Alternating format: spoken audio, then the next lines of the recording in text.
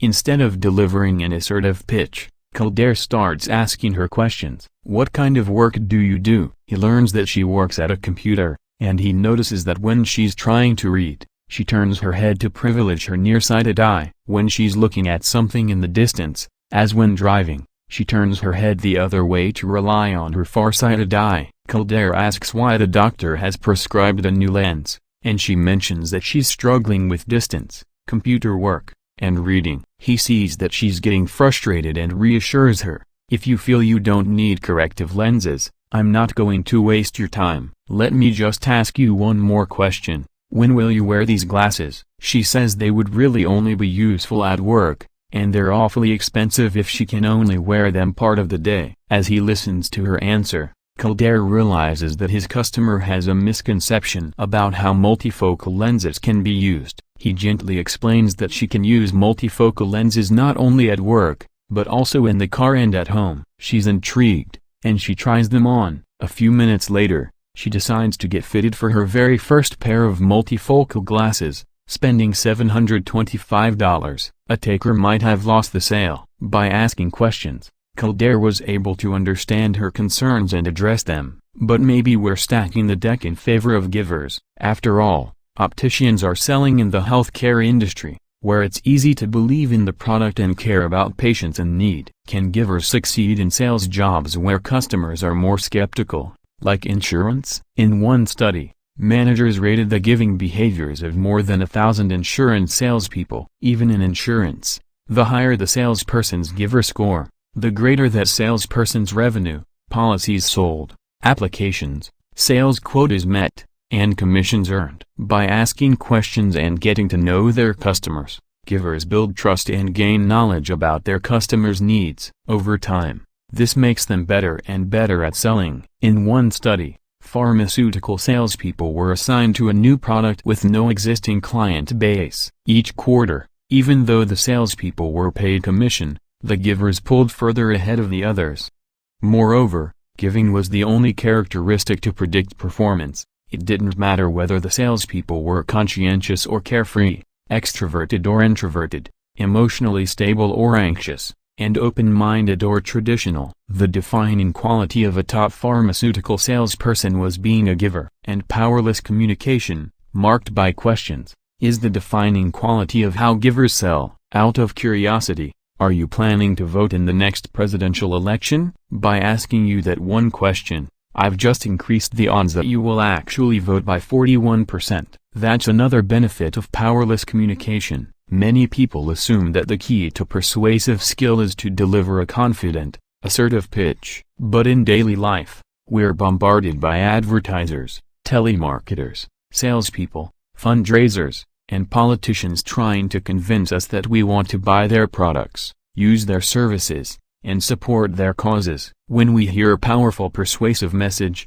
we get suspicious. In some cases, we're concerned about being tricked, duped, or manipulated by a taker. In other situations, we just want to make our own free choices, rather than having our decisions controlled by someone else. So if I tell you to go out and vote, you might resist. But when I ask if you're planning to vote, you don't feel like I'm trying to influence you. It's an innocent query, and instead of resisting my influence, you reflect on it. Well, I do care about being a good citizen, and I want to support my candidate. This doesn't feel like I'm persuading you. As Aronson explains, you've been convinced by someone you already like and trust, yourself. Dave Walton knows why questions are effective persuasive devices. He sees great lawyers as salespeople, and it's important that they don't sell their arguments too assertively, like takers. The art of advocacy is to lead you to my conclusion on your terms. I want you to form your own conclusions.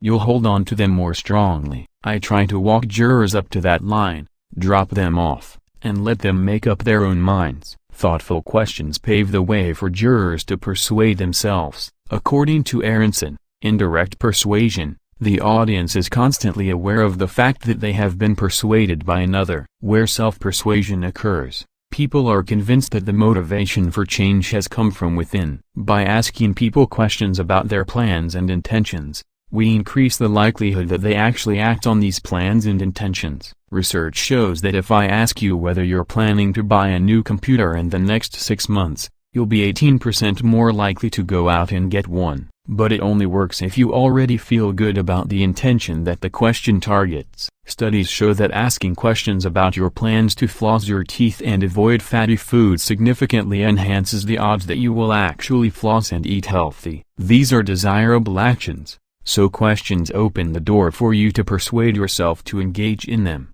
But if I ask about your plans to do something undesirable, questions don't work. For example, are you planning to eat some chocolate-covered grasshoppers this month? After thinking about it, you're probably even less likely to do it. In the examples that we've covered so far, the givers were selling desirable products to interested customers. When Bill Grumbles was selling HBO, he had customers who were open to a better cable product. When Kildare Escoto and Nancy Phelps sell glasses, they have patients who need new frames or lenses. How do givers change the minds of audiences who aren't so receptive? Persuading, the technique of tentative talk. In 2004, Volkswagen's retail theme was "Drive it, you'll get it." Consumers connected with the double meaning. The line conveyed that to fully appreciate a Volkswagen's performance features, you had to sit behind the wheel. It also carried another message: if you take the car for a test drive, you'll love it so much that you'll end up buying it. It was just one of a string of memorable campaigns from Arnold Worldwide, Volkswagen's advertising agency. But Don Lane, the man who generated the clever "Drive it, you'll get it" theme, never appeared in the credits. Lane was a senior account executive, not a member of the creative department. His job was to package and sell the creative team's ideas. One day, while stuck on a strategic brief with the creative team, an idea popped into his head. Instead of writing the strategy, he wrote a sample script that ended with the line, "Drive it, you'll get it." It wasn't standard practice for an account person to come to the creative team with a solution, instead of a problem to solve. In fact, it was forbidden for an account guy to contribute to the creative process. So Lane had a dilemma. How could he get the creative team to listen? If he were a taker, he might have stormed into the creative director's office to pitch the line, lobby powerfully for it, and demand full credit. If he were a matcher, he might have offered a favor to the creative team and hoped for reciprocity, or called in a favor owed. But Lane leaned in the giver direction. He wasn't concerned about the credit, he just wanted to help the creative team and see a good line get implemented. In our business, creative people are gifted and deserve to get most of,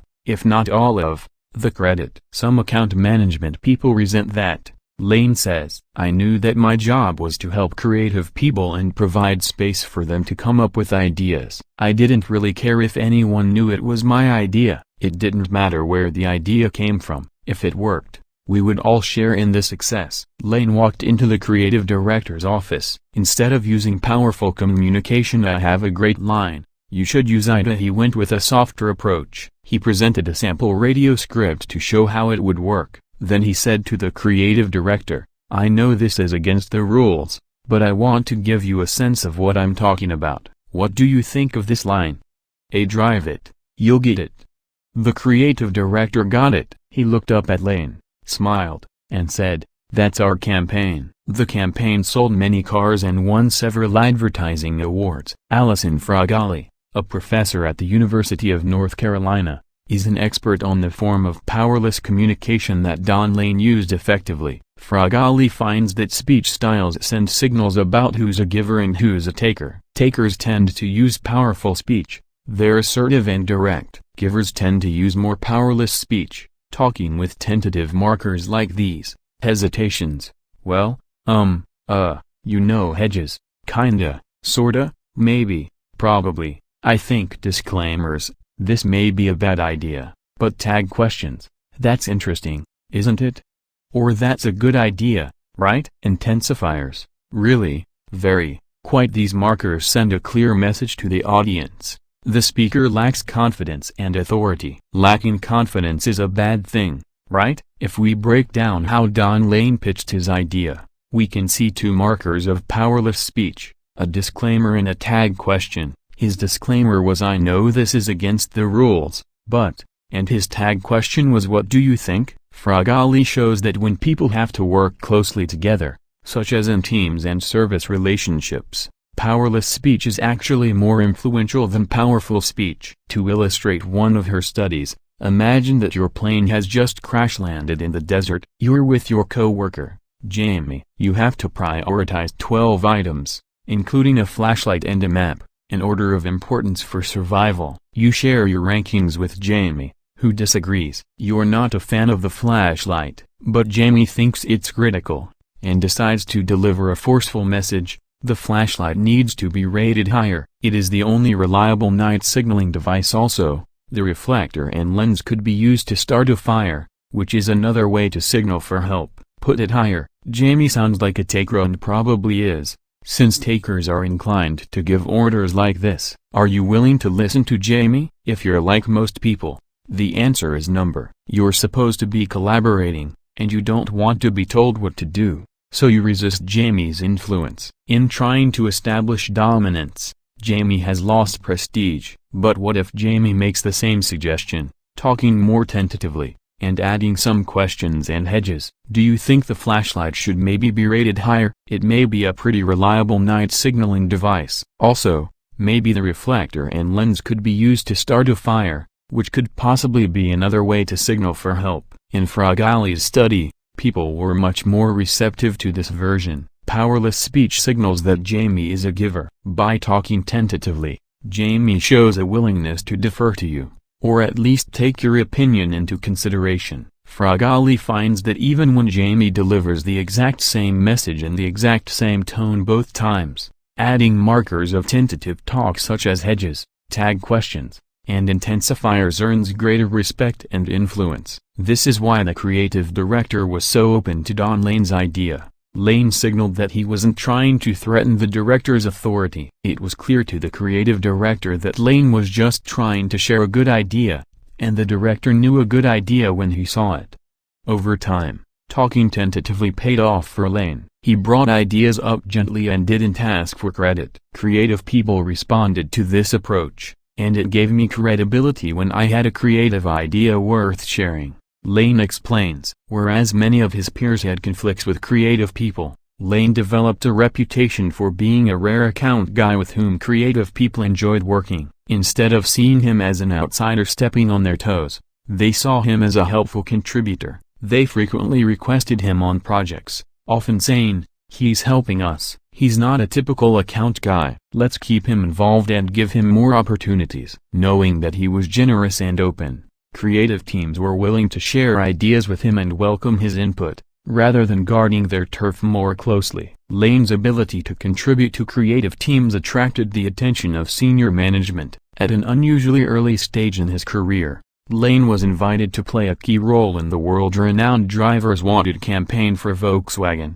Givers fear that they'll become invisible, Lane says. But I've seen givers thrive because people like working with and trust them. Realizing this was a major turbo boost early in my career. Lane was promoted more quickly than many of his peers, and he is now an executive vice president and executive director at Arnold. In the words of one creative vice president, "Don is a complete team player."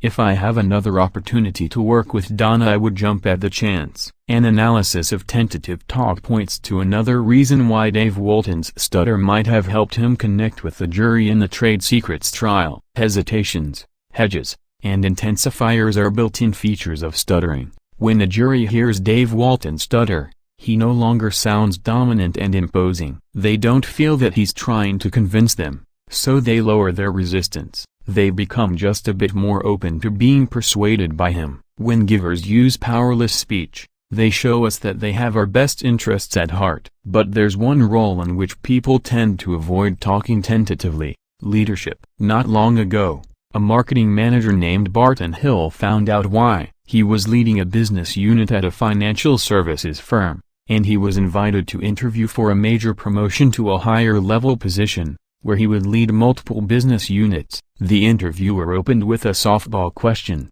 "Tell us about your successes." Hill started talking about his team's accomplishments, which were quite impressive. Although Hill was the front runner for the position, he didn't get it. The interviewer told him he didn't sound like a leader. "I kept using words like we and us," Hill says. "I didn't use enough first-person singular pronouns, like Hi and me. I found out later that it didn't seem like I was a leader. He thought I didn't drive the team's success, and wanted someone who could. The interviewer expected Hill to speak more assertively, and powerless communication cost him the job. By speaking with greater speed, volume, assertiveness, and certainty, takers convince us that they know what they're talking about. In one study conducted by psychologists in California, takers were judged by group members as more competent, but in reality, they weren't more competent. Takers, the study's authors report, attain influence because they behave in ways that make them appear competent even when they actually lack competence. By failing to use powerful speech in his interview, Burton Hill failed to create the impression of dominance. Yet the same powerless communication that cost him the promotion ended up earning prestige, making his team successful. Whereas powerful communication might be effective in the on-shot job interview, in a team or a service relationship, it loses the respect and admiration of others. Psychologists in Amsterdam have shown that although group members perceive takers as highly effective leaders, takers actually undermine group performance. Speaking dominantly convinces group members that takers are powerful, but it stifles information sharing, preventing members from communicating good ideas. Teams love it when their leader presents a work product as a collaborative effort. That's what inspires them to contribute. Hill reflects, the paradox comes from people thinking an inclusive leader isn't strong enough to lead a team, when in fact that leader is stronger, because he engenders the support of the team. People bond to givers, like electromagnetism. Eventually, Hill left for another company, and 3 of his former employees approached him about joining his team. This type of loyalty has paid off in the long run. Hill's teams have been wildly successful. He is now a managing director and global head of marketing at Citi Transaction Services, a division of more than 20,000 people. Of course, there's a time and a place for leaders to use powerful speech. In a study of pizza franchises, colleagues Francesca Gino, Dave Hoffman, and I found that when most employees in a store are dutiful followers, managers are well served to speak powerfully. But when most employees are proactive, generating new ideas for cooking and delivering pizzas more efficiently, powerful speech backfires. When employees were proactive, managers who talked forcefully led their stores to 14% lower profits than managers who talked less assertively and more tentatively. By conveying dominance, the powerful speakers discouraged their proactive employees from contributing. When people use powerful communication, others perceive them as preferring and pursuing individual accomplishments. Fragali writes, at the expense of group accomplishments. Through talking tentatively, the powerless speakers earned prestige. They showed openness to proactive ideas that would benefit the group. To see if this effect would hold up in a more controlled setting, my colleagues and I brought teams of people together to fold t-shirts. We instructed half of the team leaders to talk forcefully, and asked the other half to talk more tentatively. Once again, when team members were passive followers, the powerful speakers did just fine. But when team members were highly proactive, taking initiative to come up with a faster way to fold t-shirts, the powerless speakers were much more effective. Proactive teams had 22% higher average output under leaders who spoke powerlessly than powerfully. Team members saw the powerful speakers as threatened by ideas, viewing the powerless speakers as more receptive to suggestions. Talking tentatively didn't establish dominance, but it earned plenty of prestige. Team members worked more productively when the tentative talkers showed that they were open to advice. To a taker, this receptivity to advice may sound like a weakness. By listening to other people's suggestions, givers might end up being unduly influenced by their colleagues. But what if seeking advice is actually a strategy for influencing other people? When givers sit down at the bargaining table, they benefit from advice in unexpected ways. Negotiating, seeking advice in the shadow of a doubt. In 2007, a Fortune 500 company closed a plant in the Midwest United States. One of the people to lose her position was an effervescent research scientist named Annie. The company offered Annie a transfer to the East Coast, but it would require her to give up on her education. While working full-time, Annie was enrolled in a nighttime MBA program. She couldn't afford to quit her job, and if she did, the company would no longer pay for her degree. Yet if she accepted the transfer, She wouldn't be able to continue studying. She was in a bind, with little time and few options. 2 weeks later, something extraordinary happened. She was offered a seat on the company's private jet, which was normally available only to top executives, with unlimited access until she finished her MBA. She accepted the transfer and spent the next 9 months riding the corporate jet back and forth, twice a week, until she finished her degree. The company also paid for her rental car every week and commercial plane tickets when the corporate jet wasn't running. How did she get the company to make such a big investment in her? Annie landed all of these perks without ever negotiating. Instead, she used a form of powerless communication that's quite familiar to givers. Entering negotiations, takers typically work to establish a dominant position. Had Annie been a taker, she might have compiled a list of all of her merits and attracted counteroffers from rival companies to strengthen her position.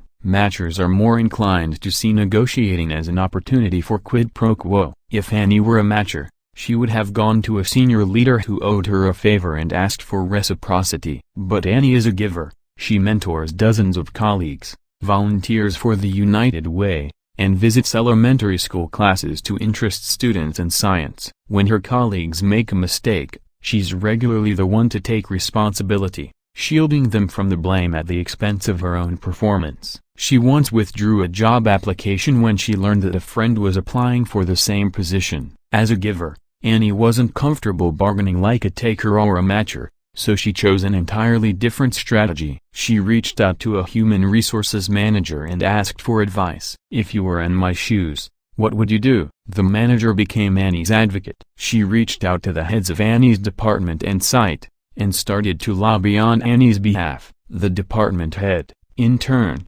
called Annie and asked what he could do to keep her. Annie mentioned that she wanted to finish her MBA, but couldn't afford to fly back and forth. In response, the department head offered her a seat on the jet. New research shows that advice-seeking is a surprisingly effective strategy for exercising influence when we lack authority. In one experiment, researcher Katie Liljenquist had people negotiate the possible sale of commercial property. When the sellers focused on their goal of getting the highest possible price, only 8% reached a successful agreement.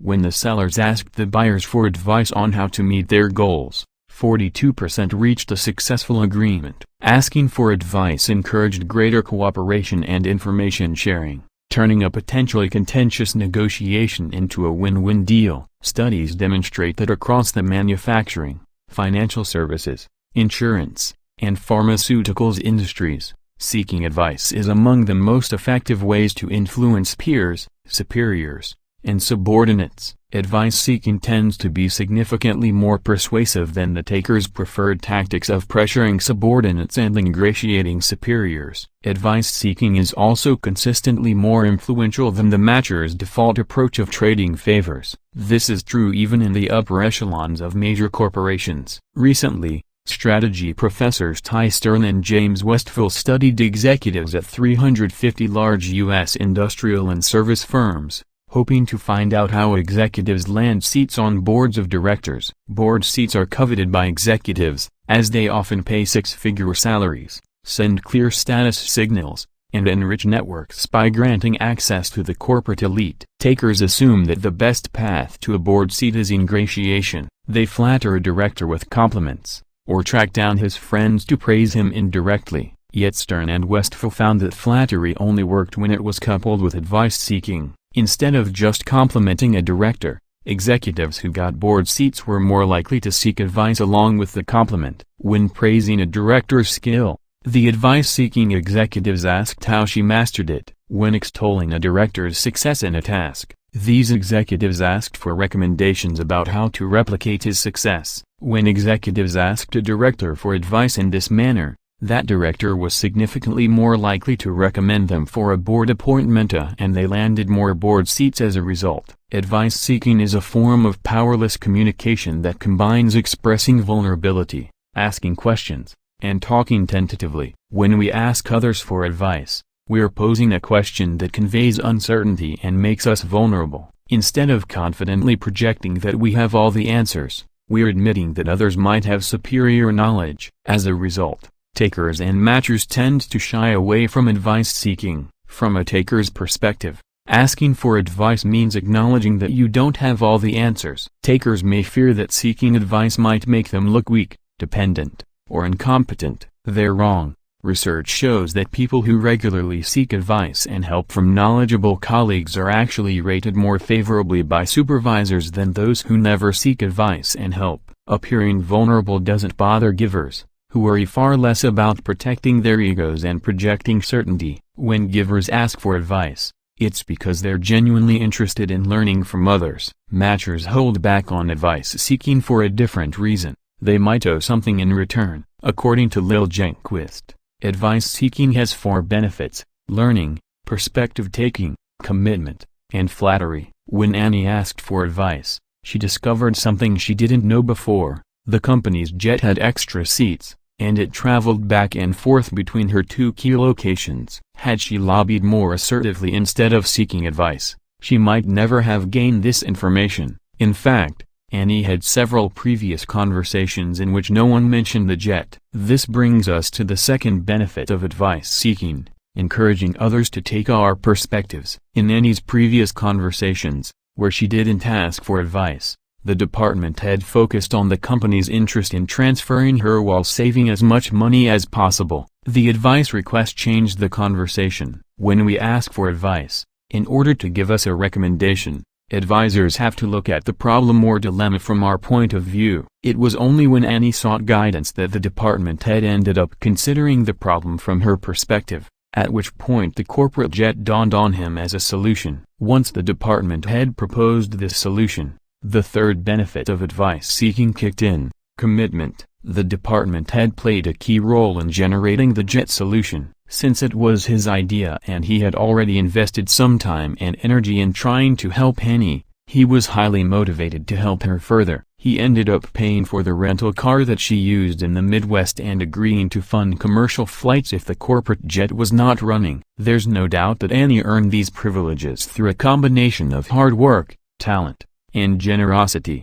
But a clever study sheds further light on why the department head was so motivated to offer Annie more than just the corporate jet. Half a century ago, the psychologists John Jecker and David Landy paid people for succeeding on a geometry task. In the control group, the participants kept the money, and visited the department secretary to fill out a final questionnaire. But when another group of participants started to leave, the researcher asked them for help. "I was wondering if you would do me a favor. The funds for this experiment have run out and I am using my own money to finish the experiment. As a favor to me, would you mind returning the money you won?" Nearly all of the participants gave the money back. When questioned about how much they liked the researcher, the people who had done him the favor liked him substantially more than the people who didn't. Why? When we give our time, energy, knowledge, or resources to help others, we strive to maintain a belief that they're worthy and deserving of our help. Seeking advice is a subtle way to invite someone to make a commitment to us. Once the department head took the time to offer advice to Annie, he became more invested in her. Helping Annie generate a solution reinforced his commitment to her. She must be worthy of his time. If she wasn't important to him, why would he have bothered to help her? As Benjamin Franklin wrote in his autobiography, "He that has once done you a kindness will be more ready to do you another than he whom you yourself have obliged." When we ask people for advice, we grant them prestige, showing that we respect and admire their insights and expertise. Since most people are matchers, they tend to respond favorably and feel motivated to support us in return.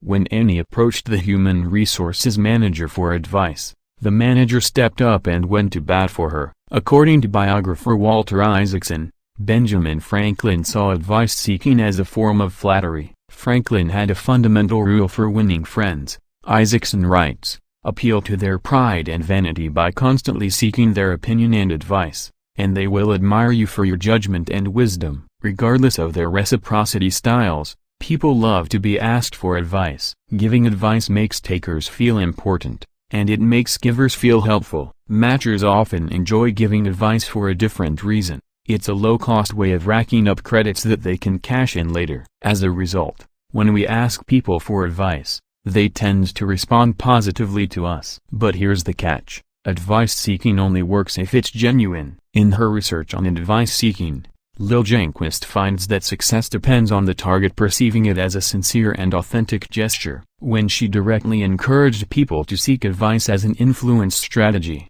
it fell flat. Their counterparts recognized them as fakers. They could tell that the advice seekers were ingratiating based on ulterior motives. People who are suspected of strategically managing impressions are more likely to be seen as selfish, cold, manipulative, and untrustworthy. Liljenkvist writes, advice-seeking was only effective when people did it spontaneously. Since givers are more willing to seek advice than takers and matchers, it's likely that many of the spontaneous advice seekers in her studies were givers. They were actually interested in other people's perspectives and recommendations, and they were rated as better listeners. I believe this applies more generally to powerless communication. It works for givers because they establish a sincere intent to act in the best interests of others. When presenting, givers make it clear that they're expressing vulnerability not only to earn prestige but also to make a genuine connection with the audience. When selling, givers ask questions in a way that conveys the desire to help customers, not take advantage of them. When persuading and negotiating, givers speak tentatively and seek advice because they truly value the ideas and viewpoints of others. Powerless communication is the natural language of many givers, and one of the great engines behind their success. Expressing vulnerability, asking questions, talking tentatively, and seeking advice can open doors to gaining influence, but the way we direct that influence will reverberate throughout our work lives, including some we've already discussed, like building networks and collaborating with colleagues. As you'll see later, not every giver uses powerless communication, but those who do often find that it's useful in situations where we need to build rapport and trust. It can't easily be faked, but if you fake it long enough, it might become more real than you expected. And as Dave Walton discovered, powerless communication can be far more powerful and effective than meets the ear. 6. The art of motivation maintenance. Why some givers burn out but others are on fire. Up to this point, we've been focusing on how givers climb to the top of the success ladder through the unique ways that they build networks, collaborate, communicate, influence, and help others achieve their potential. But as you saw in the opening chapter, givers are also more likely to end up at the bottom of the success ladder. Success involves more than just capitalizing on the strengths of giving. It also requires avoiding the pitfalls. If people give too much time, they end up making sacrifices for their collaborators and network ties, at the expense of their own energy. If people give away too much credit and engage in too much powerless communication, it's all too easy for them to become pushovers and doormats, failing to advance their own interests. The consequence: givers end up exhausted and unproductive. Since the strategies that catapult givers to the top are distinct from those that sink givers to the bottom, it's critical to understand what differentiates successful givers from failed givers. The next 3 chapters examine why some givers burn out while others are on fire, how givers avoid being exploited by takers, and what individuals, groups, and organizations can do to protect givers and spread their success. Recently, the Canadian psychologists Jeremy Frimer and Larry Walker led an ambitious effort to figure out what motivates highly successful givers. The participants were winners of the Caring Canadian Award, the country's highest honor for giving, recognizing people who have devoted many years of their lives to help their communities or advance a humanitarian cause. Many winners of this award have sustained extraordinary giving efforts for decades in order to make a difference. To reveal what drove them, all of the participants filled out a questionnaire asking them to list 10 goals in response to "I typically try to." Then, Walker conducted in-depth interviews with 25 Caring Canadian winners and a comparison group of 25 people who matched the winners in gender, age, ethnicity, and education, but had not sustained the same level or duration of giving. Walker spent 100 hours interviewing all 50 people about their lives, covering key periods and critical events in childhood, adolescence, and adulthood. From there, independent raters read the goal lists, listened to the interview tapes, and rated the degree to which the participants expressed 2 key motivations: self-interest and other interest. Self-interest involved pursuing power and achievement, whereas other interests focused on being generous and helpful. On which set of motivations did the caring Canadian winners score higher than the comparison group? The intuitive answer is other interest, and it's correct. In their life stories, the caring Canadians mentioned giving and helping more than 3 times as often as the comparison group. When they listed their goals, the caring Canadians listed nearly twice as many goals related to other interest as the comparison group. The caring Canadians highlighted goals like serve as a positive role model to young people and advocate for women from a low-income bracket. The comparison participants were more likely to mention goals like get my golf handicap to a single digit, be attractive to others, and hunt the biggest deer and catch big fish. But here's the surprise. The caring Canadians also scored higher on self-interest. In their life stories, these highly successful givers mentioned a quest for power and achievement almost twice as often as the comparison group. In their goals, the caring Canadians had roughly 20% more objectives related to gaining influence, earning recognition, and attaining individual excellence. The successful givers weren't just more other-oriented than their peers, they were also more self-interested. Successful givers, it turns out, are just as ambitious as takers and matchers. These results have fascinating implications for our understanding of why some givers succeed but others fail. Up until this point, we've looked at reciprocity styles on a continuum from taking to giving. Is your primary concern for your own interests or others' interests? Now I want to complicate that understanding by looking at the interplay of self-interest and other interest. Takers score high in self-interest and low in other interest. They aim to maximize their own success without much concern for other people. By contrast, givers always score high on other interest, but they vary in self-interest. There are 2 types of givers, and they have dramatically different success rates. Selfless givers are people with high other interest and low self-interest. They give their time and energy without regard for their own needs, and they pay a price for it. Selfless giving is a form of pathological altruism, which is defined by researcher Barbara Oakley as an unhealthy focus on others to the detriment of one's own needs, such that in the process of trying to help others, givers end up harming themselves. In one study, college students who scored high on selfless giving declined in grades over the course of the semester. These selfless givers admitted missing class and failing to study because they were attending to friends' problems. Most people assume that self-interest and other interest are opposite ends of one continuum. Yet in my studies of what drives people at work, I've consistently found that self-interest and other interest are completely independent motivations. You can have both of them at the same time. As Bill Gates argued at the World Economic Forum, there are 2 great forces of human nature, self-interest, and caring for others, and people are most successful when they are driven by a hybrid engine of the 2. If takers are selfish and failed givers are selfless, successful givers are otherish. They care about benefiting others, but they also have ambitious goals for advancing their own interests. Selfless giving, in the absence of self-preservation instincts, easily becomes overwhelming. Being otherish means being willing to give more than you receive, but still keeping your own interests in sight, using them as a guide for choosing when, where, how, and to whom you give. Instead of seeing self-interest and other interests as competing, the caring Canadians found ways to integrate them, so that they could do well by doing good. As you'll see, when concern for others is coupled with a healthy dose of concern for the self, givers are less prone to burning out and getting burned, and they're better positioned to flourish. In West Philadelphia, born and raised, on the playground is where I spent most of my days. I got in one little fight and my mom got scared.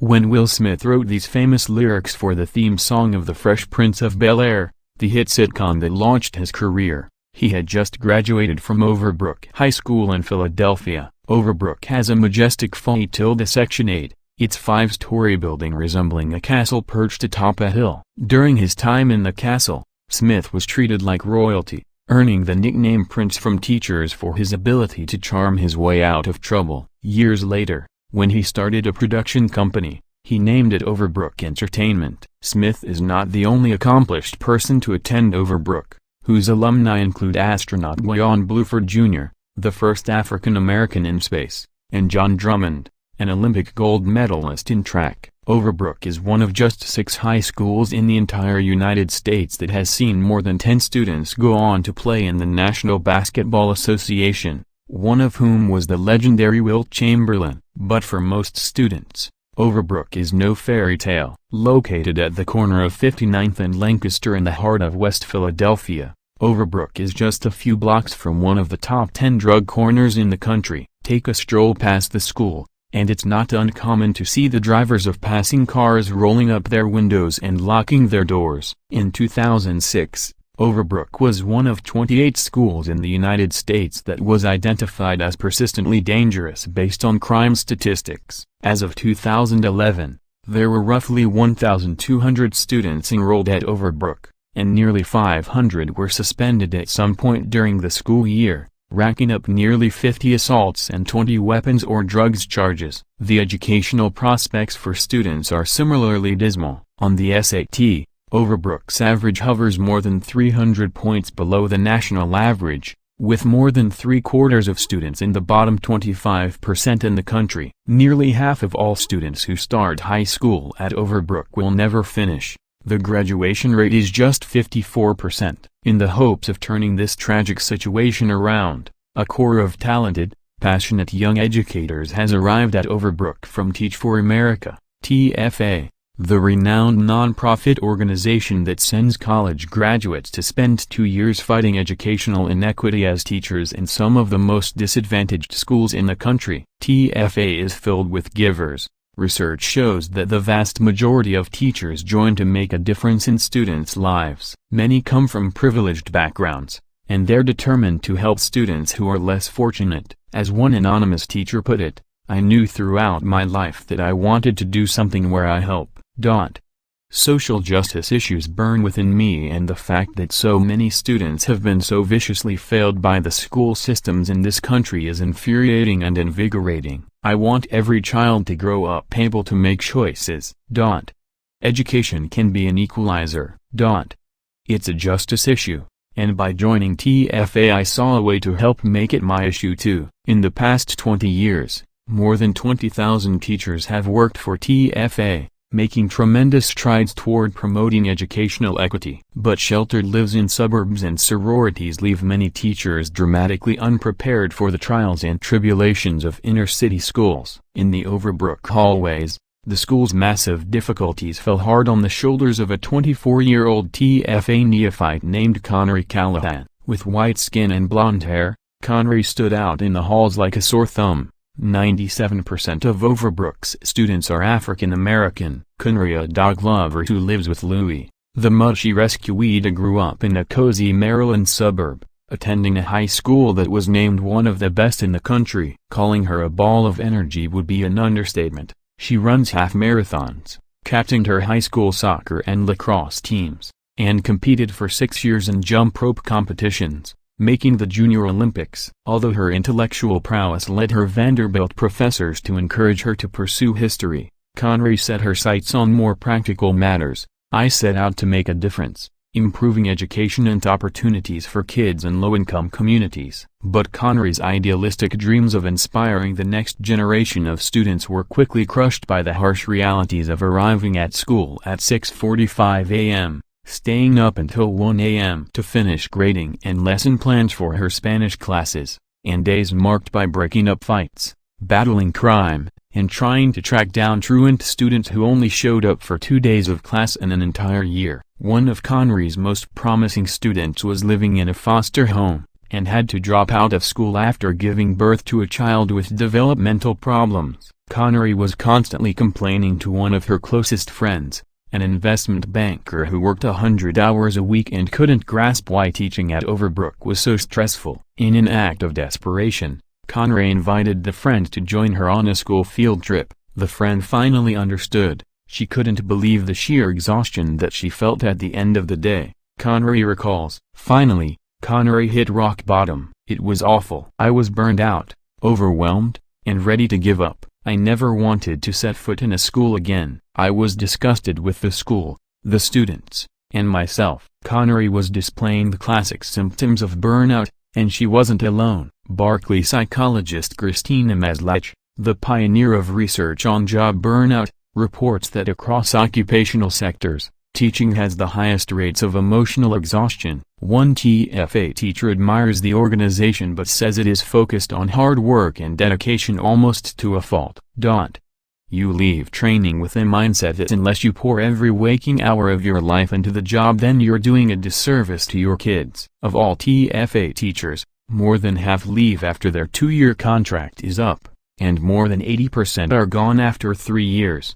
About a third of all TFA alumni walk away from education altogether. Since givers tend to put others' interests ahead of their own, they often help others at the expense of their own well-being, placing themselves at risk for burnout. 4 decades of extensive research shows that when people become burned out, their job performance suffers. Exhausted employees struggle to focus their attention and lack the energy to work their hardest, longest, and smartest, so the quality and quantity of their work takes a nosedive. They also suffer from poor emotional and physical health. Strong evidence reveals that burned-out employees are at heightened risk for depression, physical fatigue, sleep disruptions, impaired immune systems, alcohol abuse, and even cardiovascular disease. When Connery hit rock bottom at Overbrook High School, she felt that she was giving too much. She was arriving at work early, staying up late, and working weekends, and she could hardly keep up. In this situation,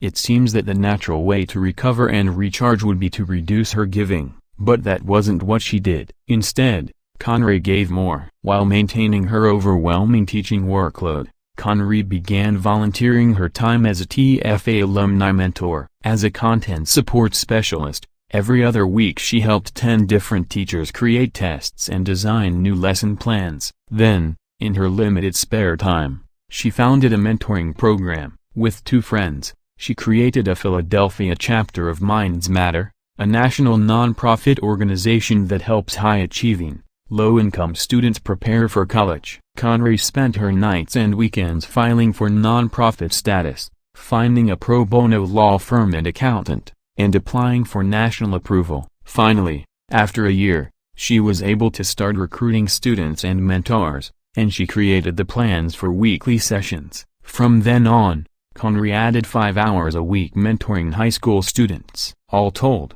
Connery was spending more than 10 extra hours per week giving. This meant even less room in her schedule for relaxation or restorative downtime, and even more responsibility to others. And yet, when she started giving more, Connery's burnout faded, and her energy returned. Suddenly, in fact, she seemed to be a renewed bundle of energy at Overbrook, finding the strength to serve as the coordinator for gifted students and create a Spanish 3 program from scratch. Unlike many of her peers, she didn't quit. Of the 5 teachers who joined Overbrook from TFA with her, Connery was the only one still teaching there after 4 years. Of the dozen teachers who arrived in the same 3-year window as her, Connery was one of just 2 left. She became one of the rare TFA teachers who continued teaching for at least 4 years, and she was nominated for a National Teaching Award. How is it possible that giving more revitalized her, instead of draining her? The impact vacuum.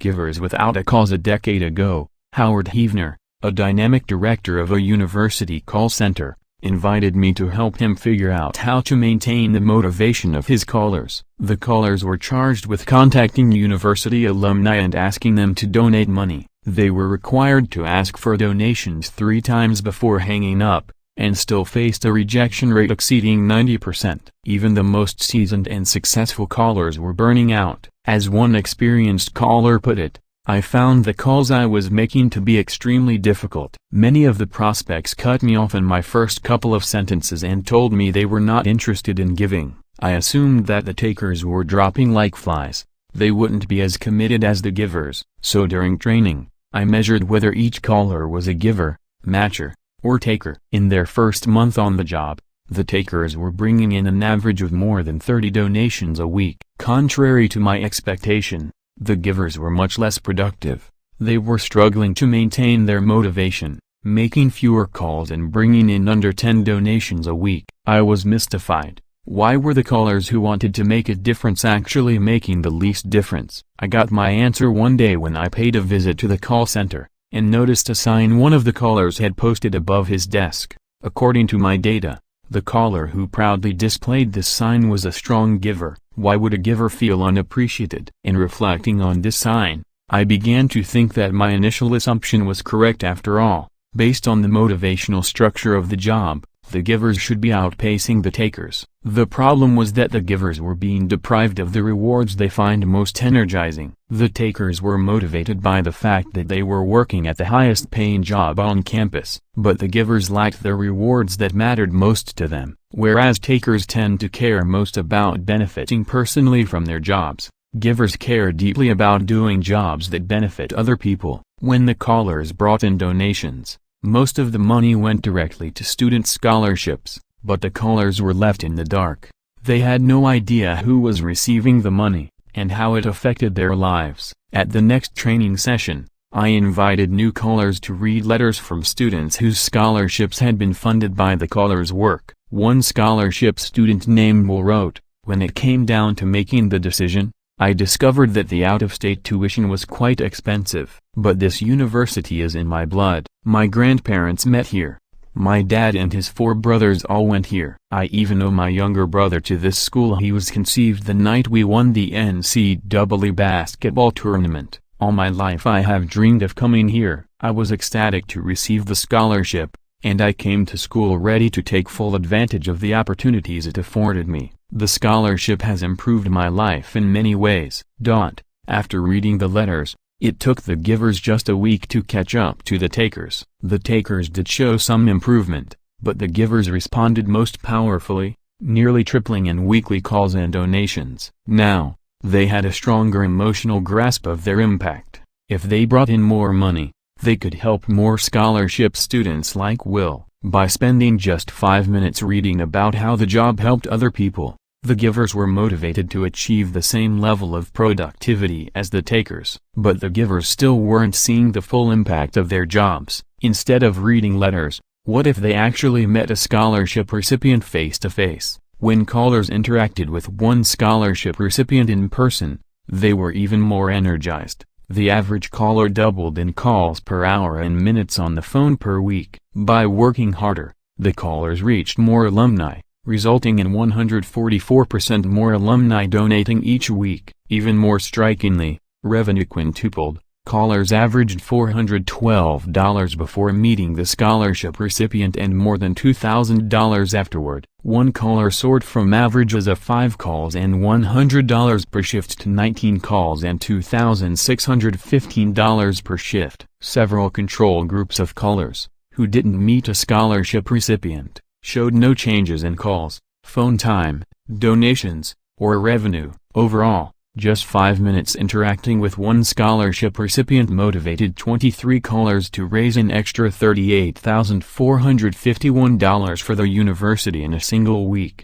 Although the givers, takers, and matchers were all motivated by meeting the scholarship recipient, the gains in effort and revenue were especially pronounced among the givers. The turnaround highlights a remarkable principle of giver burnout. It has less to do with the amount of giving and more with the amount of feedback about the impact of that giving. Researchers have drawn the same conclusion in healthcare, where burnout is often described as compassion fatigue, the stress, strain, and weariness of caring for others. Originally, experts believed that compassion fatigue was caused by expressing too much compassion, but new research has challenged this conclusion. As researchers Olga Klimke and Tanya Singer summarize, more than all other factors, including the time spent caregiving, it is the perceived suffering that leads to depressive symptoms in the caregiver. Givers don't burn out when they devote too much time and energy to giving. They burn out when they're working with people in need but are unable to help effectively. Teachers are vulnerable to giver burnout because of the unique temporal experience that defines education. Even though teachers interact with their students on a daily basis,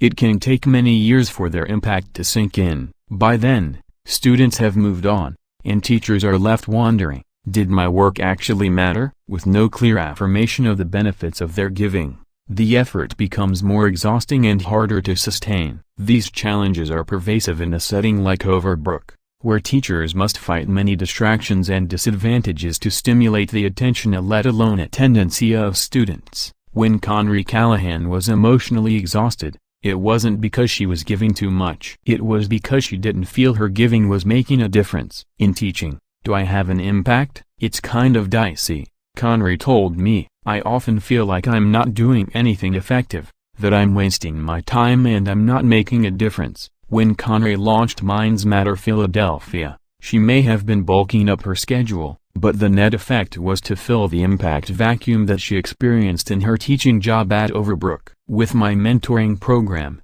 there's no doubt I know that I have a more direct impact, she says. By mentoring low-income students who were high achievers, she felt able to make more of a difference than in her Overbrook classroom, where each student presented specific challenges. When she mentored high-achieving students, the positive feedback came more rapidly and validated her effort. She watched one mentee, David, blossom from a shy, reserved loner into an outspoken young man with a close group of friends. As with the fundraising callers meeting a scholarship student who benefited from their work, seeing the impact of her program had an energizing effect. But that effect wasn't limited to the mentoring program. Thanks to the energy boost, Conray developed renewed hope that she could have an impact in her job at Overbrook. Observing the progress of her high-achieving mentees instilled confidence that she could help the students struggling in her own classroom. I know what I've started is really making a difference with these kids. What I've seen in 3 months is a big change for them, and they make me realize how great kids can be. As she spent more time mentoring students at Minds Matter, she walked into her Overbrook classroom with greater enthusiasm, fueled by a revitalized sense of purpose. In research with 2 colleagues, I've discovered that the perception of impact serves as a buffer against stress, enabling employees to avoid burnout and maintain their motivation and performance. In one study, a student and I found that high school teachers who perceived their jobs as stressful and demanding reported significantly greater burnout, but upon closer inspection, job stress was only linked to higher burnout for teachers who felt they didn't make a difference. A sense of lasting impact protected against stress, preventing exhaustion. In the classroom, it sometimes takes years for a teacher's lesson to hit home with students. By that time, many teachers have lost contact with their students. But at least for a while, teachers have the opportunity to see their short-term impact as they interact face-to-face with their students. Many other jobs provide no contact at all with the people who benefit from our work. In healthcare, for example, many medical professionals provide critical diagnoses without ever meeting the patients on the other end of their test results. In Israel, a group of radiologists evaluated nearly 100 computed tomography, court, exams from patients. After 3 months passed, the radiologists had forgotten the original court exams, and they evaluated them again. Some of the radiologists got better, showing 53% improvement in detecting abnormalities unrelated to the primary reason for the exams. But other radiologists got worse.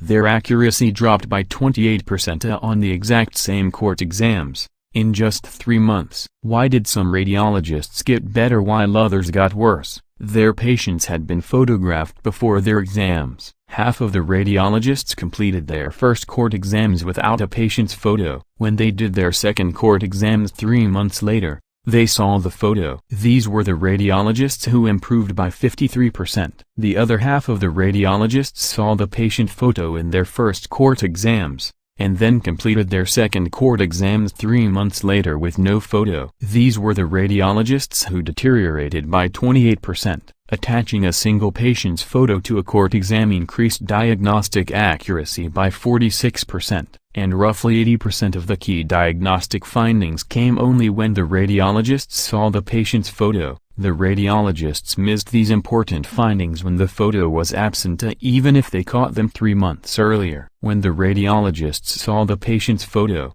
they felt more empathy. By encouraging empathy, the photos motivated the radiologists to conduct their diagnoses more carefully. Their reports were 29% longer when the court exams included patient photos. When the radiologists saw a photo of a patient, they felt a stronger connection to the human impact of their work. A patient photo makes each court scan unique, said one radiologist. In a recent study, Researcher Nicola Belli copyright found similar patterns in a study of 90 Italian nurses who were invited to assemble surgical kits. After being randomly assigned to meet healthcare practitioners who would use the kits, nurses were significantly more productive and more accurate. This effect was particularly pronounced among nurses who had reported strong giver tendencies in a survey. Interestingly, a week after meeting the healthcare practitioners who benefited from the surgical kits, all of the nurses actually felt more inclined toward giving, along with reducing burnout among givers. A first-hand connection to impact can tilt people of all reciprocity styles in the giver direction. When people know how their work makes a difference, they feel energized to contribute more. Building on this idea that seeing impact can reduce the burnout of givers and motivate others to give, some organizations have designed initiatives to connect employees to the impact of their products and services. At Wells Fargo, a vice president named Ben Sockersey created videos of customers talking about how the company's low-interest loans helped them reduce and eliminate their unwanted debt. In many cases, customers felt like they had a massive weight lifted off their shoulders. They now had a plan for paying down their debt. Sockersey says, when bankers watched the videos, it was like a light switch turned on. Bankers realized the impact their work could have, that this loan can really make a difference in customers' lives. It was a really compelling motivator. At Medtronic, employees across the company from engineers to salespeople pay visits to hospitals to see their medical technologies benefiting patients. When they're exhausted, former Medtronic CEO Bill George told me, it's very important that they get out there and see procedures. They can see their impact on patients, which reminds them that they're here to restore people to full life and health. Medtronic also holds an annual party for the entire company, more than 30,000 employees, at which 6 patients are invited to share their stories about how the company's products have changed their lives. When they see for the first time how much their work can matter, many employees break down into tears. Having a greater impact is one of the reasons why, counterintuitive as it might seem, giving more can actually help givers avoid burnout. But it's not the whole story. There's a second reason why Conry's extra giving was energizing, and it has to do with where and to whom she gave. Nearly a century ago,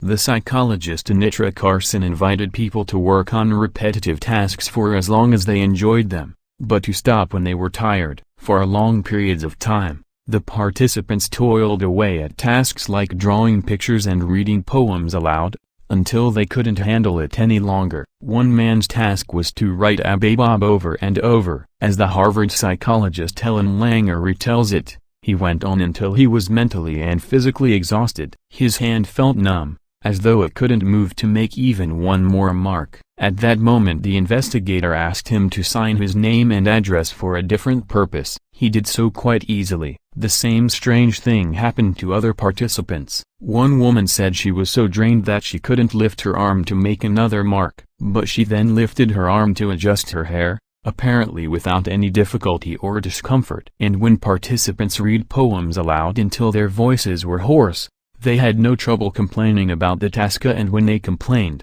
they didn't sound hoarse anymore. According to Langer, they weren't faking it. Rather, the change of context brought renewed energy. When Conry volunteered as a mentor to TFA teachers, it created a change of context that made giving feel fresh. Working with adults, doing something that is kind of teaching, that doesn't burn me out, that invigorates me, Conry says. Giving more can be exhausting if it's in the same domain. Instead of giving more in the same way, over and over, she expanded her contributions to a different group of people. The same thing happened when she started mentoring high school students at Minds Matter. She had a new setting and a new group of people to help. Instead of teaching them Spanish, she was getting them ready for college. By shifting her giving to a novel domain, she was able to recharge her energy. Others' choices, chunking, sprinkling, and the 100-hour rule of volunteering. We discussed otherish behavior at the beginning of this chapter,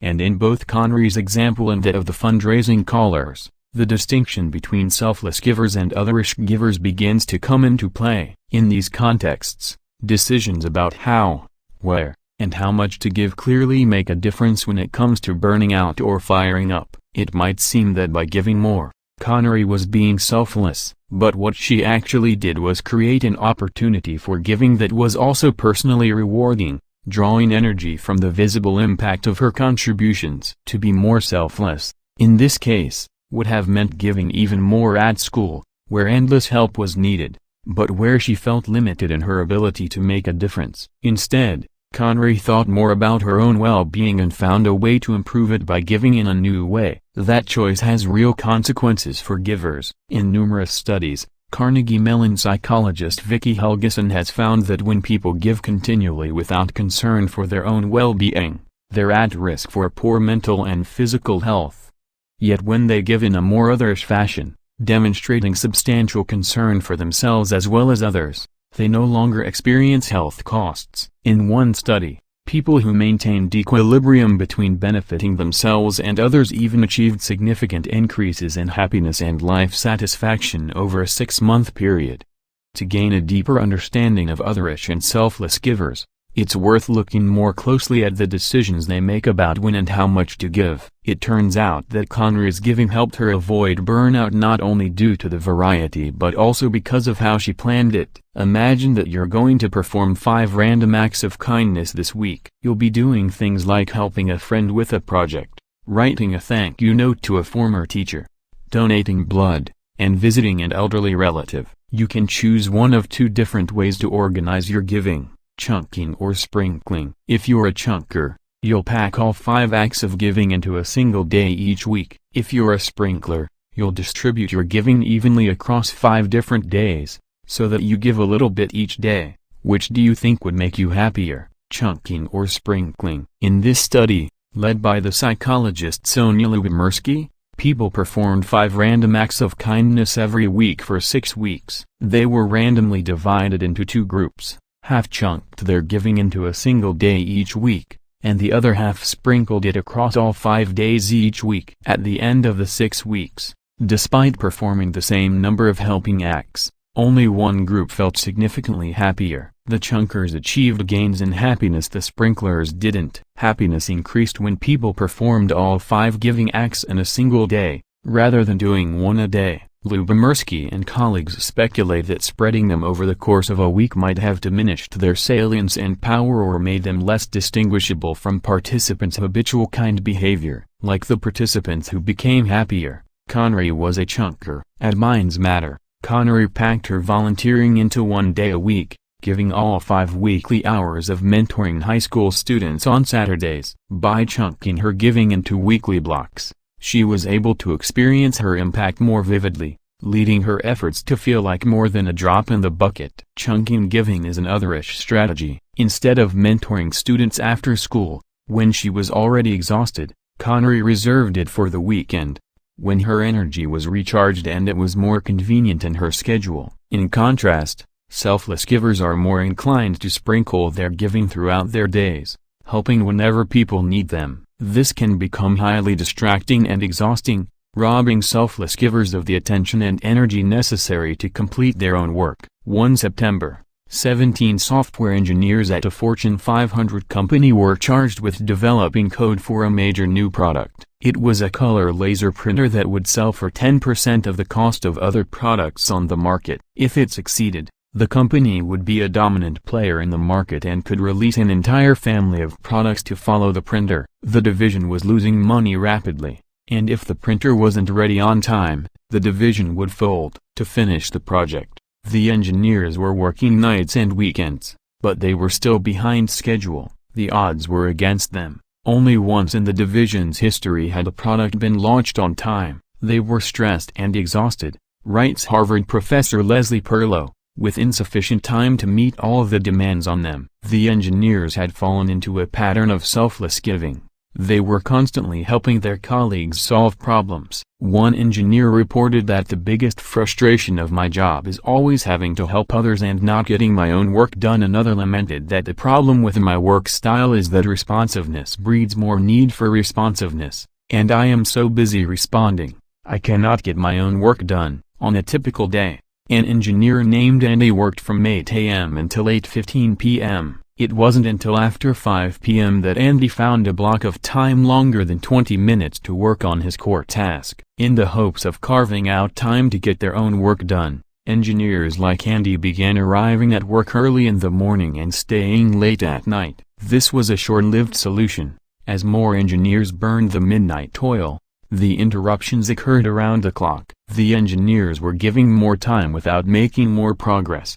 And it was exhausting. Perlo had an idea for turning these selfless givers into otherish givers. She proposed that instead of sprinkling their giving, they could chunk it. She worked with the engineers to create dedicated windows for quiet time and interaction time. After experimenting with several different schedules, Perlo settled on holding quiet time 3 days a week, starting in the morning and lasting until noon. During quiet time, the engineers worked alone, and their colleagues knew to avoid interrupting them. The rest of the time, colleagues were free to seek help and advice. When Perlo polled the engineers about quiet time, 2/3 reported above-average productivity. When Perlo stepped back and left it to the engineers to manage their own quiet time for a full month, 47% maintained above-average productivity. By chunking their helping time, the engineers were able to conserve time and energy to complete their own work, making a transition from selfless to otherish giving. In the words of one engineer, "Quiet time enabled me to do some of the activities during the day which I would have normally deferred to late evening." After 3 months, the engineers launched the laser printer on time, for only the second time in division history. The vice president of the division chalked the success up to the giving boundaries created by quiet time. "I do not think we could have made the deadline without this project." Since the engineers were facing an urgent need to finish their product on time, they had a strong justification for making their giving more otherish. But in many situations, the appropriate boundaries for giving time are much murkier. Sean Haggerty is a principal in investment management at Vanguard, a financial services company that specializes in mutual funds. Sean is a dedicated mentor with a long-standing passion for education, and he has made a habit of volunteering his time at least a week each year to teach employees at Vanguard's corporate university. When Vanguard's chief learning officer counted his hours, she noticed that Sean was spending a large amount of time in the classroom. She was worried that he would burn out, and Sean recognized that he might be at risk. "It's a pretty significant commitment given that I have a day job." But instead of scaling back his hours, Sean asked for more. "It's among the most valuable things that I do." The more hours he volunteered teaching, the more energized he felt, until he approached 2 weeks and cleared 100 hours of annual volunteering on educational initiatives. 100 seems to be a magic number when it comes to giving. In a study of more than 2,000 Australian adults in their mid-60s, those who volunteered between 100 and 800 hours per year were happier and more satisfied with their lives than those who volunteered fewer than 100 or more than 800 hours annually. In another study, American adults who volunteered at least 100 hours in 1998 were more likely to be alive in 2000. There were no benefits of volunteering more than 100 hours. This is the 100-hour rule of volunteering. It appears to be the range where giving is maximally energizing and minimally draining. 100 hours a year breaks down to just 2 hours a week. Research shows that if people start volunteering 2 hours a week, their happiness, satisfaction, and self-esteem go up a year later. 2 hours a week in a fresh domain appears to be the sweet spot where people make a meaningful difference without being overwhelmed or sacrificing other priorities. It's also the range in which volunteering is most likely to strike a healthy balance, offering benefits to the volunteer as well as the recipients. In a national study, several thousand Canadians reported the number of hours that they volunteered per year, and whether they gained new technical, social, or organizational knowledge and skills from volunteering. For the first few hours a week, volunteers gained knowledge and skills at a consistent rate. By 5 hours a week, volunteering had diminishing returns. People were learning less and less with each additional hour. After 11 hours a week, additional time volunteered no longer added new knowledge and skills. When Connery started volunteering as an alumni mentor for TFA, she was giving about 7 to 5 hours a year. When she launched Minds Matter, the nonprofit mentoring program for high school students, she sailed over the 100-hour mark. Perhaps it's not a coincidence that her energy was restored right around that point. But it wasn't just the amount of time that mattered. There's another form of chunking in Connery's giving that's also apparent in Sean Haggerty's giving, and it reveals a key contrast between selfless and otherish giving. As Sean Haggerty spent more time teaching in the Vanguard classroom, he began to crave more opportunities for giving. "I want to leave the place better than I entered it in my small way," he says, and he began asking himself how he could have an impact on the world. As he reflected on different ways of giving, he noticed a pattern in how he was spending his free time. "I found myself reading more and more about education. I had a natural passion for it." Sean decided to lead and launch 2 new programs around education. One program is called the Classroom Economy, and it has a national focus. Sean and his colleagues teach the basics of money management to kindergartners around the United States. The other program, Team Vanguard, is local. Sean has partnered with a charter school in Philadelphia to administer a 4-year mentoring program, where employees volunteer their time on evenings, weekends, and lunch breaks. Despite the substantial time commitment, Sean found that both programs have a tremendously positive impact on my energy. "It's the selling point I have with senior staff who worry about volunteer hours, which take time out of the day. It does sometimes, but my point of view is that it creates a much more highly engaged employee, including me. I love that work is giving me an outlet for philanthropic interests." If Sean were a purely selfless giver, he might sprinkle his energy across many different causes out of a sense of duty and obligation, regardless of his own level of interest and enthusiasm for them. Instead, he adopts an otherish approach, choosing to chunk his giving to focus on education, a cause about which he's passionate. "I get incredible personal satisfaction out of giving back to the community in this way," Sean says. Psychologists Netta Weinstein and Richard Ryan have demonstrated that giving has an energizing effect only if it's an enjoyable, meaningful choice rather than undertaken out of duty and obligation. In one study, people reported their giving every day for 2 weeks, indicating whether they had helped someone or done something for a good cause. On days when they gave, they rated why they gave. On some days, people gave due to enjoyment and meaning. They thought it was important, cared about the other person, and felt they might enjoy it. On other days, they gave out of duty and obligation. They felt they had to and would feel like a bad person if they didn't. Each day, they reported how energized they felt. Weinstein and Ryan measured changes in energy from day to day. Giving itself didn't affect energy. People weren't substantially happier on days when they helped others than on days that they didn't, but the reasons for giving mattered immensely. On days that people helped others out of a sense of enjoyment and purpose, they experienced significant gains in energy. Giving for these reasons conferred a greater sense of autonomy, mastery, and connection to others, and it boosted their energy. When I studied firefighters and fundraising callers, I found the same pattern. They were able to work much harder and longer when they gave their energy and time due to a sense of enjoyment and purpose, rather than duty and obligation. For Connery, this is a major difference between teaching at Overbrook and volunteering with Minds Matter and TFA. In the Overbrook classroom, giving is an obligation. Her job requires her to break up fights and maintain order, tasks that, although important, don't align with the passion that drew her into teaching. In her volunteer work, giving is an enjoyable choice. She loves helping high-achieving underprivileged students and mentoring less experienced TFA teachers. This is another way giving can be otherish. Connery focused on benefiting students and teachers, but doing so in a way that connects to her core values and fuels her enthusiasm.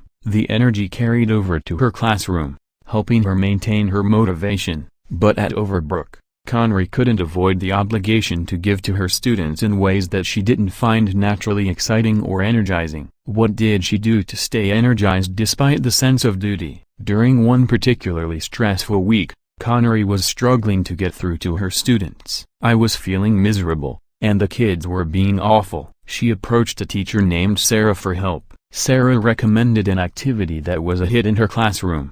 They got to design their own monsters that were on the loose in Philadelphia. They drew a picture of a monster, wrote a story about it, and created a wanted ad so people would be on the lookout.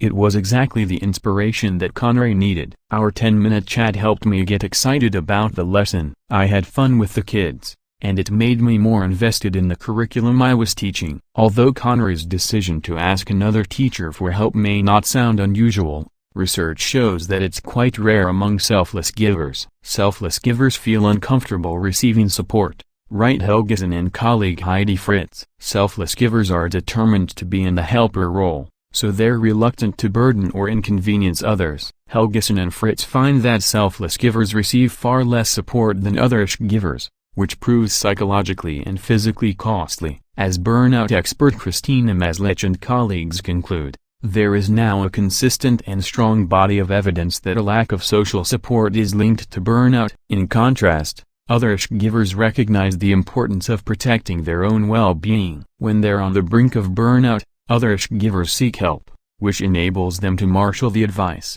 assistance, and resources necessary to maintain their motivation and energy. 3 decades of research show that receiving support from colleagues is a robust antidote to burnout. Having a support network of teachers is huge, Conray affirms. But Overbrook didn't have a formal support network of teachers, so where did Conray get her support network? She built one at Overbrook through the act of giving help. For many years, experts believed that the stress response involved a choice, fight or flight. Since burnout means we lack the energy to fight, it's natural to choose flight, coping by avoiding the source of stress. Burnout experts Jonathan Halbsleben and Matthew Bowler studied professional firefighters over a 2-year period. Sure enough, when the firefighters started to burn out, their performance ratings dropped. Burnout made them less concerned about achievement and status. Consequently, they invested less effort in their work, and their effectiveness suffered. But surprisingly,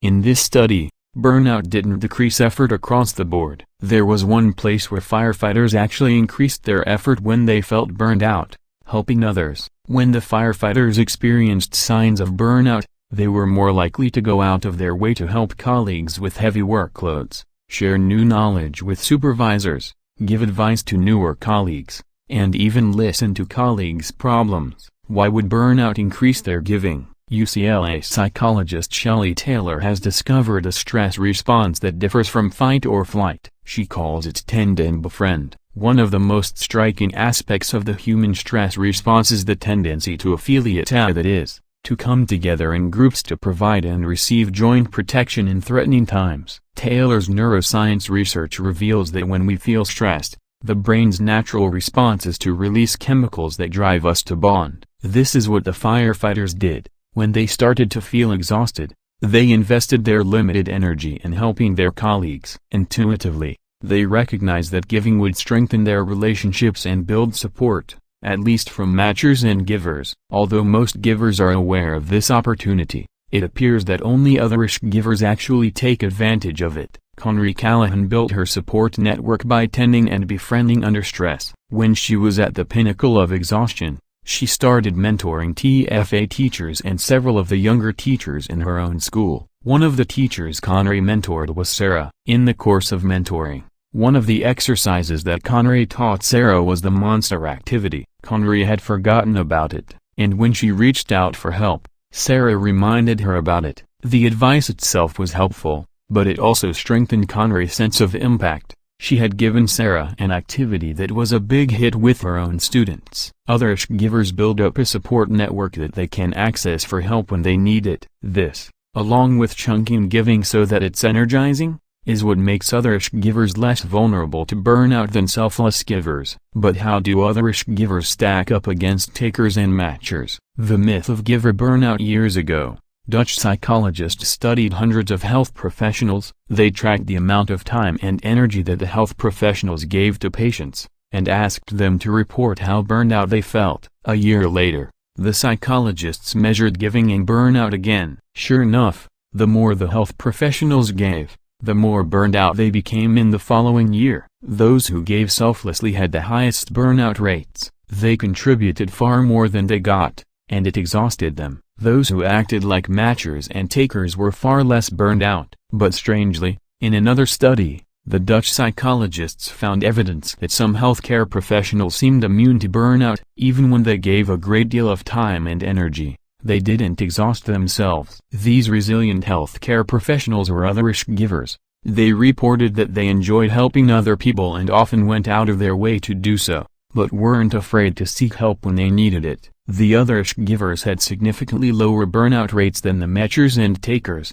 who lacked the stamina to keep contributing. This study pointed to an unexpected possibility. Although matchers and takers appear to be less vulnerable to burnout than selfless givers, the greatest resilience may belong to otherish givers. Part of the reason for this is illuminated in fascinating work by Northwestern University psychologists Elizabeth Seeley and Wendy Gardner, who asked people to work on a difficult task that sapped their willpower. For example, imagine that you're very hungry, and you're staring at a plate of delicious chocolate chip cookies, but you have to resist the temptation to eat them. After using up their willpower in a task like this, participants squeezed a hand grip as long as they could. The typical participant was able to hold on for 25 seconds, but there was a group of people who were able to hold on 40% longer, lasting for 35 seconds. The participants with unusually high stamina scored high on a questionnaire measuring other-directedness. These other-directed people operated like givers, by consistently overriding their selfish impulses in order to help others. They had strengthened their psychological muscles, to the point where using willpower for painful tasks was no longer exhausting. In support of this idea, other studies have shown that givers accrue an advantage in controlling their thoughts, emotions, and behaviors. Over time, giving may build willpower like weightlifting builds muscles. Of course, we all know that when muscles are overused, they fatigue and sometimes even tear. This is what happens to selfless givers. In Utah, a 75-year-old man understands the resilience of otherish givers. His name is John Huntsman Sr., and his tiny photo from his company's annual report appeared in Chapter 2, in juxtaposition with the full-size photo of Kenneth Lay. You might also recognize him as the father of former Utah Governor and 2012 Republican presidential candidate John Huntsman Jr. Back in 1990, the elder Huntsman was negotiating an acquisition with Charles Miller Smith, who was the president and CEO of a chemical company. During the negotiations, Smith's wife died. Huntsman empathized with Smith, so he decided not to push any further. I decided the fine points of the last 20% of the deal would stand as they were proposed. I probably could have clawed another $200 million out of the deal, but it would have come at the expense of Charles' emotional state. The agreement as it stood was good enough. Was a CEO's emotional state really worth $200 million to Huntsman? Believe it or not, this wasn't the first time Huntsman gave away a fortune during a negotiation. Just 4 years earlier, in 1986, he made a verbal agreement with a CEO named Emerson Campen. Huntsman would sell 40% of a division of his company to Campens for $54 million. Due to legal delays, the contract wasn't written until 6 months later. By that time, Huntsman's profits had skyrocketed. That 40% of the division was now worth $250 million. Campen called with a matcher's offer to split the difference, proposing to pay $152 million instead of the original $54 million. Huntsman was poised to bring in nearly triple the original agreement, but he said the $54 million was good enough. Campen was incredulous. That's not fair to you. Huntsman believed in honoring his commitment to Campen. Even though the lawyers hadn't drafted the original purchase agreement, he had shaken hands 6 months earlier on a verbal agreement. He signed for the $54 million, walking away from an extra $98 million.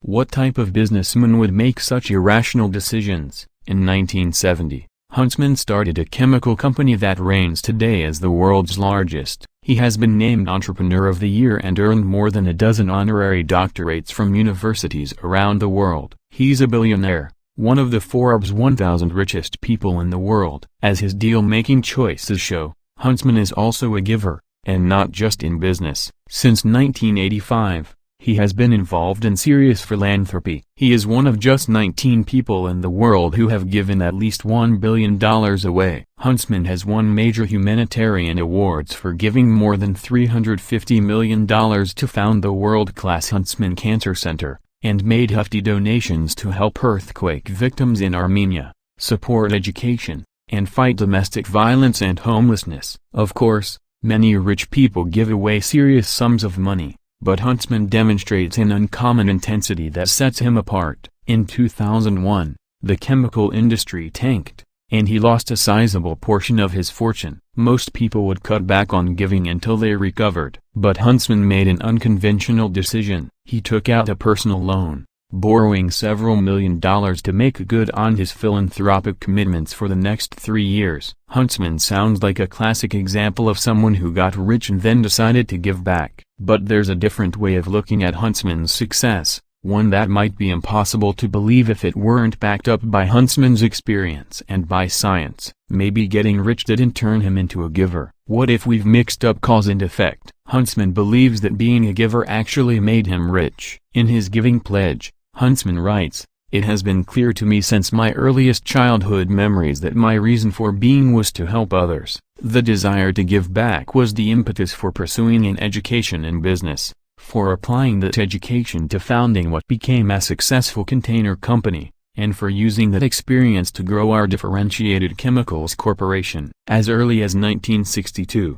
Huntsman told his wife that he wanted to start his own business so he could make a difference for people with cancer. Huntsman lost both of his parents to cancer, and had survived 3 bouts of cancer himself. Curing cancer is so deeply ingrained in Huntsman's fiber that he has even prioritized it above his political ideology. Although he worked in the Nixon White House and has been a longtime supporter of the Republican Party, Huntsman has been known to favor Democratic candidates if they demonstrate a stronger commitment to curing cancer. There's little doubt that Huntsman is a skilled businessman, but the very act of giving money away might have contributed to his fortune. In Winners Never Cheat, he writes, "Monetarily, the most satisfying moments in my life have not been the excitement of closing a great deal or the reaping of profits from it. They have been when I was able to help others in need. There's no denying that I am a deal junkie, but I also have developed an addiction for giving. The more one gives, the better one feels, and the better one feels about it, the easier it becomes to give." This is an extension of the idea that other givers build willpower muscles, making it easy to give more. But is it possible that Huntsman actually made money by giving it away? Remarkably, there's evidence to support this claim. The economist Arthur Brooks tested the relationship between income and charitable giving. Using data from almost 30,000 Americans in the year 2000, he controlled for every factor imaginable that would affect income and giving. He adjusted for education, age, race, religious involvement, political beliefs, and marital status. He also accounted for the number of times people volunteered. As expected, higher income led to higher giving. For every $1 in extra income, charitable giving went up by 14 cents. But something much more interesting happened. For every $1 in extra charitable giving, income was $3.75 higher. Giving actually seemed to make people richer. For example, imagine that you and I are both earning $60,000 a year. I give $1,600 to charity, you give $2,500 to charity. Although you gave away $900 more than I did, according to the evidence, you'll be on track to earn $3,375 more than I will in the coming year. Surprising as it seems, people who give more go on to earn more. John Huntsman Sr. may be on to something. Research shows that giving can boost happiness and meaning, motivating people to work harder and earn more money, even if the gift isn't on the colossal scale of Huntsman's. In a study by psychologists Elizabeth Dunn, Laura Annan, and Michael Norton, people rated their happiness in the morning. Then, they received a windfall, an envelope with $20. They had to spend it by 5 p.m., and then they rated their happiness again. Would they be happier spending the money on themselves or on others? Most people think they'd be happier spending the money on themselves, but the opposite is true. If you spend the money on yourself, your happiness doesn't change. But if you spend the money on others, you actually report becoming significantly happier. This is otherish giving. You get to choose who you help, and it benefits you by improving your mood. Economists call it the warm glow of giving, and psychologists call it the helper's high. Recent neuroscience evidence shows that giving actually activates the reward and meaning centers in our brains, which send us pleasure and purpose signals when we act for the benefit of others. These benefits are not limited to giving money, they also show up for giving time. One study of more than 2,800 Americans over age 24 showed that volunteering predicted increases in happiness, life satisfaction, and self-esteem and decreases in depression a year later. And for adults over 65, those who volunteered saw a drop in depression over an 8-year period. Other studies show that elderly adults who volunteer or give support to others actually live longer. This is true even after controlling for their health and the amount of support they get from others. In one experiment, adults either gave massages to babies or received massages themselves. Post-massage, those who gave had lower levels of stress hormones such as cortisol and epinephrine A than those who received. It seems that giving adds meaning to our lives, distracts us from our own problems, and helps us feel valued by others. As researchers Roy Baumeister, Kathleen Voss, Jennifer Rocker, and Emily Garbinsky conclude in a national survey of Americans, meaningfulness was associated with being a giver more than a taker. There's a wealth of evidence that the ensuing happiness can motivate people to work harder, longer, smarter, and more effectively. Happiness can lead people to experience intense effort and long hours as less unpleasant and more enjoyable, set more challenging goals, and think more quickly, flexibly, and broadly about problems. One study even showed that when physicians were put in a happier mood, they made faster and more accurate diagnoses. Overall, on average, happier people earn more money, get higher performance ratings, make better decisions, negotiate sweeter deals, and contribute more to their organizations. Happiness alone accounts for about 10% of the variation between employees and job performance. By boosting happiness, giving might have motivated John Huntsman Sr. to work harder and smarter, helping him build up his fortune. Huntsman is not the only influential business person who has come to view giving as a source of energy. In 2003, Virgin mogul Richard Branson set up a council called the Elders to fight conflict and promote peace, bringing together Nelson Mandela, Jimmy Carter, Kofi Annan, Desmond Tutu, and other leaders to alleviate suffering in Sudan, Cyprus, and Kenya. In 2004, Branson launched Virgin Unite, a non-profit foundation that mobilizes people and resources to fight deadly diseases like AIDS and malaria, promote peace and justice, prevent climate change, and support entrepreneurs with microloans and new jobs in the developing world. In 2006, he pledged to donate all $3 billion of the profits from the Virgin airline and train businesses over the next decade to fight global warming. In 2007, he offered a $25 million prize for innovations to fight climate change. Was this string of events caused by a midlife crisis? Actually, Branson was giving long before he became rich and famous. At age 17, a year after starting Student Magazine and 5 full years before launching Virgin Records, Branson started his first charity. It was the Student Advisory Center, a non-profit organization that helped at-risk youth with a range of services. He made a list of problems that young people faced, from unwanted pregnancies to venereal disease, and convinced doctors to offer free or discounted services. He spent many nights on the phone at 3 a.m. consoling people who were contemplating suicide. Looking back, he notes that early in his career, he had been interested in making money only to ensure students' continuing success and to fund the Student Advisory Center. Today, giving continues to energize him.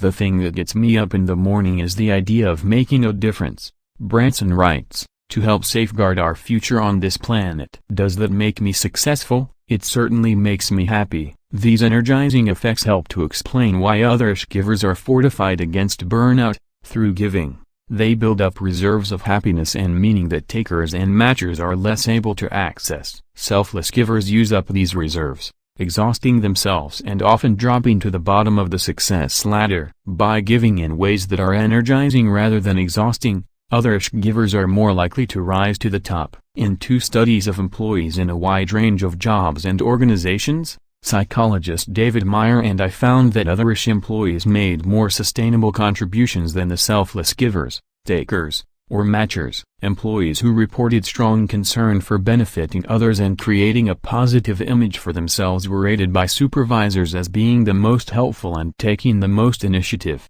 Ironically, because concern for their own interests sustains their energy, others givers actually give more than selfless givers. This is what the late Herbert Simon, winner of the Nobel Prize in Economics, observed in the quote that opened this chapter. Others givers may appear less altruistic than selfless givers, but their resilience against burnout enables them to contribute more. 7. Chump change. Overcoming the doormat effect. Lillian Bauer was a brilliant, hard-working manager at an elite consulting firm. She was recruited out of Harvard, and after leaving the firm to complete her MBA, her consulting firm lured her back. She was widely seen as a rising star, and she was on track to make partner far ahead of schedule, until word began to spread that she was too generous. Her promotion to partner was delayed for 6 months, and she received very direct feedback that she needed to say no more often to clients and colleagues. After a full year, she still had not made it. Bauer was passionate about making a difference. She devoted several years to a non-profit organization helping women launch and grow businesses. There,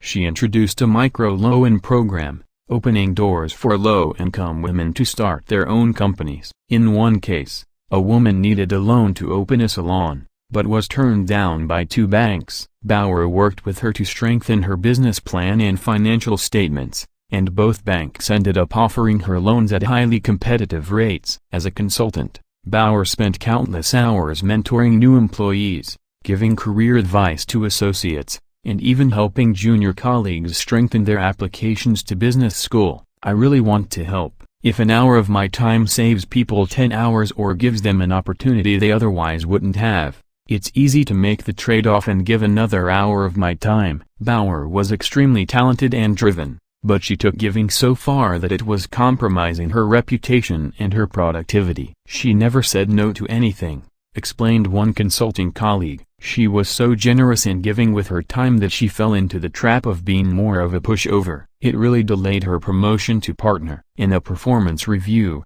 Bauer was told that she needed to be more selfish. She lacked the assertive edge that was expected of a consulting partner. She spent too much time developing those around her, and she was so committed to helping clients that she bent over backward to meet their requests. It was known that Bauer wasn't as forceful in pushing clients as people felt she needed to be to make that partner hurdle. In those key moments where clients needed to hear a harsh message, or clients had been pushing an agenda in the wrong direction, for Bauer, being a giver became a career-limiting move. In a study that mirrors Bauer's experience, management professors Diane Bergeron, Abby Shipp, Ben Rosen, and Stacy First studied more than 3,600 consultants in a large professional services firm. The researchers coded giving behavior from company records of the weekly time that each consultant spent helping new hires, mentoring more junior consultants, and sharing knowledge or expertise with peers. After a year of tracking these giving behaviors every week, the researchers obtained data on each consultant's salary,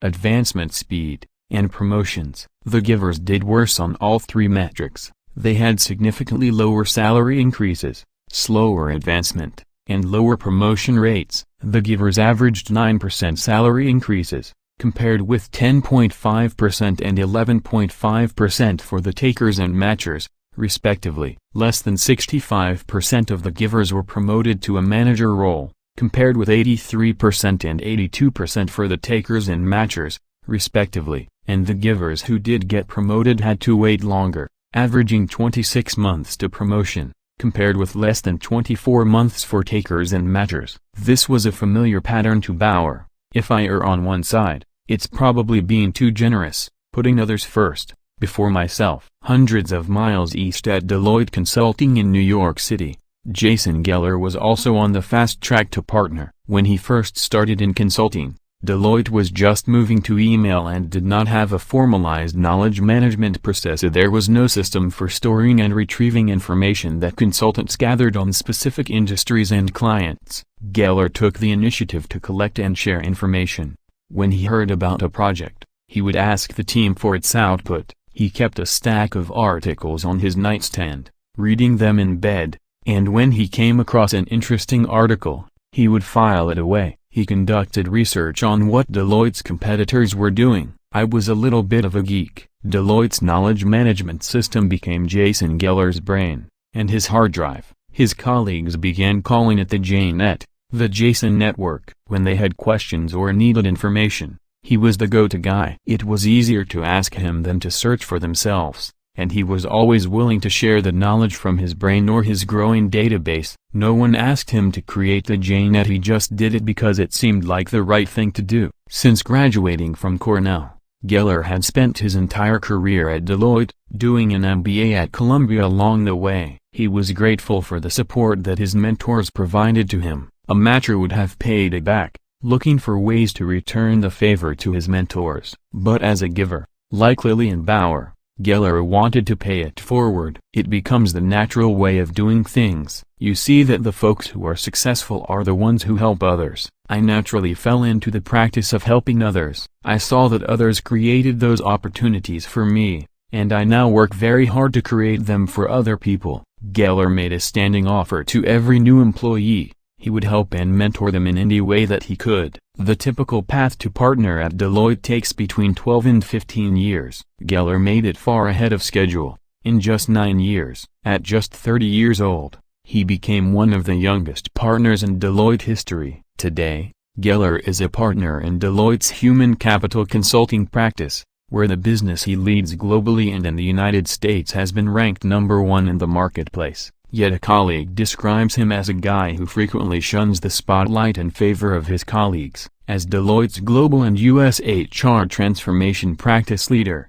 Geller has taken the JNet to a new level and is a strong advocate for Deloitte's formal global knowledge management processes and technologies. With a mix of admiration and incredulity, one analyst notes that although he is incredibly busy, he holds regular meetings with analysts so he can help them through any issues they may be facing at the time. Geller is reluctant to take credit for his accomplishments, but after some prodding, acknowledges that being generous is what has made me successful here. Although Lillian Bauer and Jason Geller are both givers, they found themselves on very different trajectories. Why did giving stall her career, while accelerating his? The intuitive answer has to do with gender, but that's not the key differentiator, at least not in the conventional sense. Lillian Bauer fell into 3 major traps that plague many givers, male and female, in their dealings with other people: being too trusting, too empathetic, and too timid. In this chapter, my goal is to show you how successful givers like Jason Geller avoid these risks, and how givers like Lillian learn to overcome them by acting less selfless and more otherish. Becoming a doormat is the giver's worst nightmare, and I'll make the case that an otherish approach enables givers to escape the trap of being too trusting by becoming highly flexible and adaptable in their reciprocity styles. I'll also argue that an otherish style helps givers sidestep the landmines of being too empathetic and too timid by repurposing some skills that come naturally to them. Sincerity screening. Trusting most of the people most of the time. In the opening chapter, we met an Australian financial advisor named Peter Rodette, whose giver style paid off when he took a drive to visit a scrap metal client. But long before that, before he figured out how to be more otherish than selfless, Peter was ripped off by several takers. At 22, he started his career as a financial advisor at a cutthroat company. It was his responsibility to aggressively build an insurance division for a business that primarily served retirement clients. Peter was working weekends to generate 6-figure annual revenues, but received a tiny fraction of the revenues, taking home minimum wage of $400 per week. He stayed for nearly 3 years, and it was the most miserable time of his life. My boss was greedy. He never recognized what you did, only what he could get from you. In appreciation of Peter's services, one of his insurance clients sent him a beautiful Christmas basket. His boss, a wealthy man who drove to work in a Mercedes-Benz, saw the basket and immediately took it home for himself. "I'm the boss, and it's mine." Peter felt like he was drowning, and decided to strike off on his own as a financial advisor. In his first year alone, he quadrupled his salary. But 5 years later, he was manipulated by another taker. A friendly colleague, Brad, was not doing well at work. Brad landed another position that would start the following week, and he asked Peter for a favor. Would he buy Brad's clients on 2 days' notice so that Brad could afford to leave? As a giver, Peter trusted Brad and agreed on the spot. He purchased Brad's clients and began forging relationships with them, helping to solve their financial problems. After a few months, Peter started to lose some of his clients. Strangely, they were all former clients of Brad's. It turned out that Brad was back in the business as a financial advisor, and he had called every one of the clients who he had sold to Peter. He just wanted to let them know he was back, and they were welcome to switch over to work with him again. Brad stole many of the clients back without paying Peter a dime for them. Peter lost around $10,000 in business. Had Peter been able to identify Brad from the start as a taker, he might never have gone down that road. Trust is one reason that givers are so susceptible to the doormat effect. They tend to see the best in everyone, so they operate on the mistaken assumption that everyone is trustworthy. In one study, researchers tracked whether Americans had been victims of crimes such as fraud, con games, and identity theft. The givers were twice as likely to be victimized as the takers, often as a direct result of trusting takers. One giver was generous enough to co-sign for a friend's car loan, and over a 5-year period, the friend opened 3 credit cards in his identity, stealing more than $2,000. To avoid getting scammed or exploited, it's critical to distinguish the genuine givers from the takers and fakers. Successful givers need to know who's likely to manipulate them so that they can protect themselves. Do we actually know takers when we see them? Many people think they can judge givers and takers in the blink of an eye, but in reality, they're wildly inaccurate. Blink again. I don't mean to imply that we fail across the board in thin slicing. As Malcolm Gladwell revealed in Blink, many of our snap judgments of people are strikingly accurate. At a glance, we can often spot a passionate teacher, an extroverted salesperson, or a married couple in contempt, but we struggle mightily when guessing who's a genuine giver. In one study, economists asked a group of Harvard students to predict the giving and taking behaviors of their close friends and of complete strangers. The friends and strangers received 50 tokens worth between 10 and 30 cents each, and were asked to divide the tokens between themselves and the Harvard students. The Harvard students did no better in predicting how much their friends would give than they did in predicting the behavior of complete strangers. They correctly expect that friends pass more tokens than strangers. The researchers write, but they do not expect more tokens from generous friends compared to selfish friends. This is a crucial mistake, because the giving friends end up contributing quite a bit more than the takers. When we try to zero in on a person's reciprocity signal, it's easy to be thrown off by plenty of noise. To judge givers, we often rely on personality cues, but it turns out these cues can be misleading. In half a century of research, psychologists have discovered a fundamental personality trait that distinguishes how people tend to appear in their social interactions. It's called agreeableness, and it's why Peter Odette was fooled by Brad. Like Brad, agreeable people tend to appear cooperative and polite as they seek harmony with others, coming across as warm, nice, and welcoming. Disagreeable people tend to be more competitive, critical, and tough as they're more comfortable with conflict, coming across as skeptical and challenging.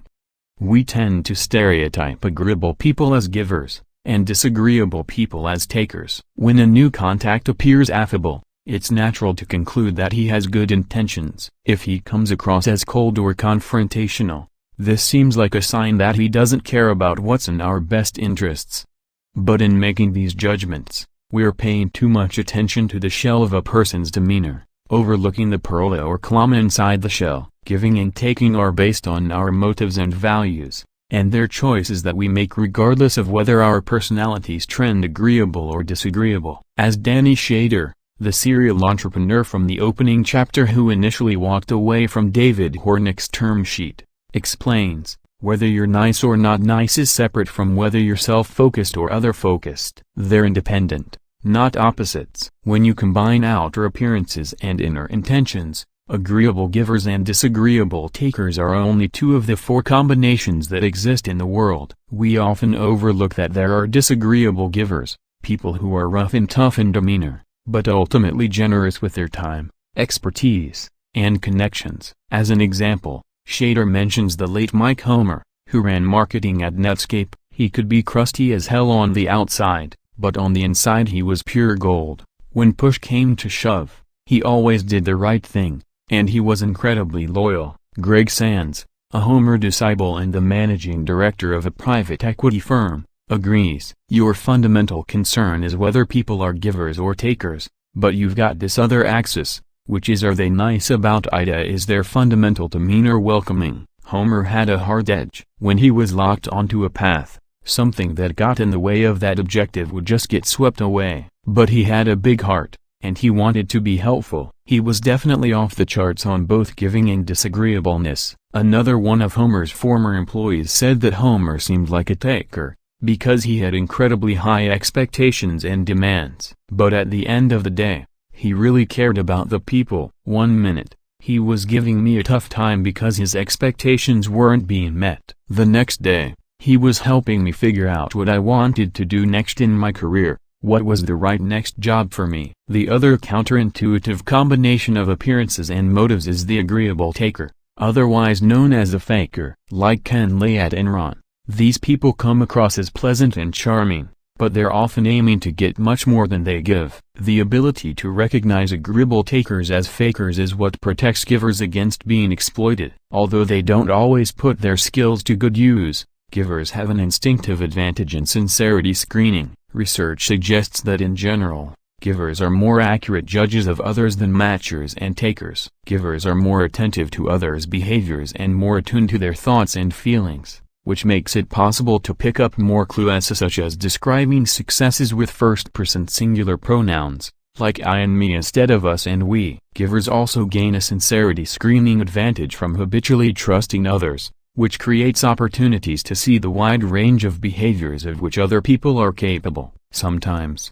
givers get burned by takers. In other situations, givers find that their generosity is reciprocated or even exceeded. Over time, givers become sensitive to individual differences and shades of gray between the black and white boxes of agreeable and disagreeable. But givers become doormats when they fail to use this fine-tuned knowledge of differences between veneers and motives. The inclination to give first and ask questions later often comes at the expense of sincerity screening. In consulting, Lillian Bauer made a habit of clearing her schedule for virtually anyone who asked, regardless of who they were. When a client asked for a supplementary analysis, even if it wasn't technically part of the project, she would do it, wanting to please the client. When a junior analyst needed advice, she would immediately open up time in her calendar, sacrificing her personal time. At Deloitte, Jason Geller intuitively adopted an approach that closely resembles sincerity screening.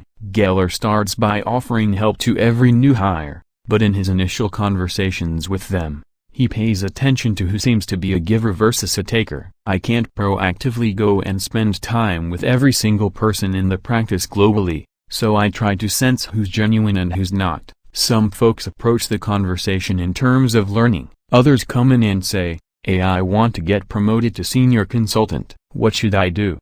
Geller assumes these consultants are takers. They focus on telling me what they're doing, with a 30-minute agenda of things they want to update me on, because they want to make me aware. They're not really asking insightful questions. It's very superficial. We don't get deep enough for it to be really helpful for them. Over time, as she sacrificed her own interests, Lillian Bauer began to recognize that some people operated like takers. They're so self-focused that they will take what they can and move on. So I started being more systematic in how I helped other people. She started to pay more attention to who was asking and how they treated her, and made a list of reasons to say number. To continue giving but do so more efficiently, she wrote advice guides for engagement managers and associate partners, putting much of her knowledge on paper so she didn't end up repeating it to takers. I found that was a more strategic way of being a giver, Bauer says. Once givers start to use their skills in sincerity screening to identify potential takers, they know when to put up their guard. But sometimes, this awareness sets in too late. Givers have already become loyal to a taker. If givers are already trapped in exchanges where they feel concerned for a taker's interests, how do they protect themselves against the doormat effect? Generous tit for tat. The adaptable giver. Several years after Brad stole his clients and his money, Peter Odette was working with a business partner named Rich. When they first paired up, Rich came across as highly agreeable. He was enthusiastic and friendly, but a colleague reflects that although Rich looked like a giver because he acted supportive, he was really a taker. Peter was a giver, and Rich was sucking everything out of him. Rich was drawing a high salary, more than $300,000 a year, without contributing much to the financial success of the business. He was living on the Gold Coast of Australia, and he would spend his mornings on the beach, stroll into the office at 10 a.m., and go to the pub at midday. Brad gave me a pretty strong sense of what a taker looked like, and I realized that Rich was a big taker. Peter laments, I was always doing extra work, and Rich was absolutely draining the business of money. He didn't really care about the staff or service to clients. He was starting to pollute the culture. He was taking advantage of me, trading off the back of my loyalty to him because we had built the business up from nothing. Peter stayed timid until one Monday, when Rich announced that he had bought a multi-million-dollar house on the Gold Coast. He needed $100,000, and he took it right out of the company account. At a board meeting that day, Rich left early to meet friends at the pub. This was the last straw for Peter. He knew Rich could no longer be trusted, so he promised the board that he would hold Rich accountable. But he had yet to formulate a plan, and he felt guilty and uncomfortable. Rich was like my big brother, a colleague said.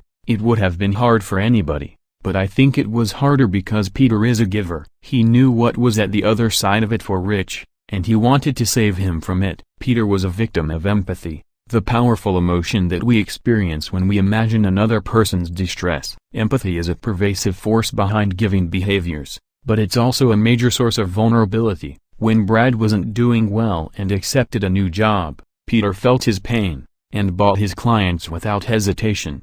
When he considered how Rich would feel about being ousted, Peter felt sorry for him, and didn't want to cut him out. Peter was falling into an empathy trap that's visible in a classic negotiation study. Researchers brought people together in pairs to negotiate the purchase of electronics products such as TVs. Half of the negotiating pairs were strangers, the other half were dating couples. In each pair, one negotiator was the seller, and the other was the buyer. On average, who do you think would achieve more joint profits, the strangers or the dating couples? I assumed that the dating couples would do better, because they would trust each other more, share more information, and discover opportunities for mutual gains. But the dating couples did substantially worse than the strangers, achieving lower joint profits. Before the negotiation, the researchers asked the dating couples how in love they were. The stronger their feelings of love, the worse they did. The dating couples, especially the ones in love, operated like selfless givers.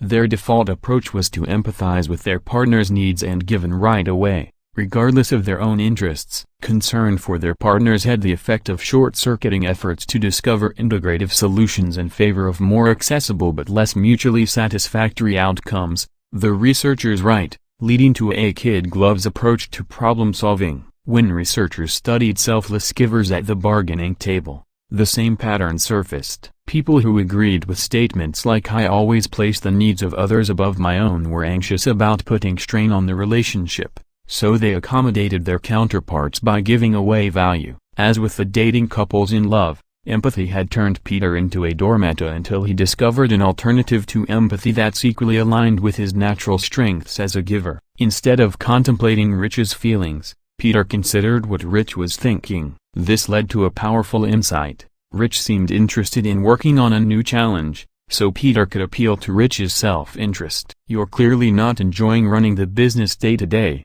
Peter told Rich, "so why don't you let me handle it? I think I'm old enough now that I'm ready for the heavy lifting." Rich agreed, expressing a desire to work on special projects in the entrepreneurial space to generate new revenue for the business. Peter supported the decision and started running board meetings. Peter accomplished this maneuver by getting inside Rich's head, rather than his heart. Studies led by Columbia psychologist Adam Galinsky show that when we empathize at the bargaining table, focusing on our counterpart's emotions and feelings puts us at risk of giving away too much. But when we engage in perspective taking, considering our counterpart's thoughts and interests, we're more likely to find ways to make deals that satisfy our counterparts without sacrificing our own interests. Peter never would have discovered his solution if he had continued to empathize with Rich. By shifting his focus from Rich's feelings to his thoughts, Peter was able to see the world through a taker's eyes and adjust his strategy accordingly. Despite his success in drawing Rich into a role where he could do less harm, Peter couldn't quite let go of the desire to support Rich and help him succeed. At the same time, he knew there was still plenty of room for Rich to keep taking. Peter decided to trust but verify. He granted Rich the autonomy to work on special projects, but held him accountable for his results, asking him to report on his progress every 90 days.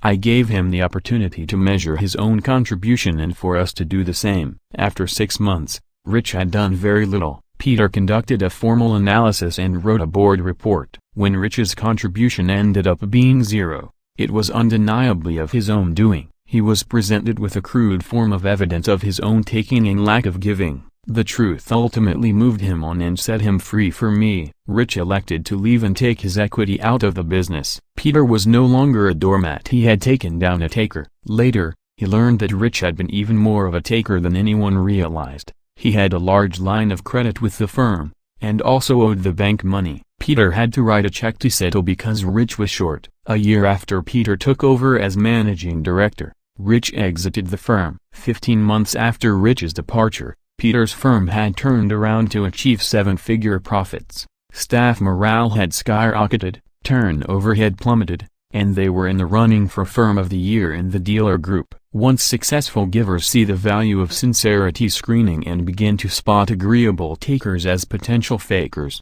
they protect themselves by adjusting their behavior accordingly. Peter's experience offers a clue into how givers avoid getting burned. They become matchers in their exchanges with takers. It's wise to start out as a giver, since research shows that trust is hard to build but easy to destroy. But once a counterpart is clearly acting like a taker, it makes sense for givers to flex their reciprocity styles and shift to a matching strategy, as Peter did by requiring Rich to reciprocate by adding value to the business. It's built into my nature now to not give takers much time, and certainly not waste my time with them, Peter says. In one experiment, psychologists gave people the chance to work with partners who were either competitive or cooperative. The takers acted competitively regardless of who their partners were. The rest adapted to their partners. They were cooperative when working with cooperative partners, but once a partner was competitive, they matched their behavior, responding in a more competitive manner. Game theorists call this tit for tat,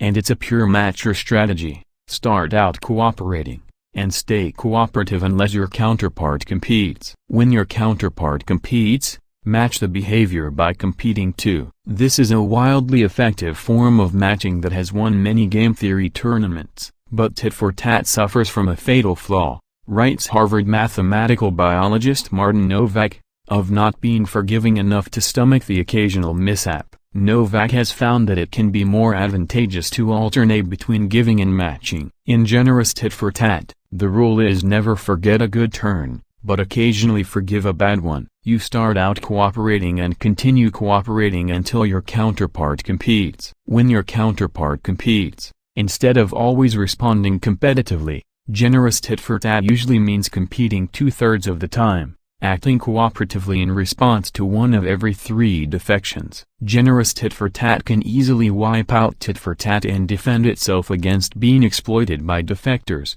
Novak writes, generous tit for tat achieves a powerful balance of rewarding giving and discouraging taking, without being overly punitive. It comes with a risk. Generous tit for tat encourages most people to act like givers, which opens the door for takers to rise up again by competing when everyone else is cooperating. But in a world where relationships and reputations are visible, it's increasingly difficult for takers to take advantage of givers. According to Novak, the generous strategy dominates for a very long time. Generous tit for tat is an otherish strategy, whereas selfless givers make the mistake of trusting others all the time.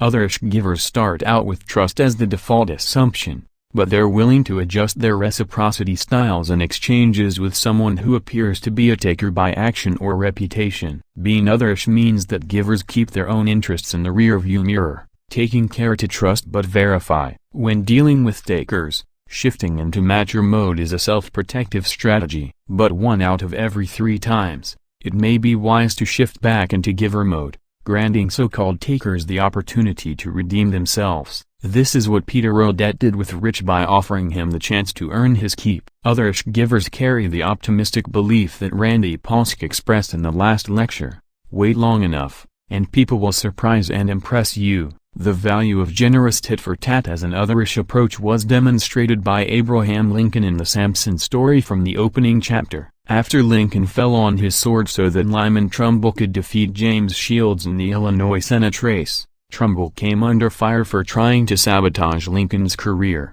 Lincoln's wife, Mary Todd, said Trumbull had committed selfish treachery and she cut ties with Trumbull's wife, who had been one of her closest friends. Mary was a bridesmaid at the Trumbull wedding. Lincoln, however, was more inclined to forgive. He expressed faith to Trumbull: any effort to put enmity between you and me is as idle as the wind. At the same time, wanting to protect himself against defection, Lincoln warned Trumbull not to cross him. While I have no more suspicion against you than I have of my best friend living, I am kept in a constant struggle against suggestions of this sort. Trumbull reciprocated, helping Lincoln in his next Senate bid. In 1859, Chicago Mayor John Wentworth accused Norman Judd of plotting against Lincoln to support Trumbull and advance his own political career. Whereas his wife never forgave Judd, Lincoln reminded Judd that you did vote for Trumbull against me but interpreted Judd's decision generously. I think, and have said 1,000 times,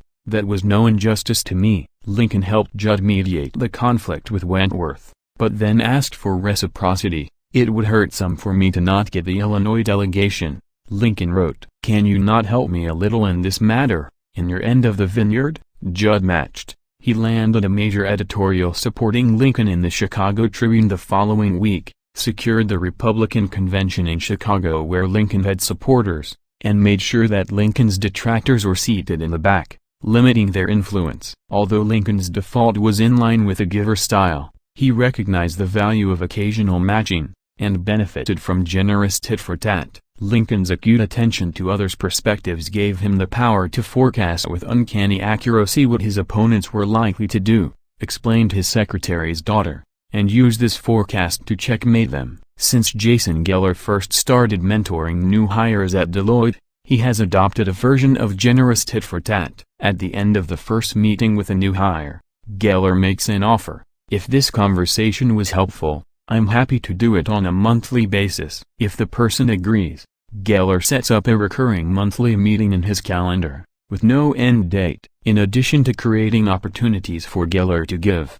the monthly meetings offer the side benefit of helping him understand who might be a taker. Part of the value of the ongoing dialogue is you can tell pretty quickly who's faking it, because the good conversations and relationships build upon each other. Geller explains, it's easy to fake it every 6 months, but not on a regular basis. That's part of why I encourage people to schedule the time. It's part of how you sort out who's genuine while making the biggest impact. Once Geller identifies a colleague as a taker, he keeps giving, but becomes more cautious in his approach. I don't help them less, but the help starts to look different. I'll listen and engage, but we're not having a dialogue. There's not as much mentoring and coaching. It's not that I will consciously be less available to support them, but human nature leads you to invest your time where there is the biggest return for both of us. Initially, Lillian Bauer didn't vary her investment as a function of the requester's reciprocity style. Before she began sincerity screening, she was generous with every audience. That changed after she helped a family friend who sought her advice about landing a position at a top-tier consulting firm. Bauer responded in a characteristically generous fashion. She spent more than 50 hours coaching the candidate on nights and weekends and made connections for her at her own firm and several competing firms. The candidate ended up receiving offers from Bauer's firm and a competitor, and joined Bauer's firm. But then, despite the fact that Bauer and her colleagues had expended a great deal of time and energy recruiting her, the candidate requested a transfer to another office in a different country, in direct violation of the firm's recruiting guidelines. Bauer had been duped by an agreeable taker. The discussions were very much around what was best for her and her only. The way she was talking about the decision made it clear this was all about her. She was obviously going to help herself. Having been taken advantage of, Bauer learned to be more cautious in dealing with takers. After that point, It just completely changed the way I felt about her, and I wasn't willing to be as generous. Through a combination of sincerity screening and generous tit-for-tat, Bauer was able to avoid becoming a doormat in advising and mentoring takers. But she hadn't overcome the obstacle of learning to challenge clients and say no to some of their requests. Instead of being a pushover, I was still saying yes to the client too much, instead of pushing back. What does it take for givers to become more assertive? Assertiveness and the advocacy paradox. The men and women were equally qualified, but the men were earning substantially more money. Linda Babcock, an economist at Carnegie Mellon University, stared at the data in dismay. Although it was the 21st century, the male MBA graduates from her school had 7.6% higher salaries than their female counterparts. Carnegie Mellon is one of the world's finest technical institutions, boasting 18 Nobel Prize winners, including 7 in economics alone. When business students enroll for their MBAs at Carnegie Mellon, they are signing up for a serious quantitative challenge. The school offers degrees in computational finance, quantitative economics, and software engineering, and over 40% of all Carnegie Mellon MBAs accept jobs in finance. In such a quantitatively intense environment, the salary number suggested that women still face a glass ceiling. Babcock calculated that over a 35-year career, this gap meant that each woman was losing an average of more than $1 million. But the gender gap, it turns out, wasn't quite due to a glass ceiling. Men and women received similar starting offers, and the discrepancy emerged by the time they signed their final offers. Upon closer inspection, Babcock discovered a dramatic difference between men and women in the willingness to ask for more money. More than half of the men, 57%, had tried to negotiate their starting salaries, compared with only 7% of the women. The men were more than 8 times as likely to negotiate as the women. The students who did negotiate, mostly men, improved their salaries by an average of 7.4%, enough to account for the gender gap. The discrepancy in willingness to negotiate wasn't limited to the quantitative world of Carnegie Mellon MBAs. In another study, Babcock and her colleagues recruited people to play 4 rounds of Boggle for a fee of somewhere between $3 and $10. When they finished, the researcher acted like a taker, handing them the minimum of $3 and asking, "Is $3 okay?" Once again, 8 times as many men as women asked for more money. The next study went the same way, but the researcher handed them the minimum of $3 without asking if it was okay. None of the women asked for more money, whereas 13% of the men took the initiative to ask for more. With another group of participants, the researcher handed over $3 and said, "The exact payment is negotiable." The majority of the men, 59%, seized the opportunity and asked for more, compared with only 17% of the women. Overall, the men were 8.3 times more likely to ask for more money than the women. In each case, the women were doormats, allowing takers to walk all over them. Research shows that one of the main reasons that women tend to negotiate less assertively than men is that they worry about violating social expectations that they'll be warm and kind. Yet women aren't the only ones who become pushovers at the bargaining table. The doormat effect is a curse that afflicts givers of both genders. In several experiments, male and female givers were willing to make large concessions just to reach an agreement that would make their counterparts happy, even if they had better options available. And in a series of studies led by Notre Dame professor Timothy Judge, nearly 4,000 Americans filled out a survey on whether they were givers, indicating the degree to which they tended to be helpful, caring, and trusting. On average, the givers earned 14% lower income than their less giving counterparts, taking an annual pay hit of nearly $7,000. When the data were split by gender, the income penalty was 3 times greater for giver men than giver women. The female givers earned an average of 5.47% less money than their peers, for a difference of $1,828. The male givers earned an average of 18.31% less money than their peers,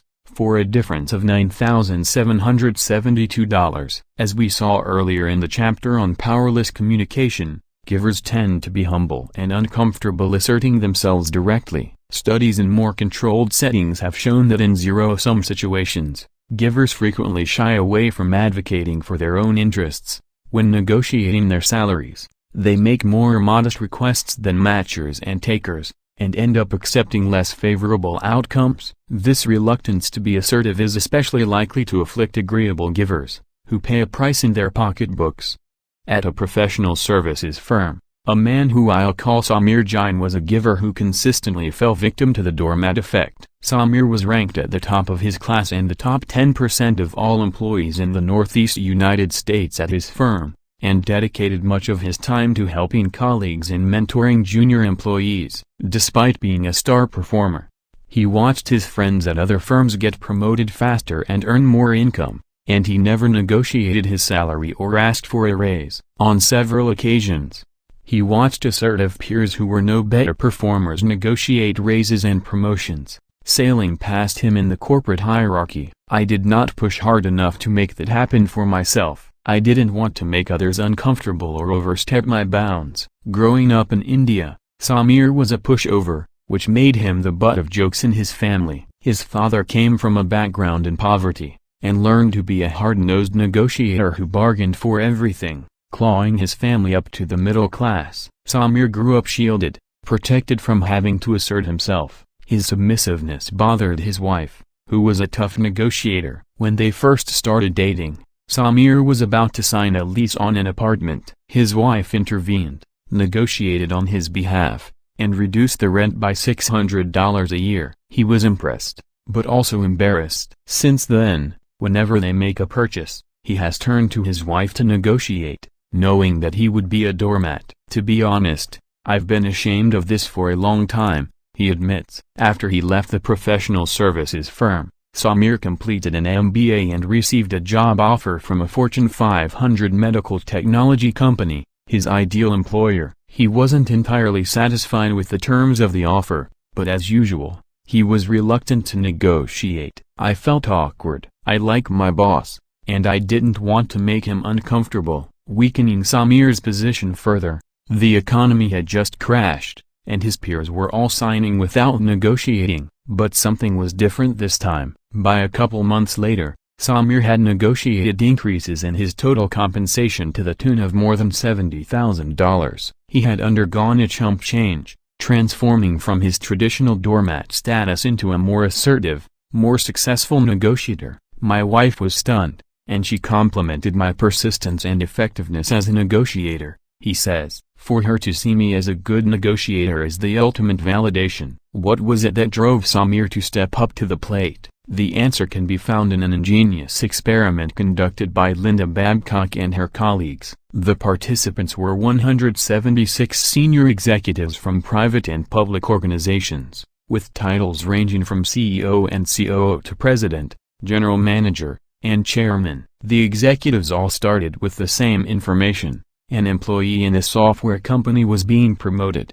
and they were negotiating compensation for the new position. The male executives playing the role of the employee landed an average of $146,000, 3% higher than the women's average of $141,000. But with a single sentence, Babcock and colleagues helped the female executives boost their averages to $167,000. Outdoing the men by 14%. All it took was to tell them they were playing a different role. Instead of imagining that they were the employee, the female executives were asked to imagine that they were the employee's mentor. Now the women were agents advocating for someone else. Interestingly, they didn't set higher goals, but they were willing to push harder to achieve their goals, which led them to better outcomes. In a similar study, researchers Emilia Manichula and Michael Morris asked men and women to negotiate the terms of an attractive job offer. Half were instructed to imagine that they had received the offer themselves and negotiate accordingly. The other half were instructed to imagine that they had referred a friend for the job and were now responsible for negotiating on behalf of the friend. Once again, all of the participants set similar goals, irrespective of whether they were male or female, or negotiating for themselves or a friend. But their actual behavior in the negotiations varied strikingly. Regardless of whether they were negotiating for themselves or others, the men requested starting salaries averaging $49,000. The women followed a different path. When they were negotiating for themselves, They requested starting salaries averaging only $42,000, 16.7% lower than the men. This discrepancy vanished when the women negotiated on behalf of a friend. As advocates, women did just as well as the men, requesting an average of $49,000. In another study, Aminachula and Morris found the same results with experienced executives negotiating.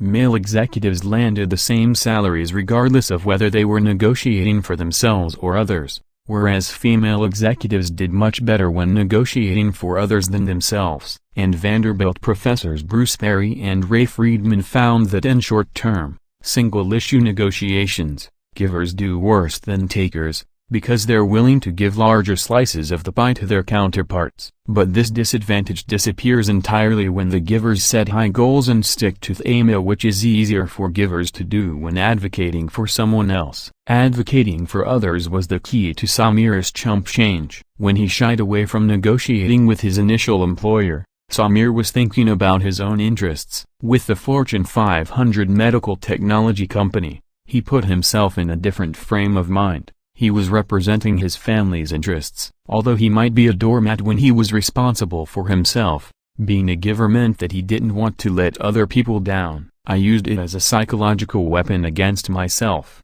to motivate myself, Samir says. The solution was thinking about myself as an agent, an advocate for my family. As a giver, I feel guilty about pushing too much, but the minute I start thinking, I'm hurting my family, who's depending on me for this, I don't feel guilty about pushing for that side. By thinking of himself as an agent representing his family, Samir summoned the resolve to make an initial request for a higher salary and tuition reimbursement. This was another strategy. On the one hand, he was doing what givers do naturally, advocating for other people's interests. On the other hand, he intentionally advocated for his family, whose interests were closely aligned with his own. At the same time, he wasn't pushing so far as to become a taker. He sought a balance in meeting his family's interests and his company's. My value system means that I'm not going to do anything that's wrong or unfair, Samir explains. I'm not going to try to gouge anyone,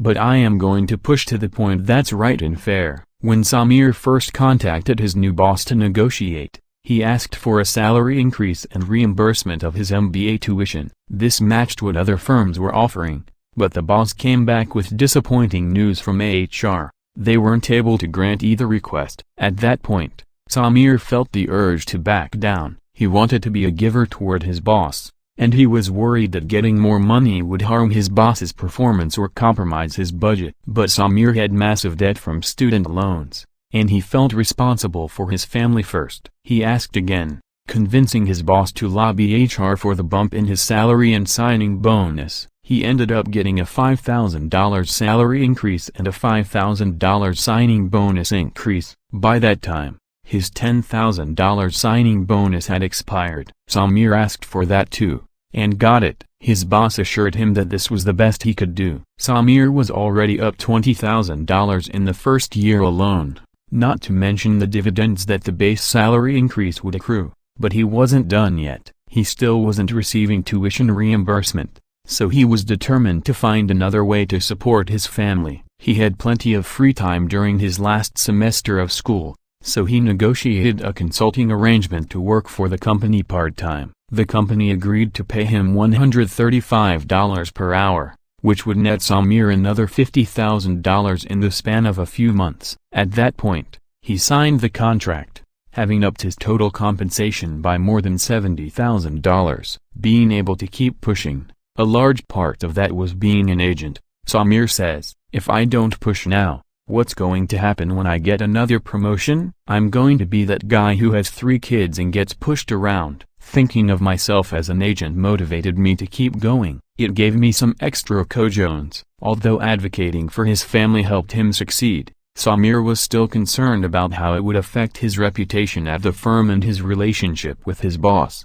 When the negotiation was finished, his boss shared a surprising sentiment. He admired Samir's assertiveness. It was part of why my boss wanted me, Samir says. He respected that I wasn't going to be pushed around anymore. Givers, particularly agreeable ones, often overestimate the degree to which assertiveness might be off-putting to others. But Samir didn't just earn respect by virtue of negotiating. His boss was impressed with how he negotiated. When HR initially rejected Samir's request, he explained his family's circumstances. "I don't just have to worry about paying rent now. I have a family to support and loans to repay. Can you make this more palatable for me?" By asking on behalf of his family, instead of himself, Samir was maintaining an image as a giver. He showed that he was willing to advocate for others, which sent a positive signal about how hard he would work when representing the company's interests. Babcock and colleagues call this a relational account, an explanation for a request that highlights concern for the interests of others,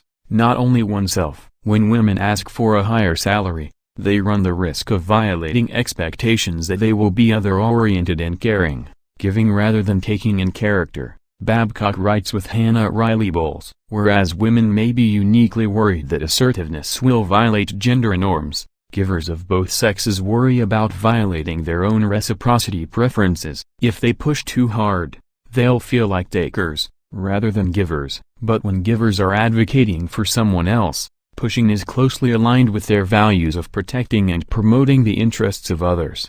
Givers can chalk it up to caring, and by offering relational accounts, givers do more than just think of themselves as agents advocating for others. They present themselves as agents advocating for others, which is a powerful way to maintain their self-images and social images as givers. This reasoning proved relevant to Lillian Bauer when she decided to stop letting clients treat her like a doormat. "I want to be generous, and I build trust with clients, but that doesn't mean they can walk all over me," Bauer notes. To decline requests from clients that fell outside the scope of a project, she used a combination of advocacy and relational accounts. Starting with advocacy, Bauer began to think about herself as an agent for the consultants on her team. Givers have a protective side. "In negotiating with a client, I feel a lot of responsibility for my team, and it makes me more willing to draw a hard line." Then, she developed a habit of articulating this responsibility to her clients. "When a client makes an unreasonable request, I explain that it's going to stretch my team, or kill them working crazy hours. The client knows I will bend over backward to do what's right for them, so when I do push back, it has a lot more impact. There's a good reason for it." Pushing past pushover, Lillian's progress struck a chord with me. "As a freshman in college, I accepted a job selling advertisements for the Let's Go travel guides. Written and produced entirely by Harvard students, the Let's Go guides were billed as the Bible of the budget traveler, rivaling Lonely Planet, Frommer's, and Rick Steves as the go-to resource for getting around a foreign country on the cheap. On my first day, my manager handed me a list of clients and said, "These people spent about $300,000 last year on ads in the Let's Go books. Just call them up and convince them to advertise again." Then she turned around and walked away. As I realized that I wouldn't get any training, I began to panic. I had no product knowledge and no relevant experience, and I had never left North America. I was only 18 years old, and I had no business making sales pitches to senior vice presidents at major international companies.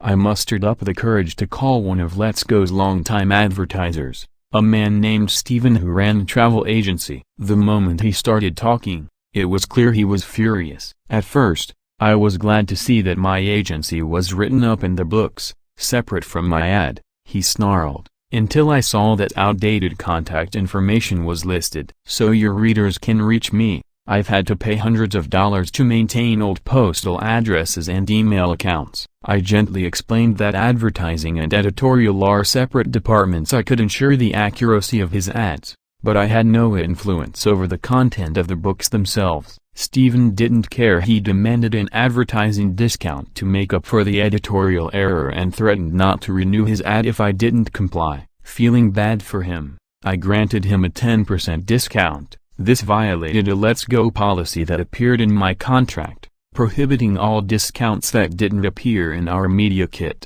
and it was a preview of more mistakes to come. After contacting several dozen clients, I had given 3 more discounts and signed very few contracts, which became mortifying when I learned that Let's Go had a 95% client renewal rate, along with bringing in no revenue. When a client demanded a refund on the previous year's ad, I caved, becoming the first employee to give away money that was already on the books. In empathizing with clients and trying to meet their needs in any way possible, I was helping them at my own expense, not to mention my company's. I was a disaster, and I was ready to quit. It wasn't the first time I had been a giver to a fault. When I was 14, I decided to become a springboard diver. I was determined to master the art of hurling myself into the air, doing somersaults and twists, and entering the water gracefully without a splash. Never mind that I could hardly jump, flip, or twist. I was terrified to try new dives, and my teammates called out my lack of flexibility by nicknaming me Frankenstein. One day, my coach brought a metronome to practice in the hopes of improving my timing. After several hours of effort, he declared me incapable of rhythm. For the next 4 years, I trained 6 hours a day. Eventually, I became a 2-time state finalist, a 2-time Junior Olympic national qualifier, and an All-American diver. I would go on to compete at the NCAA varsity level at Harvard, but along the way, I sacrificed my own success. Several months before the biggest meet of my life, I volunteered to coach 2 of my competitors. I taught them new dives, critiqued their form, and revealed the secret of the rip entry, showing them how to disappear into the water at the end of a dive. They returned the favor by beating me at the state championships, by just a handful of points. At Let's Go, I was once again benefiting others at a personal cost. Although I was helping my clients save money, I was a pushover, losing revenues for the company and sacrificing my own commission. But the following week, I happened to meet a new assistant manager at Let's Go whose position was created as a result of the advertising revenue that my predecessor generated. The job made it possible for her to pay for school. It was the inspiration that I needed. I realized that my colleagues were depending on me. As a student, I didn't have a wife and children yet, but I could see myself as an agent on behalf of college students in search of jobs that would defray the cost of tuition and provide meaningful work experiences. I might be a doormat when lobbying solely for my own interests, but when I was representing the interests of students, I was willing to fight to protect them. Before a heated negotiation with a merciless French hotelier who demanded a discount, I thought about how the revenue could support job creation, which gave me the resolve to dig in my heels. I added a relational account.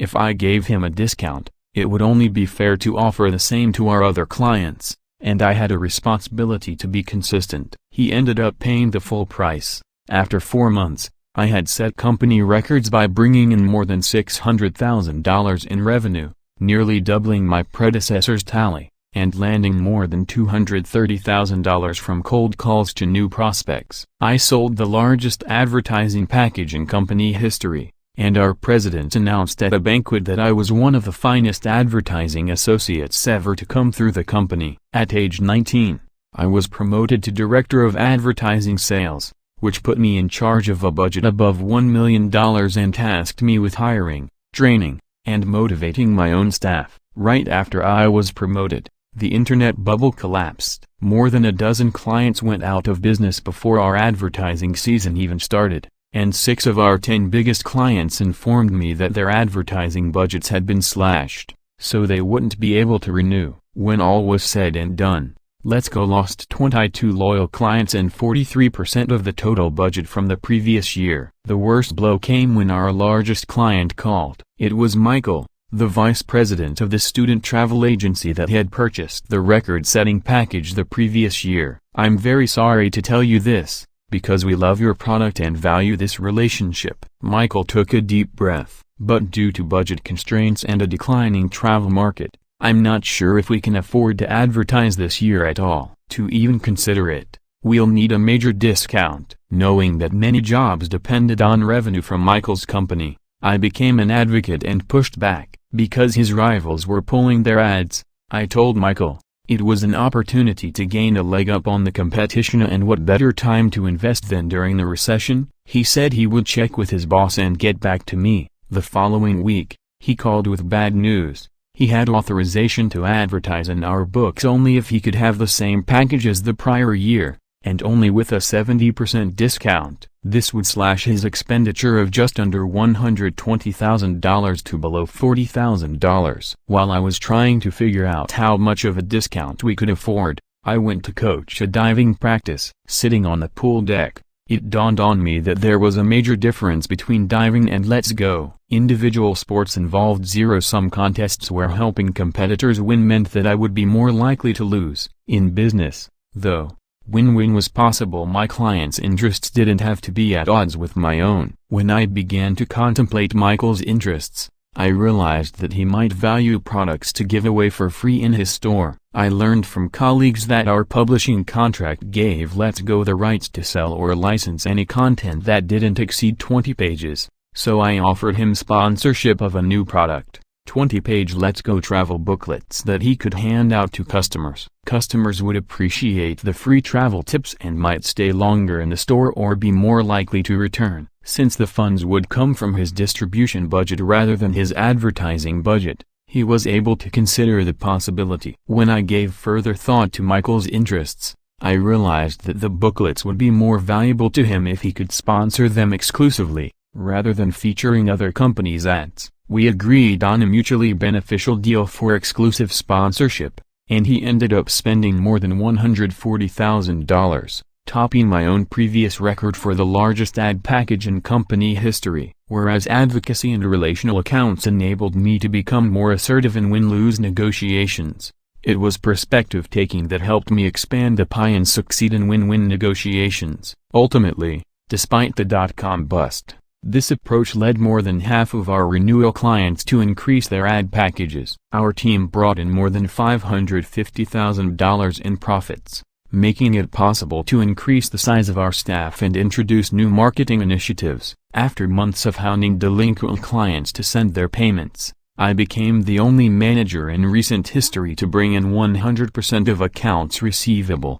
leaving no bad debt. I was elected to the company's board of directors and earned the Manager of the Year award for leadership, commitment, and business acumen. The lessons I learned at Let's Go stuck with me, and I decided to spend the rest of my career teaching other givers what I had discovered about overcoming the doormat effect. For a number of years, researchers have known that successful negotiators tend to operate in an otherish fashion. In a comprehensive analysis of 28 different studies led by Dutch psychologist Karsten de Groof, the best negotiators weren't takers or selfless givers. The takers focused on claiming value. They saw negotiations as zero-sum, win-lose contests and didn't trust their opponents, so they bargained aggressively, overlooking opportunities to create value through developing an understanding of their counterparts' interests. The selfless givers made too many concessions, benefiting their counterparts at a personal cost. The most effective negotiators were otherish. They reported high concern for their own interests and high concern for their counterparts' interests. By looking for opportunities to benefit others and themselves, otherish givers are able to think in more complex ways and identify win-win solutions that both takers and selfless givers miss. Instead of just giving away value like selfless givers, otherish givers create value first. By the time they give slices of pie away, the entire pie is big enough that there's plenty left to claim for themselves. They can give more and take more. This notion of expanding the pie captures a turning point in Lillian Bauer's career. Although she had learned to push back with clients and place boundaries on the time she spent mentoring and helping takers, she wasn't willing to let go of helping givers and matchers. When junior associates who didn't seem like takers needed help, she still gave in a selfless manner, sacrificing inordinate amounts of her time regardless of her own schedule and demands. Jason Geller adopted a more otherish approach. He found a way to expand the amount of giving that he could accomplish without increasing the demands on his time. Geller engaged others in sharing the workload, creating opportunities for them to become givers, while keeping himself from becoming overloaded. As a senior manager, when junior analysts asked him for help, Geller would suggest a lunch, and invite a couple newer managers to come along. This opened the door for the managers to have access to him, and for them to provide mentoring to the junior analysts. It's a great way for them to build the support of folks more junior to them, he says. Instead of doing all of the giving himself, he was able to connect junior analysts with multiple mentors, who provided a broader base of knowledge and advice. After being told she was too generous, Bauer adopted an approach that resembled Geller's. She started doing group mentoring sessions instead of only one-on-ones. I asked myself, am I really the only person who can help in this particular instance? I tried not to think about myself as the only resource I was optimizing, and started connecting people to help each other. Now, I'm quite explicit with my mentees. I tell them, people did this for me, and you need to do this for other people. There is an expectation that when you receive that kind of generosity from people, you need to pay it forward. By deciding not to carry the burden alone, Bauer expanded the pie, enabling her giving to have a broader impact while protecting her own time. If you have a natural mix of givers, takers, and matchers in your company, Bauer says, you can do a lot to magnify the giver tendency, suppress the more aggressive taker tendencies, and shift the matchers toward giving. There's an energy and a satisfaction that you get out of it. In its own way, it's addictive. Instead of assuming that they're doomed to become doormats, successful givers recognize that their everyday choices shape the results they achieve in competitive, confrontational situations. The dangers lie less in giving itself, and more in the rigidity of sticking with a single reciprocity style across all interactions and relationships. As the psychologist Brian Little puts it, even if a style like giving is our first nature, our ability to prosper depends on developing enough comfort with a matching approach that it becomes second nature. Although many successful givers start from the default of trusting others' intentions, they're also careful to scan their environments to screen for potential takers, always ready to shift from feeling a taker's emotions to analyzing a taker's thoughts, and flex from giving unconditionally to a more measured approach of generous tit-for-tat. And when they feel inclined to back down, successful givers are prepared to draw reserves of assertiveness from their commitments to the people who matter to them. For Lillian Bauer, these shifts in strategy catalyzed a chump change. As Bauer learned to leverage her natural strengths in advocating for others and reading other people's motives, she adapted her behavior to invest in those on whom she could have the greatest influence and encourage them to give as well. The cumulative effect was that she transformed from a doormat into a successful giver. Even though her generosity initially slowed her rise to partner, she ended up getting there ahead of schedule. Lillian Bauer was one of the first members of her consulting class to make partner. 8. The Scrooge Shift. Why a soccer team, a fingerprint, and a name can tilt us in the other direction. In 1993, a man named Craig Newmark left IBM after 17 years to take a computer security position at Charles Schwab in San Francisco. As a single guy new to the Bay Area, he was looking for ways to spice up his social life. In early 1995, he started emailing friends to share information about local arts and technology events. Word of mouth spread, and people began to expand the postings beyond events to feature job openings, apartments, and miscellaneous items for sale. By June, the email list had grown to 240 people. It was too large for direct email, so Craig moved it to a listserv. In 1996, a website was born, and it was called Craigslist. By the end of 2011, there were Craigslist sites in more than 700 locations around the world. In the United States alone, roughly 50 million people visit Craigslist each month, making Craigslist one of the 10 most popular websites in the country and one of the 40 most visited in the world. Craigslist flourished by appealing to our basic matcher instincts. It facilitates transactions in which buyers and sellers can agree on a fair price, exchanging goods and services for what they're worth. Fundamentally, Craigslist is about trading value in direct exchanges between people, creating a matcher's preferred even balance of give and take. We're not altruistic, Newmark writes. From one perspective, we're like a flea market. Could a system like this function based entirely on giving, instead of matching? In 2003, an Ohio native by the name of Darren Beal decided to find out. Just like Craig Newmark, Beal was in a new city where he lacked information, so he started an email list of friends. Following the lead from Craigslist, Beal was aiming to create internet-based local communities of exchange for anyone to access, connecting people who wanted goods with people who were ready to part with them. But in a radical departure from the typical Craigslist exchange, Beal set an unusual ground rule: no currency or trading allowed. The network was called FreeCycle, and all goods had to be given away for free. The idea for FreeCycle was sparked when Beal developed and ran a recycling program for businesses at a non-profit organization called Rise in Tucson, Arizona. Local businesses began to give Beal used items that were still in good condition but weren't recyclable, like computers and desks. In the hopes of giving the items away to people who needed them, Beal spent hours on the phone offering them to charities, but made little progress. At the same time, he had a bed that he wanted to give away, but thrift shops wouldn't accept it. He realized that he might be able to solve both of these problems with an online community that matched givers and receivers more efficiently.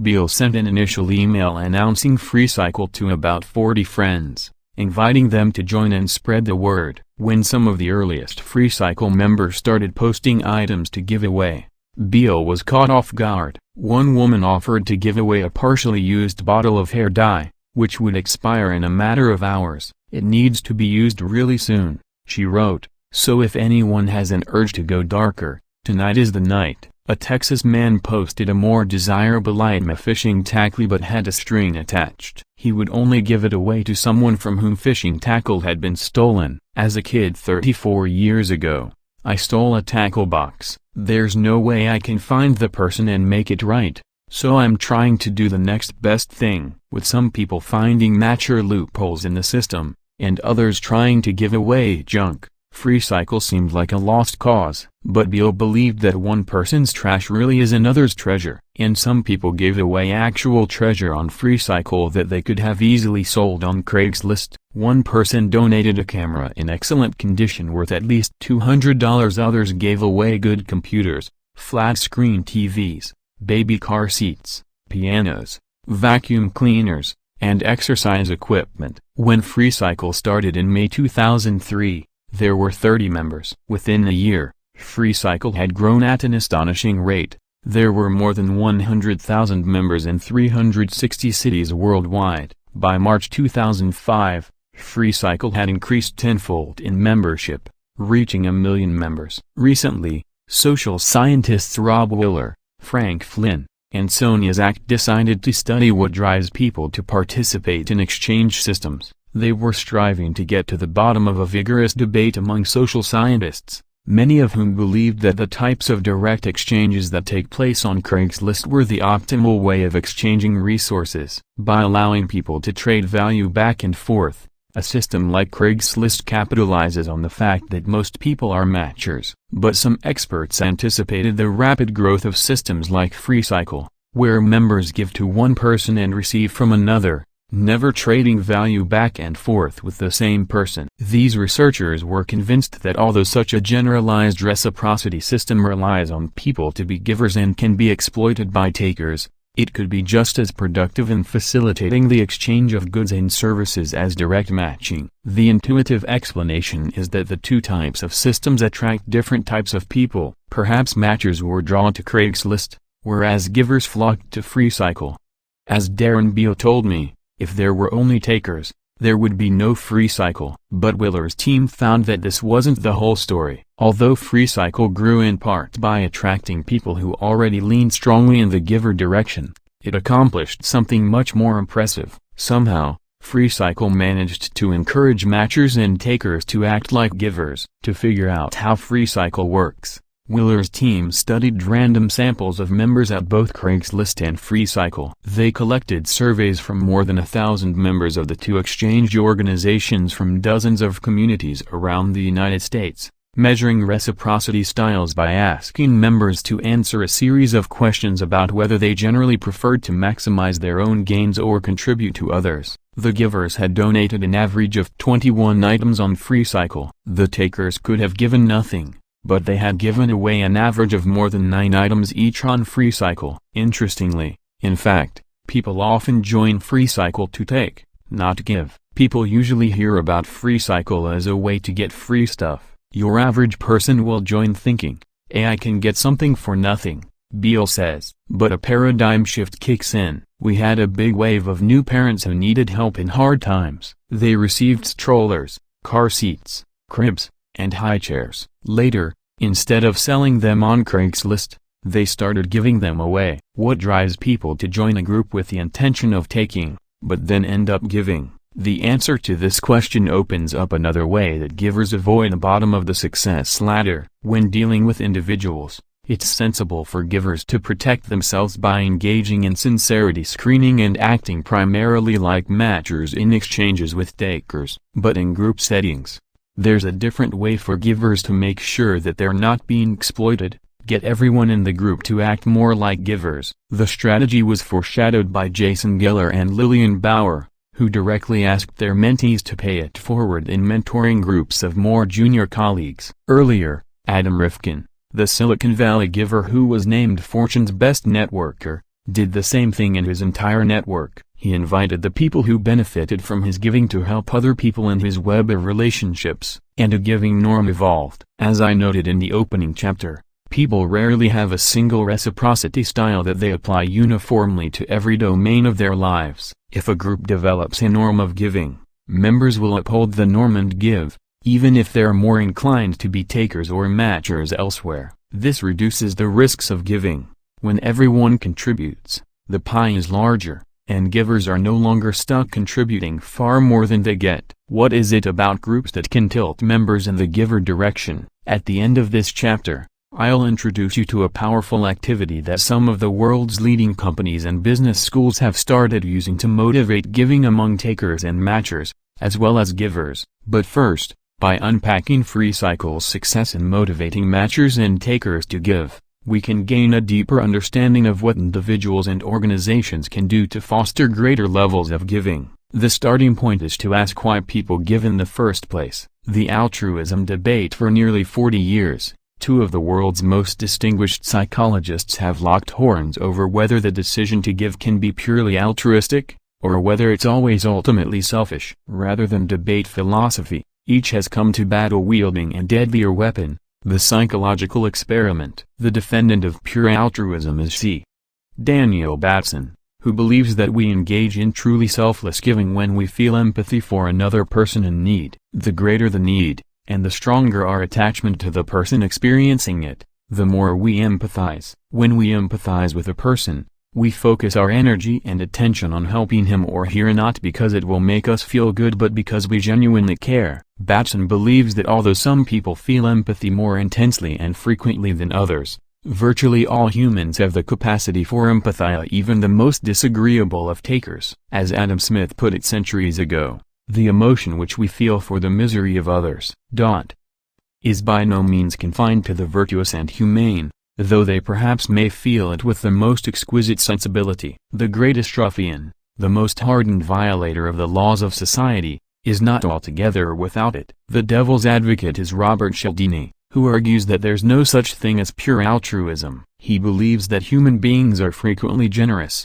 giving, and caring, but he doesn't think these behaviors are entirely altruistic in origin. He believes that when others hurt, we hurt and this motivates us to help. Cialdini's first challenge to Batson's claims was that when empathy leads us to help, it's not because our ultimate goal is to benefit the other person. He proposed that when others are in need, we feel distressed, sad, or guilty. To reduce our own negative feelings, we help. Cialdini accumulated an impressive body of studies suggesting that when people feel distressed, guilty, or sad toward another person in need, they help. Batson's rebuttal: it's true that people sometimes help to reduce negative feelings, but this isn't the only reason. And negative feelings don't always lead to helping. When we feel distressed, sad, or guilty, our ultimate goal is to reduce these negative feelings. In some cases, helping is the strategy that we choose. But in many cases, we can reduce our negative feelings in other ways,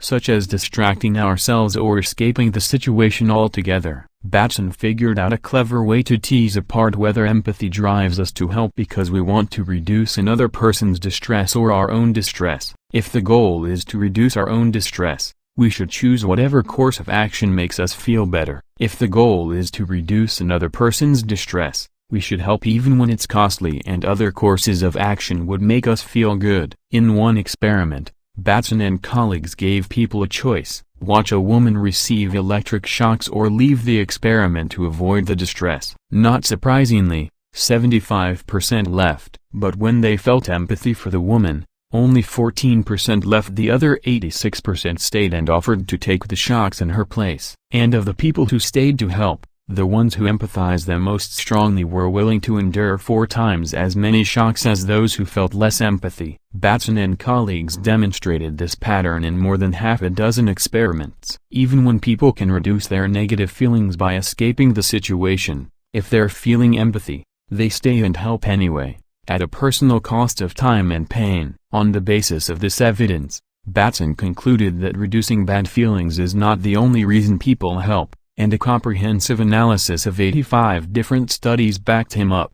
But Cialdini, one of the greatest social thinkers of our time, wasn't done yet. He acknowledged that empathy can drive helping. Feelings of concern and compassion certainly motivate us to act for the benefit of others at a personal cost. But he wasn't convinced that this reflects pure altruism. He argued that when we empathize with a victim in need, we become so emotionally attached that we experience a sense of oneness with the victim. We merge the victim into our sense of self. We see more of ourselves in the victim, and this is why we help. We're really helping ourselves. Quoting Adam Smith again, by the imagination we place ourselves in his situation, we conceive ourselves enduring all the same torments. We enter as it were into his body, and become in some measure the same person with him, and thence form some idea of his sensations, and even feel something. Cialdini and colleagues conducted numerous experiments supporting this idea. Empathy leads to a sense of oneness, or self-other overlap, and this leads to greater helping. Batson's team came back with another rebuttal, that is altruism. If we empathize with other people to the point of merging our own identities with theirs, we care about them as much as we care about ourselves, because we no longer place our interests above theirs.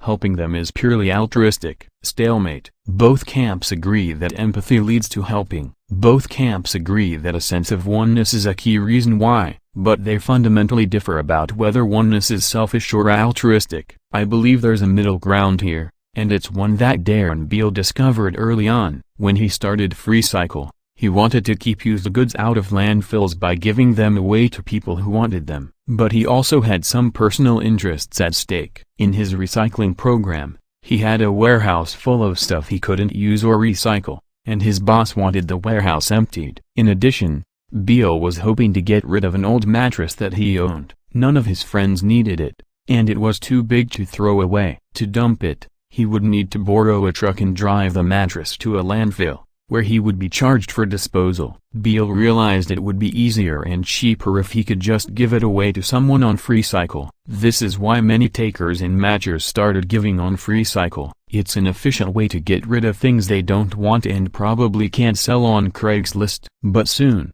Beale knows from personal experience, people who initially give things away for selfish reasons begin to care about the people they're helping. When the recipient arranged to pick up his mattress, Beale was thrilled. I thought I was getting away with giving a mattress away, that I was the one benefiting, he says. But when the person showed up at my door and thanked me, I felt good. It was only partially a selfish act. I was helping someone else in a way that made me happy. I felt so darn good about it that I started giving away other items. After a decade of research, I've come to the conclusion that Beale's experience is the norm rather than the exception. Oneness is otherish. Most of the time that we give, it's based on a cocktail of mixed motives to benefit others and ourselves. Takers and matchers may be most likely to give when they feel they can advance others' interests and their own at the same time. As the primatologist Frans de Waal writes in The Age of Empathy, the selfish-unselfish divide may be a red herring. Why try to extract the self from the other,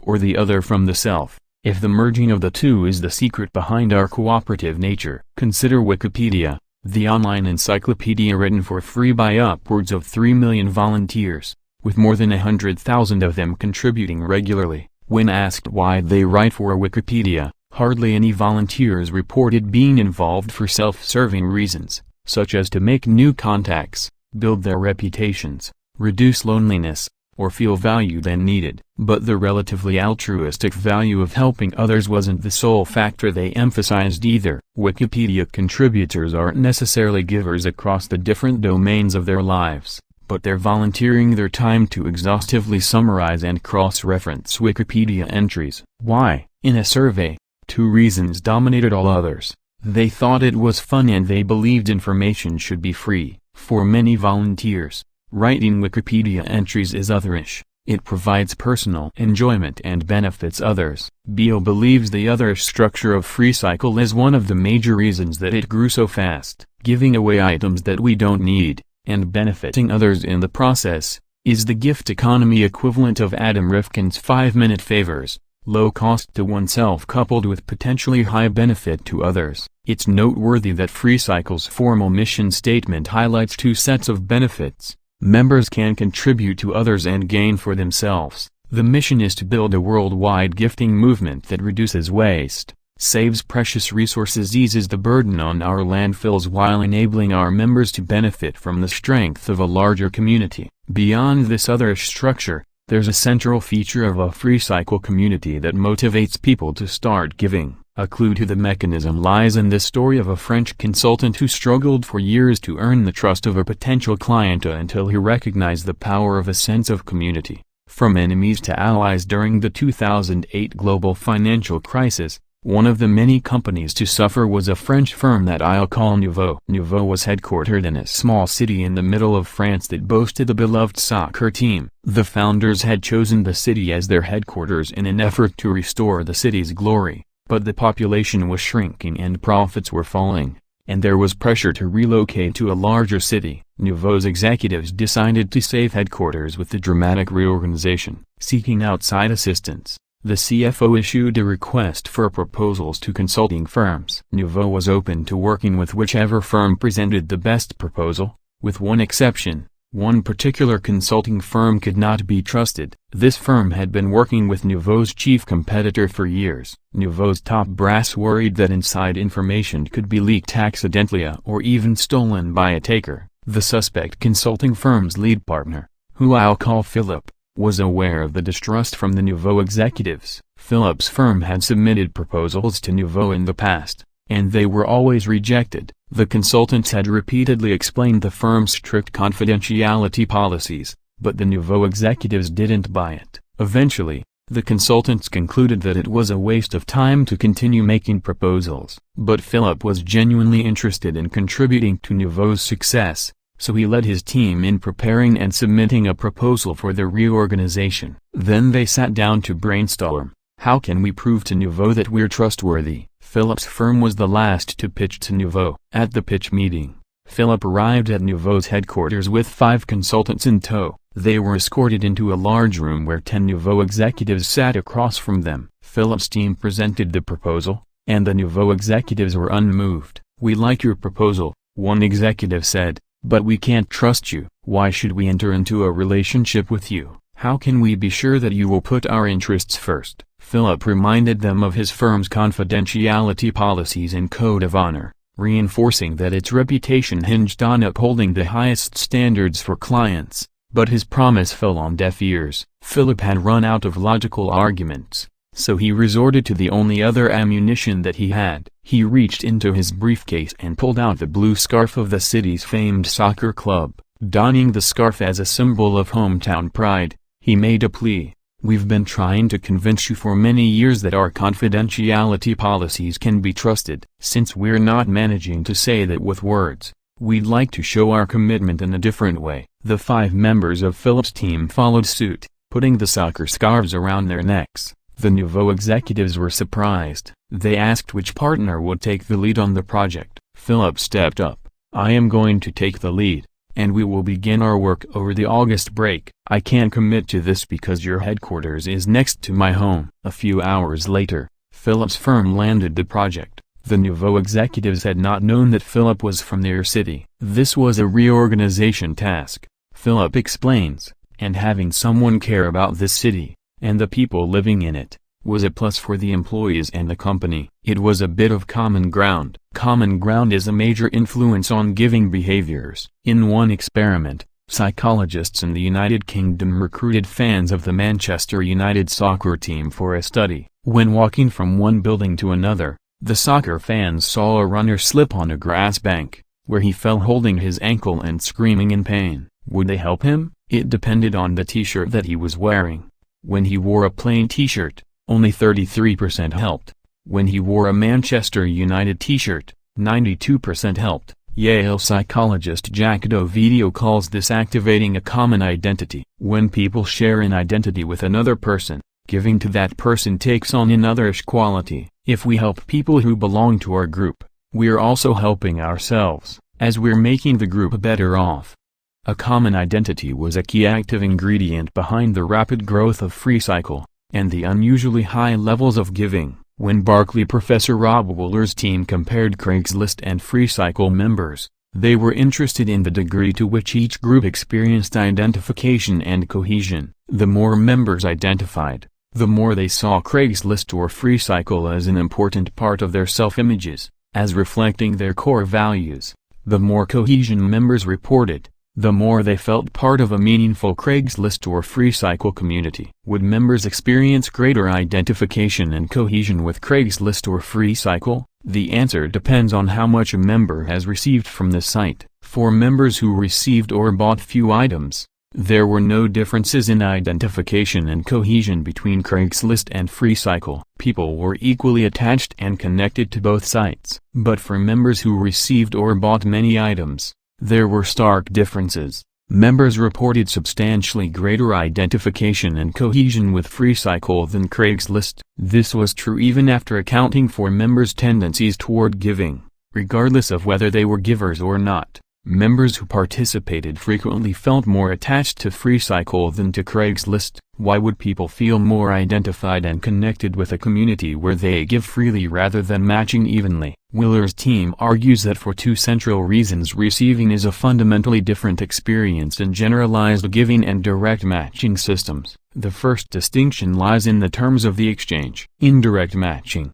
the exchange is an economic transaction. When members buy an item on Craigslist, they know that sellers are typically trying to maximize their own gains with little concern for buyers' interests. In contrast, in generalized giving, givers aren't getting anything tangible back from the recipients. When members receive an item on FreeCycle, they're accepting a gift from a giver with no strings attached. According to Wooler's team, this suggests that the giver is motivated to act in the interest of the recipient rather than in his or her own self-interest, which communicates a regard for the recipient beyond the instrumental value attached to the item itself. In comparison with an economic transaction, a gift is value-laden. The second distinction has to do with who's responsible for the benefits you receive. When you buy on Craigslist, if you receive an item at a good price, you can chalk it up to your savvy as a negotiator or the kindness, or #Macron that copyright, of an individual seller. You're exchanging back and forth with another individual. You're not getting anything from the Craigslist community. As a result, participants in direct exchange will be less inclined to identify with the group because they will be less likely to derive the emotional experience of group membership. Wooler's team writes, in generalized giving, on the other hand, the community is the source of the gifts you receive. An effective system of generalized giving typically involves cycles of exchange with the following structure: Person A gives to Person B, who gives to Person C.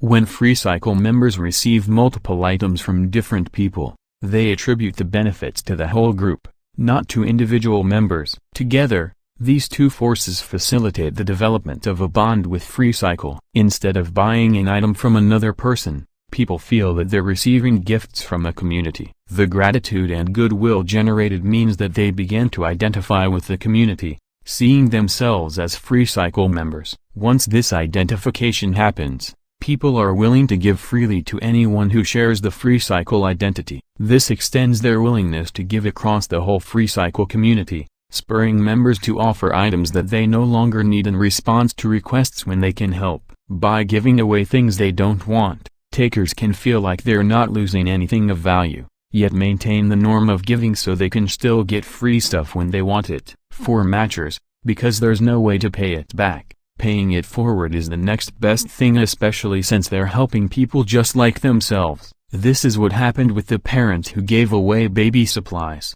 They restored their sense of a reciprocal, even exchange by donating items they no longer needed to fellow parents in similar situations. People are motivated to give to others when they identify as part of a common community. But not all individuals and groups are equally likely to attract this type of identification. There's something else about the free cycle community that fosters identification, and it's a factor well understood by Adam Rifkin. The search for optimal distinctiveness. When I first met Adam Rifkin, I asked him to tell me about the most interesting contacts in his network. One of my favorite people, he replied, is Adam Rifkin. He wasn't talking about himself. Adam Rifkin has developed a strong connection with another man named Adam Rifkin, a Hollywood writer, director, producer, and actor who has been a major contributor to films such as Detroit Rock City and He-Man. To avoid confusion, I'll call him Hollywood Adam, referring to his Arthurian doppelganger as Panda Adam. In 1992,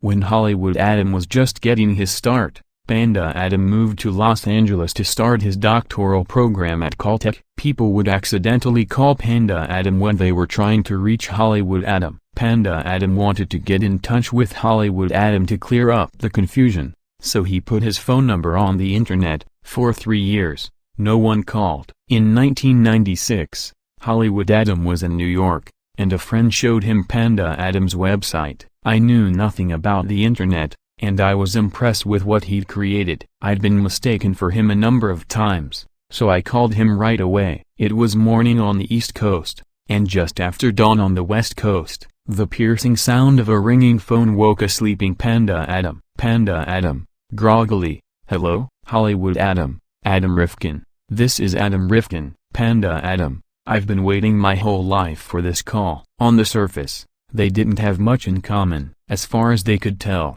they weren't related. Panda grew up in New York. Hollywood grew up in Chicago. Panda was a software engineer. Hollywood was in film. But when they met face to face, they felt an instant bond. "Hollywood Adam is a fascinating character," says Panda Adam. "His career in Hollywood and mine in Silicon Valley have had more parallels than I would have guessed. Anytime somebody asks me for a connection in Hollywood, he's usually the person I start with." Hollywood Adam has made countless introductions to help people I know. Many people in Hollywood are narcissistic and self-centered, but Hollywood Adam is as good-natured and kind as they come. "We kind of have the same philosophy." "Panda Adam is a great guy," says Hollywood Adam. "We have a similar sense of humor. We help each other without keeping score. Neither one of us ever gives it any thought. We just do what's helpful." Panda Adam was the person who introduced Hollywood Adam to Twitter. When Hollywood Adam did a series for Showtime called Look,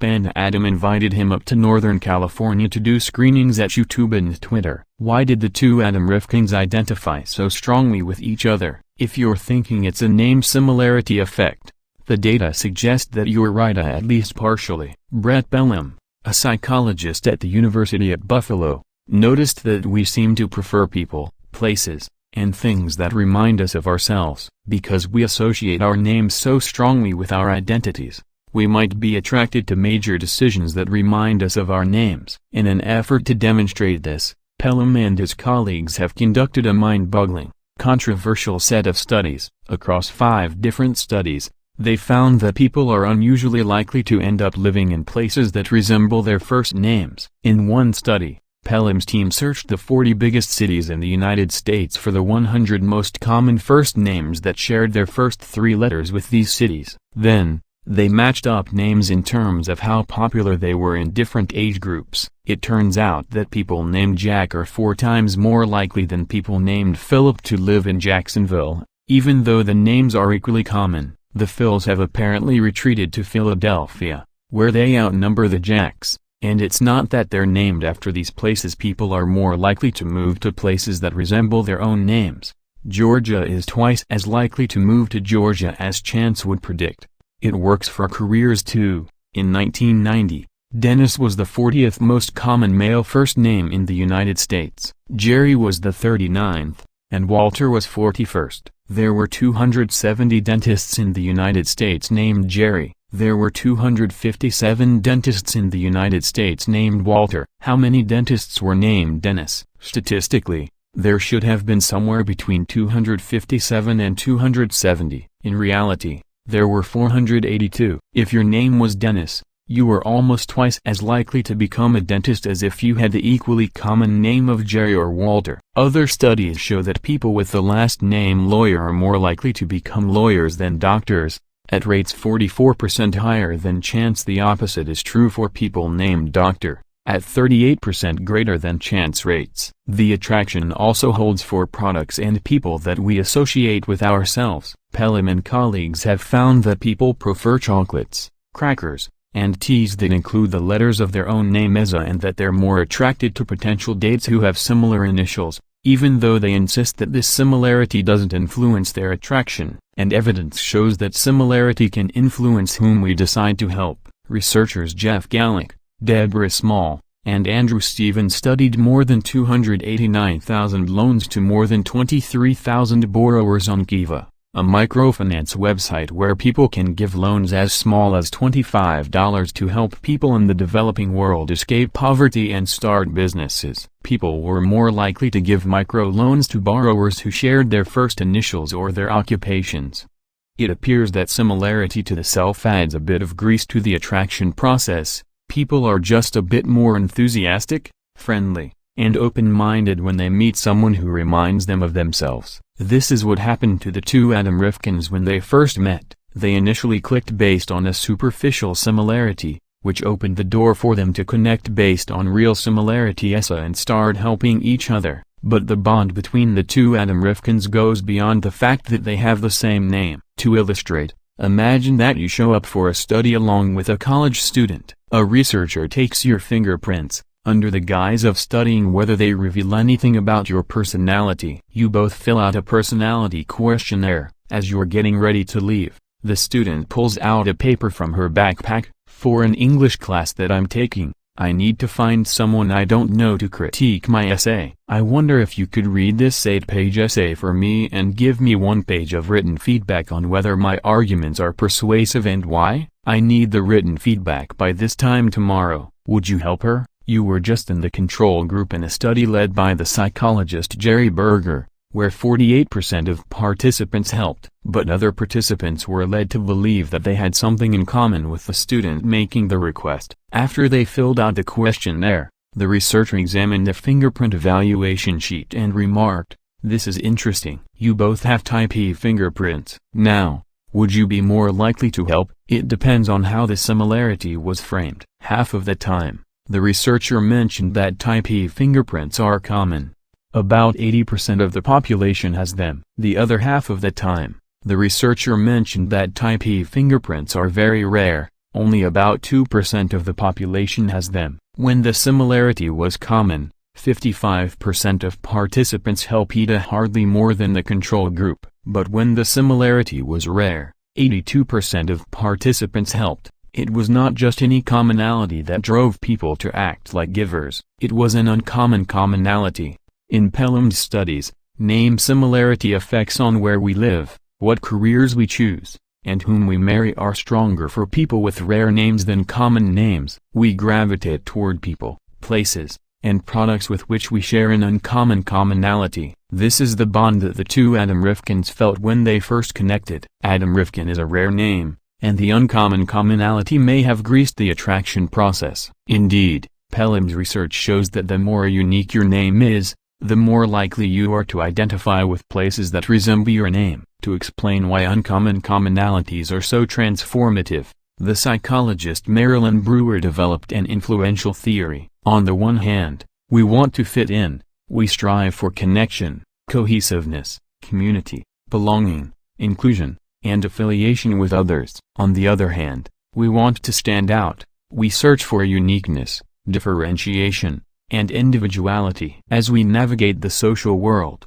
these two motives are often in conflict. The more strongly we affiliate with a group, the greater our risk of losing our sense of uniqueness. The more we work to distinguish ourselves from others, the greater our risk of losing our sense of belongingness. How do we resolve this conflict? The solution is to be the same and different at the same time. Brewer calls it the principle of optimal distinctiveness. We look for ways to fit in and stand out. A popular way to achieve optimal distinctiveness is to join a unique group. Being part of a group with shared interests, identities, goals, values, skills, characteristics, or experiences gives us a sense of connection and belonging. At the same time, being part of a group that is clearly distinct from other groups gives us a sense of uniqueness. Studies show that people identify more strongly with individuals and groups that share unique similarities. The more rare a group, value, interest, skill, or experience is, the more likely it is to facilitate a bond. And research indicates that people are happier in groups that provide optimal distinctiveness, giving a sense of both inclusion and uniqueness. These are the groups in which we take the most pride, and feel the most cohesive and valued. FreeCycle initially provided a sense of optimal distinctiveness through its emphasis on protecting the environment. The central goal was different from most recycling movements. Instead of reprocessing old materials into new ones, members found recipients who wanted goods that couldn't be reprocessed, keeping them out of landfills. This common purpose created a shared identity within the FreeCycle community, fostering a sense of connection across diverse ideologies. The original group of FreeCycle volunteers in Tucson included a liberal Democrat who was passionate about environmental sustainability, a conservative Republican who didn't believe in waste, and a libertarian who wanted to empower people to do things themselves, rather than relying on governmental support. Over time, as membership expanded and diversified, each FreeCycle community provided an outlet for people to customize giving to their own interests. In New York, for example, a local group made a habit of shutting down a city block for FreeCycle gifting events. By fostering a common identity and opportunities for unique self-expression, FreeCycle was able to mobilize a giving system based on generalized reciprocity. You give to help others in the community, and you know that someone in the community will give to you. But Willer's team finds that there's a catch. Such a system depends on a critical mass of exchange benefits, which creates positive sentiments toward the group, sentiments that help fuel further contributions. In other words, people only identify with a generalized giving group after they receive enough benefits to feel like the group is helping them. With FreeCycle, this outcome was by no means guaranteed after all. If the givers on the site had been overwhelmed by takers looking for a free ride, the whole thing might never have gotten off the ground. How did FreeCycle accumulate that initial critical mass of giving and discourage free riding? Why Superman backfires and people conserve electricity. When FreeCycle first launched, one of the early members was a 98-year-old man. He collected parts to fix up bicycles and gave them to local children. He was an incredible role model. Darren Beal recalls. Tucson citizens were able to identify with the man as a fellow resident. When they saw him give, he was a member of their unique community, so they felt more compelled to follow his example. New York University psychologist Jonathan Haidt refers to this as elevation, the warm feeling of being moved by others' acts of giving, which can seem to push a mental reset button, wiping out feelings of cynicism and replacing them with a sense of moral inspiration. When elevated, Haidt and psychologist Saran Algo write, we feel as though we have become, for a moment, less selfish, and we want to act accordingly. But it was more than just common identity that made this elderly man such an elevating role model. Consider an experiment by psychologists Leif Nelson and Michael Norton,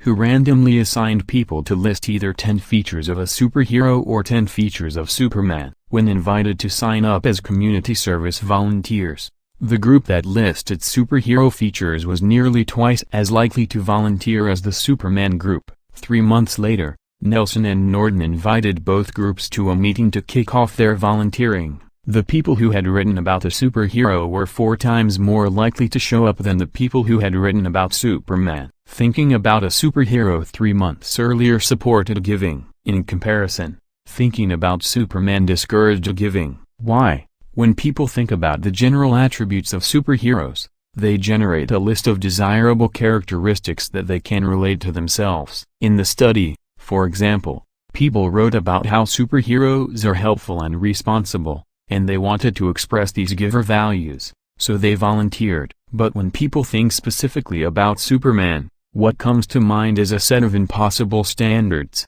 like those popularized in the TV series The Adventures of Superman: faster than a speeding bullet, more powerful than a locomotive, able to leap tall buildings in a single bound. No one can be this strong or heroic, So why bother trying? On FreeCycle, givers modeled a standard that seemed attainable. When members saw an 8-year-old man building bikes for kids, they knew they could do something too. When members saw people giving away items like clothes and old electronics, they felt it would be easy for them to do the same. The small acts of giving that started on FreeCycle made it easy and acceptable for other people to give small amounts. Indeed, Cialdini finds that people donate more money to charity when the phrase "even a penny will help" is added to a request. Interestingly, this phrase increases the number of people who give without necessarily decreasing the amount that they give. Legitimizing small contributions draws in takers, making it difficult and embarrassing for them to say no,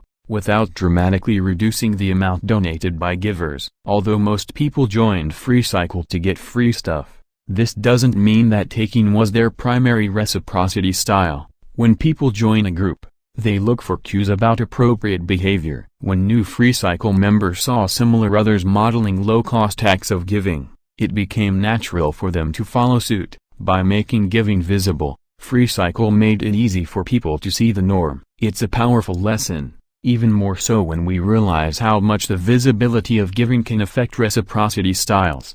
In many domains of life, people end up taking because they don't have access to information about what others are doing. Just a few months after FreeCycle got off the ground, Cialdini worked with a team of psychologists to survey more than 800 Californians about their energy consumption. They asked the Californians how important the following factors were in shaping their decisions to save energy. It saves money, it protects the environment, it benefits society. A lot of other people are doing it. The Californians consistently reported that the most important factor was protecting the environment. Benefiting society was second, saving money was third, and following the lead of other people was last. Cialdini's team wanted to see whether people were right about their own motivations, so they designed an experiment. They visited nearly 400 homes in San Marcos, California, and randomly assigned them to receive one of 4 different types of door hangers. Save money by conserving energy.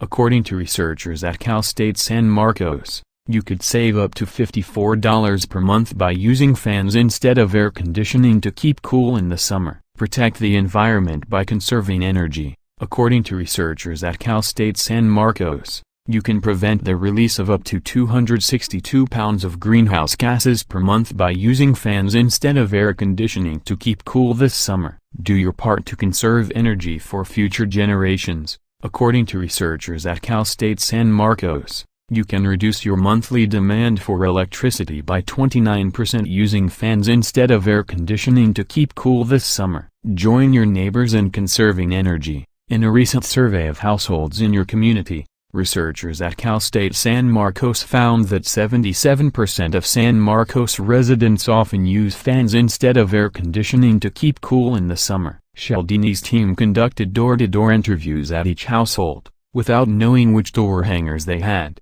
When asked how motivating the door hangers were, the residents whose hangers emphasized joining their neighbors reported the lowest motivation. They reported 18% lower desires to conserve energy than residents with the Protect the Environment hangers, 13% lower than residents with the Future Generations hangers, and 6% lower than residents with the Save Money hangers. But when Cialdini's team looked at the residents' energy bills to see what people actually did, they found something surprising. The residents were wrong about what motivated them. During the following 2 months, the residents whose door hangers emphasized joining their neighbors actually conserved the most energy. On average, the Join Your Neighbors hanger led to between 5 and 9% fewer daily kilowatt-hours of energy used than the other 3 hangers, which were all equally ineffective. Knowing that other people were conserving energy was the best way to get residents to follow suit. But perhaps it was the people who were already conserving electricity in each neighborhood who responded most visibly, picking up the slack for the electricity takers. To find out whether sharing information about their neighbors' conservation efforts could motivate conservation among people who were consuming high levels of electricity, Cialdini's team ran another experiment with nearly 300 households in California. This time, They gave residents store hangers that provided feedback on how their electricity consumption compared with similar households in their neighborhood over the past week or two. These door hangers provided feedback on whether residents were consuming less, giving, or more, taking, than their neighbors. Over the next few weeks, the electricity takers significantly reduced their energy consumption by an average of 1.22 kilowatt-hours per day. Seeing that they were taking more than the average in their neighborhood motivated them to match the average, decreasing their energy consumption. But this only works when people are compared with their neighbors. As Cialdini's team explains, the key factor was which other Californians, other people in their city, or other residents in their specific community. Consistent with the idea that people are most influenced by similar others, the power of social norms grew stronger the closer and more similar the group was to the residents. The decision to conserve was most powerfully influenced by those people who were most similar to the decision-makers, the residents of their own community. Inspired by this evidence, the company Power sent home energy report letters to 600,000 households, randomly assigning about half of them to see their energy use in comparison with that of their neighbors. Once again, it was the takers of those consuming the most who conserved the most after seeing how much they were taking. Overall, just showing people how they were doing relative to the local norm caused a dramatic improvement in energy conservation. The amount of energy saved by this feedback was equivalent to the amount of energy that would be saved if the price of electricity increased by up to 28%. People often take because they don't realize that they're deviating from the norm. In these situations, showing them the norm is often enough to motivate them to give via it, especially if they have mature instincts. Part of the beauty of FreeCycle is that members have constant access to the norm. Every time a member offers to give something away, it's transparent. Others can see how frequent giving is, and they want to follow suit. Because FreeCycle is organized in local communities, members are seeing giving by their neighbors, which provides feedback on how their own giving stacks up relative to the local norm. Whether people tend to be givers, takers, or matchers, they don't want to violate the standards set by their neighbors, so they match. Today, according to Yahoo, only two environmental terms in the world are searched more often than FreeCycle: global warming and recycling. By the summer of 2012, FreeCycle had more than 9 million members in over 110 countries, expanding at a rate of 8,000 members every week. Many people still join with a taker mentality, hoping to get as much free stuff as possible, but receiving benefits from a group of local citizens who serve as role models for small acts of giving continues to create a common identity in FreeCycle communities, nudging many members in the giver direction. Together, the 9 million FreeCycle members give away more than 30,000 items a day, weighing nearly 1,000 tons. If you piled together the goods given away in the past year, they'd be 14 times taller than Mount Everest. As Charles Darwin once wrote, a tribe with many people acting like givers, who were always ready to aid one another, and to sacrifice themselves for the common good, would be victorious over most other tribes, and this would be natural selection. When I learned about the success of FreeCycle, I began to wonder if these principles could play out in everyday life, in an organization without an environmental focus. What would it take to create and sustain a giving system in a company or a school? The reciprocity ring. When I joined the faculty at Wharton, the world's oldest collegiate business school, I decided to try a giving experiment in my classroom. I announced that we would be running an exercise called the reciprocity ring, which was developed by University of Michigan sociologist Wayne Baker and his wife Cheryl Humax. Each student would make a request to the class, and the rest of the class would try to use their knowledge, resources, and connections to help fulfill the request. The request could be anything meaningful in their professional or personal lives, ranging from job leads to travel tips. In a matter of minutes, I was facing a line of students, some cynical, others anxious. One student pronounced that the exercise wouldn't work, because there aren't any givers at Wharton. Givers study medicine or social work, not business. Another admitted that he would love advice from more experienced peers on strengthening his candidacy for consulting jobs, but he knew they wouldn't help him, since they were competing with him for these positions. Soon, These students watched in disbelief as their peers began to use their networks to help one another. A junior named Alex announced that he loved amusement parks, and he came to Wharton in the hopes of one day running Six Flags. He wasn't sure how to get started or could anyone help him break into the industry. A classmate, Andrew, raised his hand and said he had a weak tie to the former CEO of Six Flags. Andrew went out on a limb to connect them, and a few weeks later, Alex received invaluable career advice from the ex-CEO. A senior named Michelle confided that she had a friend whose growth was stunted due to health problems, and couldn't find clothes that fit. A fellow senior, Jessica, had an uncle in the fashion business, and she contacted him for help. 3 months later, custom garments arrived at the doorstep of Michelle's friend. Wayne Baker has led reciprocity rings at many companies, from GM to Bristol-Myers Squibb. Oftentimes, he brings leaders and managers together from competing companies in the same industry and invites them to make requests and help one another. In one session, a pharmaceutical executive was about to pay an outside vendor $50,000 to synthesize a strain of the piece's alkaloid. The executive asked if anyone could help find a cheaper alternative. One of the group members happened to have slack capacity in his lab, and was able to do it for free. The reciprocity ring can be an extremely powerful experience. Bud Ahern, a group president at CH2M Hill, noted that leaders in his company are strong endorsers, not only because of the hundreds of thousands of annual dollar value, but because of the remarkable potential to advance the quality of our whole lives.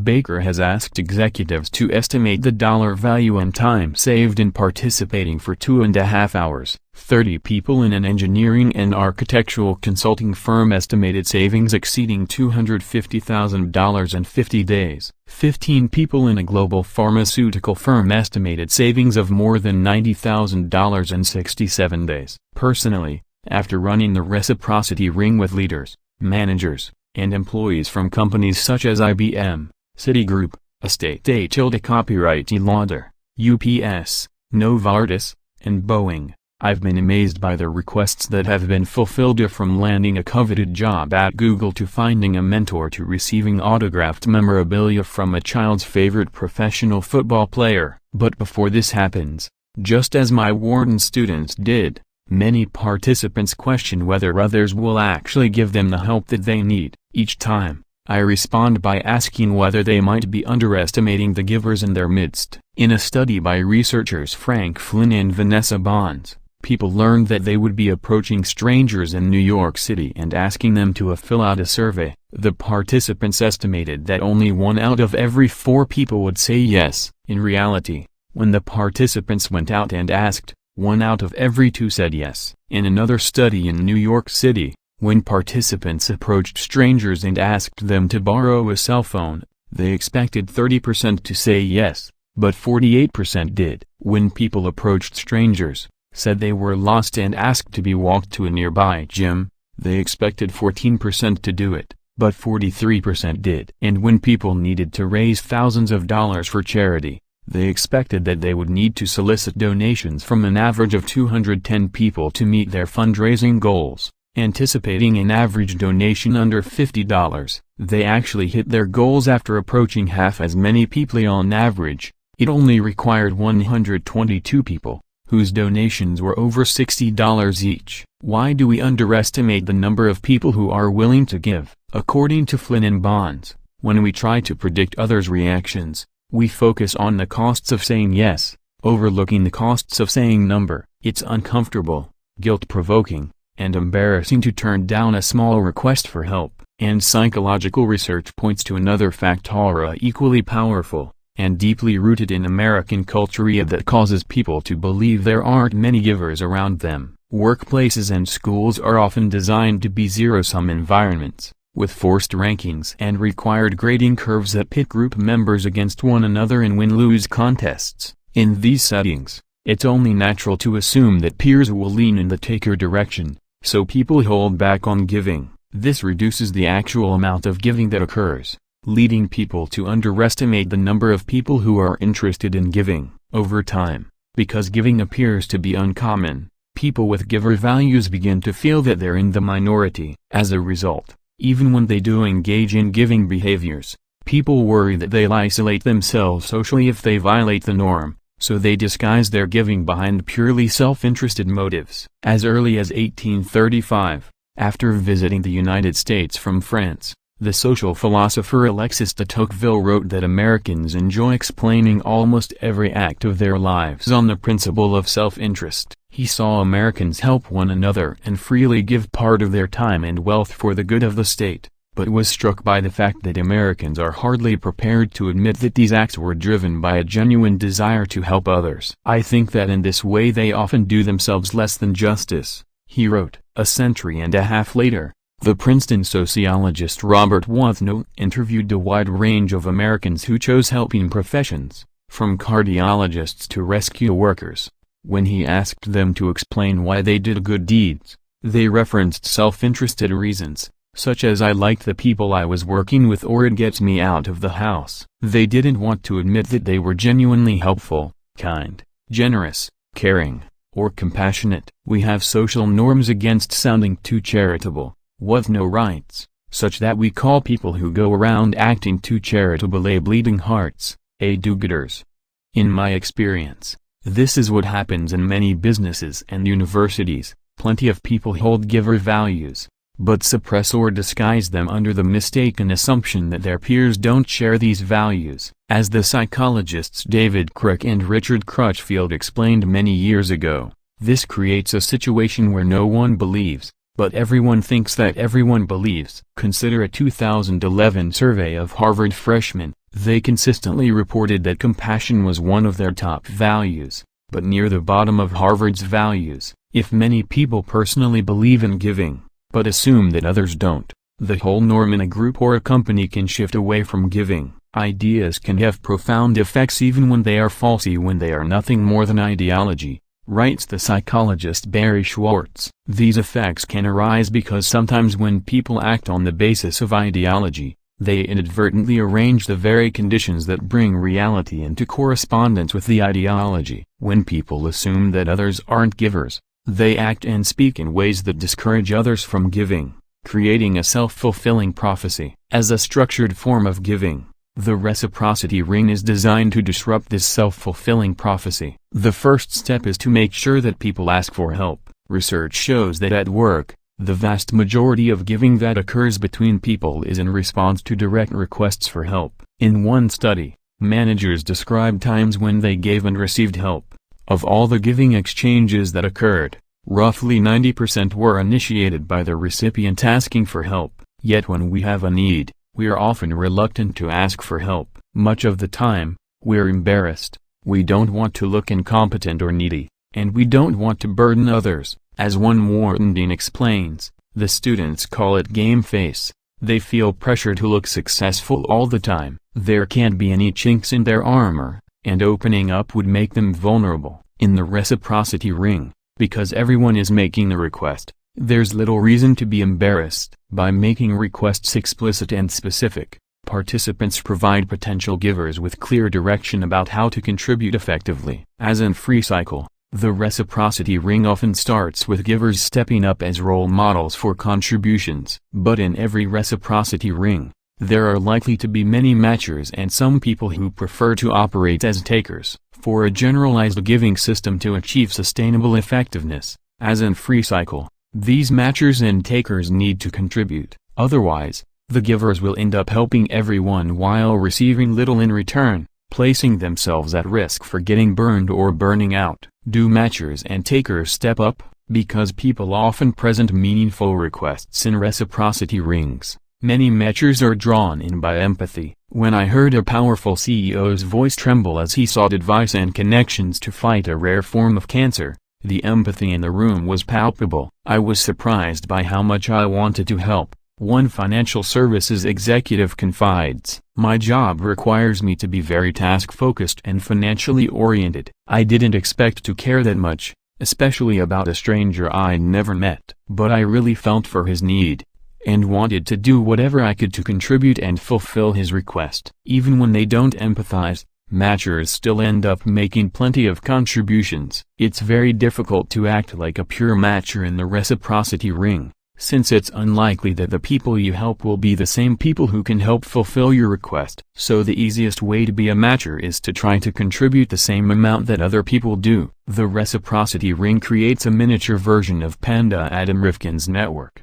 Participants are encouraged to do 5-minute favors for anyone else in the group. To make sure that every request is granted, participants need to make multiple contributions, even to people who haven't helped them directly. By giving more than they take, participants amplify the odds that everyone in the group will have their requests fulfilled, much like Panda Adam setting a pay-it-forward norm in his network. But what about the takers? Many audiences are concerned that takers will capitalize on the opportunity to get help without contributing in return. To examine this risk, Wayne Baker and I surveyed more than 100 people about their giver and taker values. Then they participated in the reciprocity ring, and we counted the number of contributions they made. As expected, the givers made significantly more contributions than the takers. The givers averaged 4 contributions each. Surprisingly, though, the takers were still quite generous, averaging 3 contributions each. Despite valuing power and achievement far more than helping others,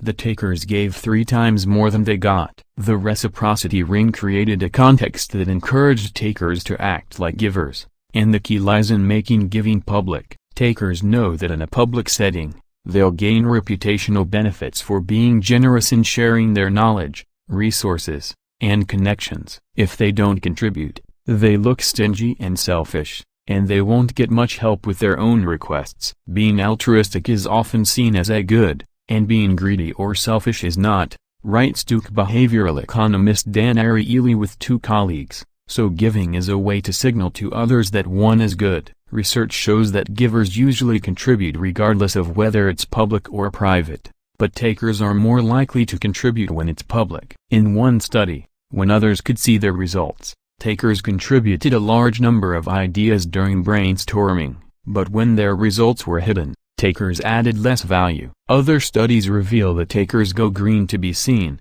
They prefer luxurious products over green products when their decisions are private, but shift to green products when their decisions are public, hoping to earn status for protecting the environment. I saw a similar trend among Wharton students. Each week in class, I opened the floor for a few students to present requests and invited the whole class to contribute. One November morning, 5 students made requests, and I was stunned to see a student who had described himself as a taker offer to help 4 of them. Once his reputation among his peers depended on giving, he contributed. By making contributions visible, the reciprocity ring sets up an opportunity for people of any reciprocity style to be otherish. They can do good and look good at the same time. Identity shifts and reciprocity reversals. This raises a fundamental question. Does a generalized giving system like Free Cycle or the reciprocity ring motivate takers to become better fakers, or can it actually turn takers into givers? In some ways,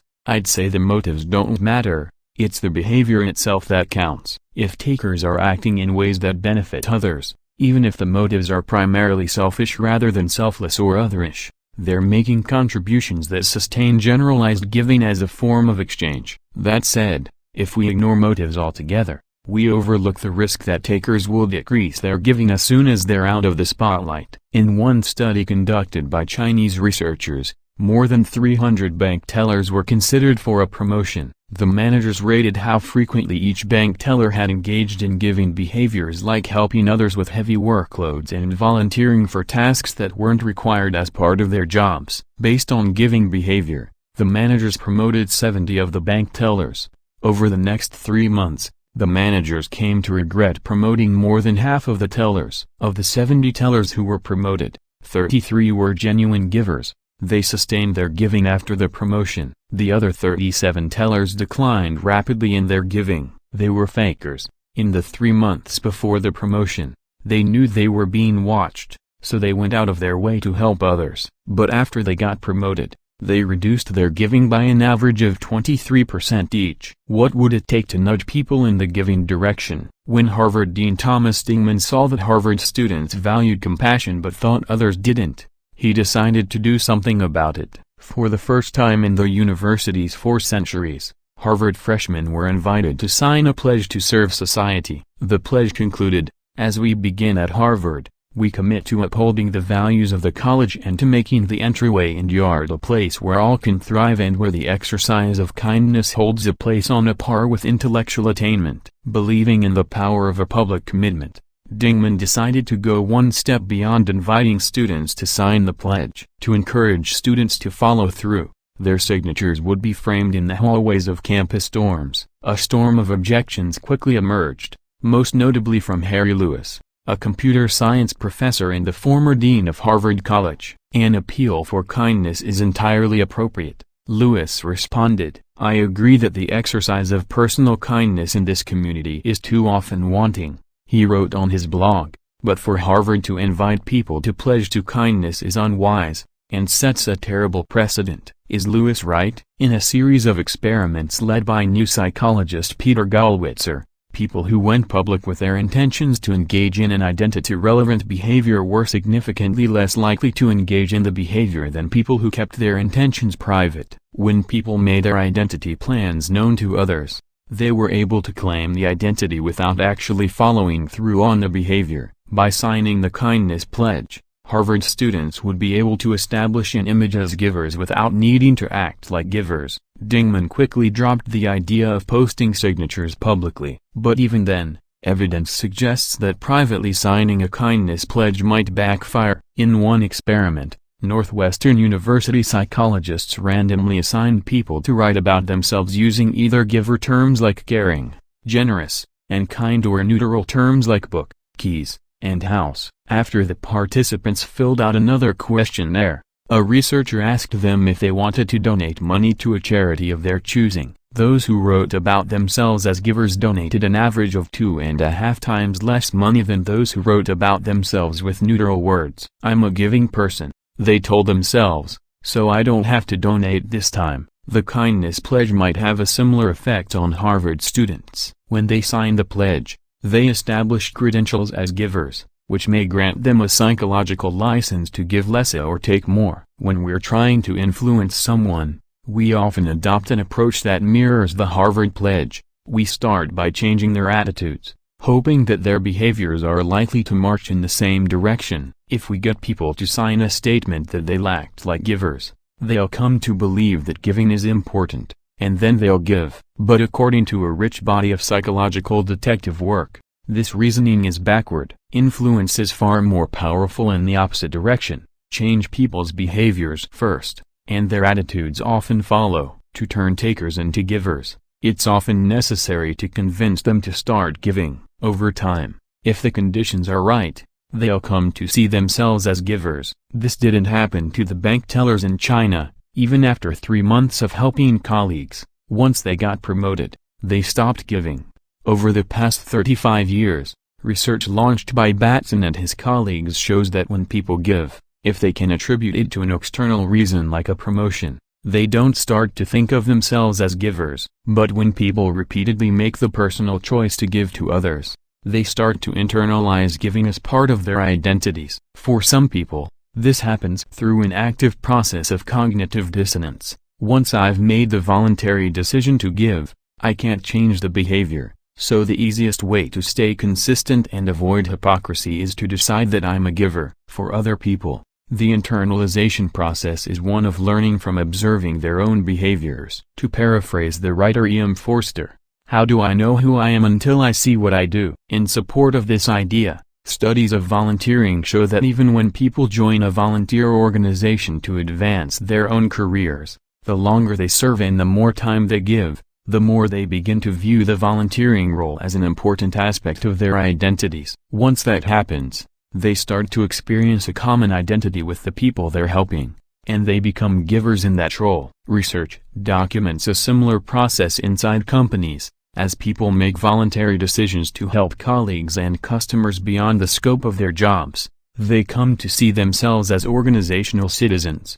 Part of the wisdom behind Free Cycle and the reciprocity ring is that both of these generalized giving systems encourage giving while maintaining a sense of free choice. Although there's a strong norm of giving, it's entirely up to each participant to decide what to give and whom to help. When my Wharton class went through the reciprocity ring, as different students chose their own ways to give and peers to help, a distinctive common identity began to develop. This is a unique group of people at Wharton that cares about each other, one student said. Although the students were competing for the same jobs in management consulting and investment banking, they started helping one another prepare for interviews, sharing tips and offering advice. After the class ended, a group of students took the initiative to start an alumni listserv so that they could continue helping one another. According to one student, because of the emphasis on the benefit of giving and helping in our shared community, I'd be far more comfortable and likely to ask for, and probably receive,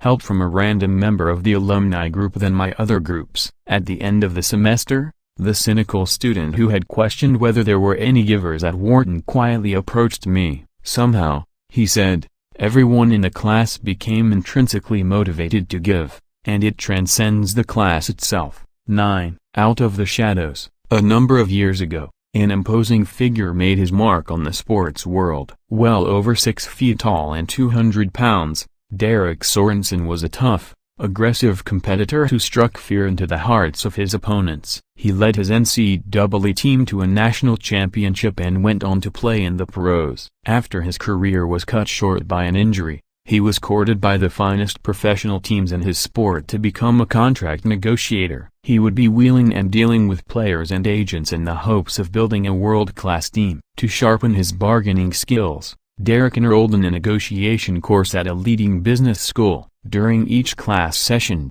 he had the chance to practice negotiating in a variety of roles, ranging from a pharmaceutical executive trying to buy a manufacturing plant to a condo developer in a heated dispute with a carpenter. In one of his earliest negotiations, Derek bought a property as a real estate investment, and in top-taker form, he persuaded the listing agent to sell at a price that went directly against her client's interests. On an icy winter evening, Derek played the role of one of 4 fishermen who ran competing businesses. They were overfishing to the point that the resource would become extinct, and they sat down to discuss how they should handle the dilemma. One negotiator suggested that they should split the maximum total fishing in 4 equal parts. Another proposed a different way of matching based on equity rather than equality. Since some of them were running larger operations than others, they should each reduce their fishing by 50%. They all agreed that this was a fair solution, and the meeting was adjourned. Now, it was up to each negotiator to make an individual decision about whether to honor the agreement and how much to fish. 2 of the negotiators stuck to their commitments,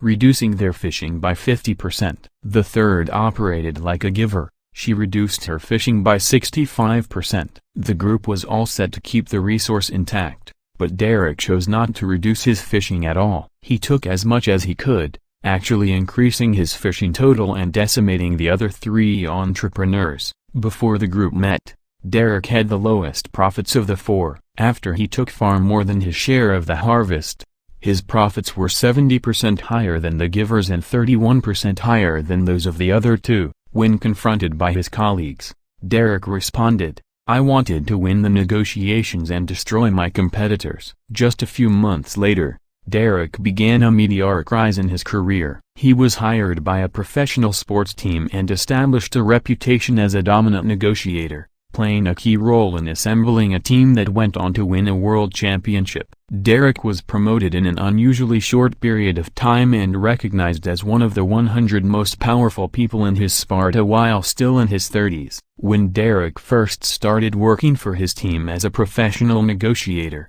his job was to manage the budget, identify top prospects, and negotiate contracts with agents to sign new players and keep existing players. Since resources were tight, bargaining like a taker would work to his advantage. Derek began to search for underrated talent, and stumbled upon a gem of a player in the minor leagues. He sat down with the player's agent to negotiate a contract. True to form, Derek made a lowball offer. The agent was frustrated. Several comparable players were earning higher salaries. The agent accused Derek of pushing him around and demanded more money, but Derek ignored the demands and didn't budge. Eventually, the agent gave in and agreed to Derek's terms. It was a win for Derek, saving his team thousands of dollars. But when Derek went home that night, he had an uneasy feeling. I could just feel through the conversation that he was pretty upset. He brought up a couple points on comparable players, and in the heat of things, I probably wasn't listening too much. He was going away with a bad taste in his mouth. Derek decided he didn't want to end the exchange with the agent on a sour note, so he tore up the contract and met the agent's original request, giving him thousands of extra dollars for the player. Was this a wise decision? Derek was costing his team money, and potentially creating a precedent for doing so in other negotiations. Besides, the deal was settled. The agent had agreed to the lowball offer and Derek had achieved his goal. Going back on it hardly seemed like a smart move. Actually, it was much smarter than it first appeared. When Vanderbilt researchers Bruce Perry and Ray Friedman studied negotiations, they had a hunch that sharper negotiators would get better results, as they could gather and analyze more information, keep track of multiple issues, and generate hidden solutions. In one study, Berry and Friedman obtained data on the intelligence of nearly 100 MBA students. They measured intelligence using each student's score on the GMAT, a rigorous test that is widely used in business school admissions to measure quantitative, verbal, and analytical abilities. The participants negotiated in pairs, playing either the developer of a new mall or the representative of a potential store to anchor the mall. After they finished negotiating,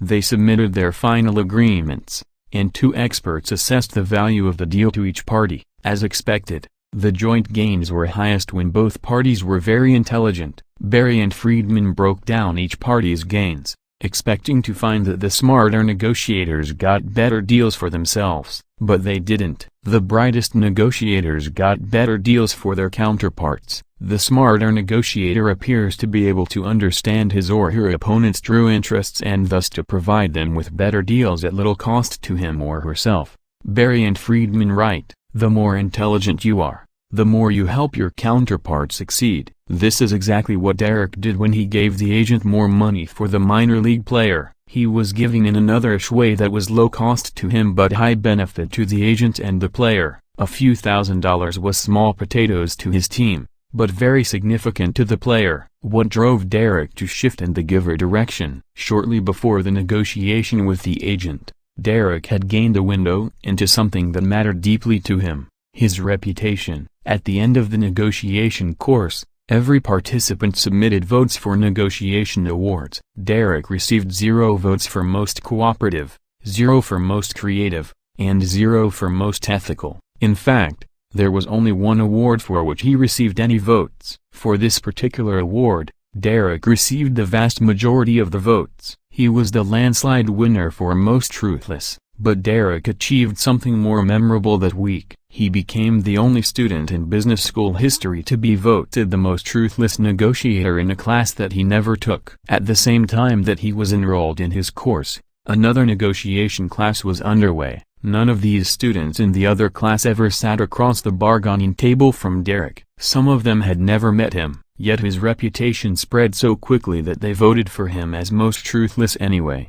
Derek was negotiating the way any reasonable person would in a taker's world. As a professional athlete, he had learned that if he didn't claim as much value as possible, he was at risk for becoming a doormat. It was the team against the player. The team was always trying to take money out of my pocket, so I viewed a negotiation to be a combative process, which produced a winner and a loser.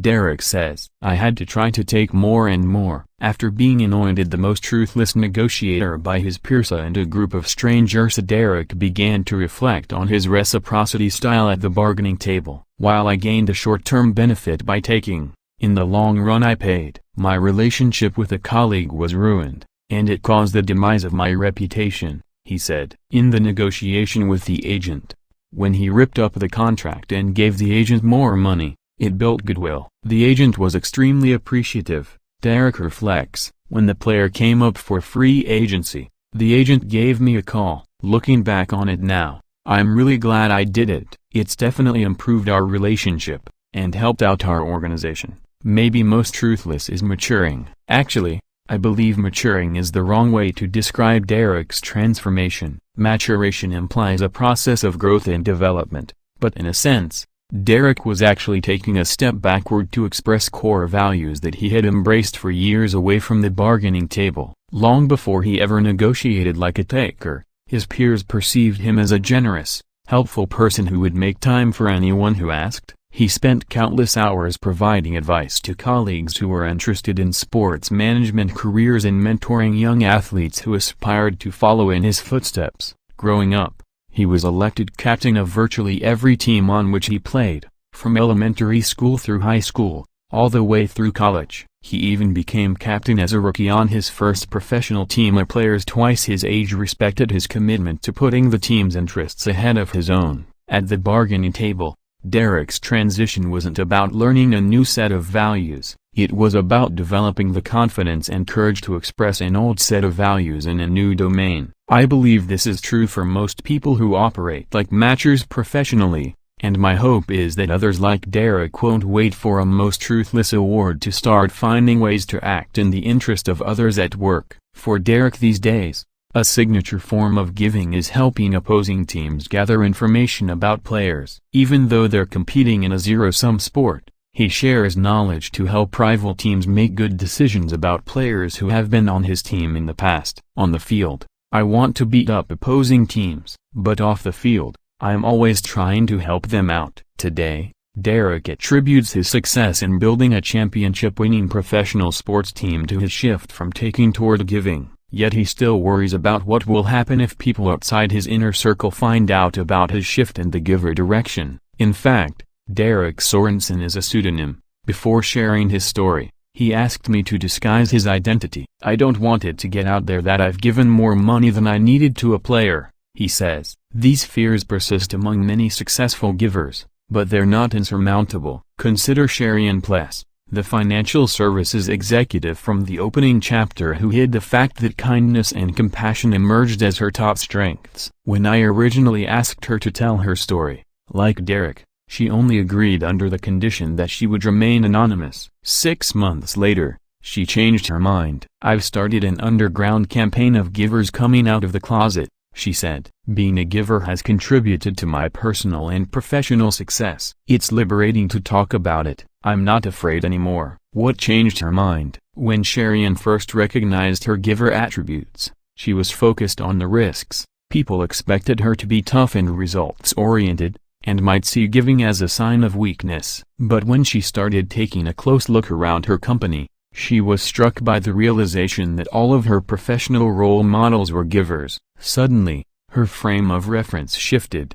Instead of just seeing givers at the bottom, she recognized a surprising number of givers at the top. This isn't what we usually notice when we glance up at the horizon at successful people, by and large, because of their tendencies toward powerful speech and claiming credit. Successful takers tend to dominate the spotlight. But if you start paying attention to reciprocity styles in your own workplace, I have a hunch that you'll discover plenty of givers achieving the success to which you aspire.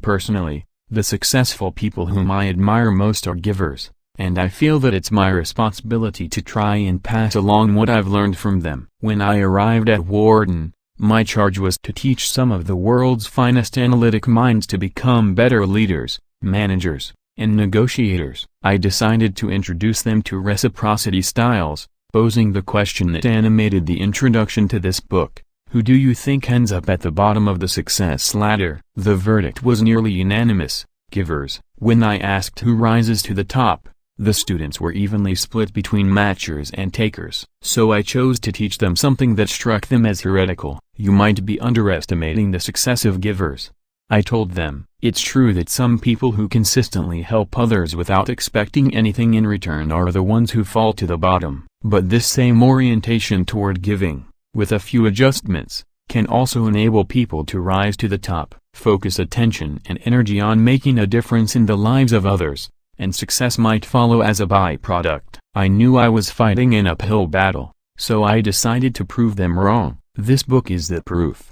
Although many of us hold strong giver values, we are often reluctant to express them at work. But the growth of teamwork, service jobs, and social media has opened up new opportunities for givers to develop relationships and reputations that accelerate and amplify their success. We've covered evidence that givers can rise to the top across a stunningly diverse range of occupations, from engineering to medicine to sales. And remember when Peter Rodette, the Australian financial advisor, seemed to be wasting hours of his time by driving out to help a poor scrap metal worker manage his money? The client turned out to be the wealthy owner of a scrap metal business, resulting in major gains for Peter's firm. But the story doesn't end there. Peter learned that the scrap metal owner was too busy running the business to take a vacation, and he wanted to help. A few months later, another client expressed that she wasn't happy in her job as a manager at an auto body shop. Peter recommended her to the scrap metal owner, who had a need for her skills. And it turned out that she lived 5 minutes away from the scrap metal yard. She started work 3 weeks later, and the client took his wife on their first vacation in years. Both of these clients are happy and grateful that I think about their whole lives, not just their investments. Peter says, "The more I help out, the more successful I become, but I measure success in what it has done for the people around me. That is the real accolade." In the mind of a giver, the definition of success itself takes on a distinctive meaning. Whereas takers view success as attaining results that are superior to others and matchers see success in terms of balancing individual accomplishments with fairness to others, givers are inclined to follow Peter's lead, characterizing success as individual achievements that have a positive impact on others. Taking this definition of success seriously might require dramatic changes in the way that organizations hire, evaluate, reward, and promote people. It would mean paying attention not only to the productivity of individual people but also to the ripple effects of this productivity on others. If we broadened our image of success to include contributions to others along with individual accomplishments, people might be motivated to tilt their professional reciprocity styles toward giving. If success required benefiting others, it's possible that takers and matchers would be more inclined to find other ways to advance personal and collective interests simultaneously. The connection between individual and collective success underlies every story of successful givers in this book. As an entrepreneur, Adam Rifkin built his network of influential people by trying to help everyone he met, launching successful companies and enabling thousands of colleagues to find jobs, develop skills, and start productive businesses along the way. As a venture capitalist, David Hornick invested in lucrative companies and fortified his reputation by helping aspiring entrepreneurs create better pitches and gain funding for their startups. As a comedy writer, George Meyer earned Emmys and established a reputation as the funniest writer in Hollywood while elevating the effectiveness of and opening doors for the people who collaborated with him on Army Men and The Simpsons. In the classroom, C.J.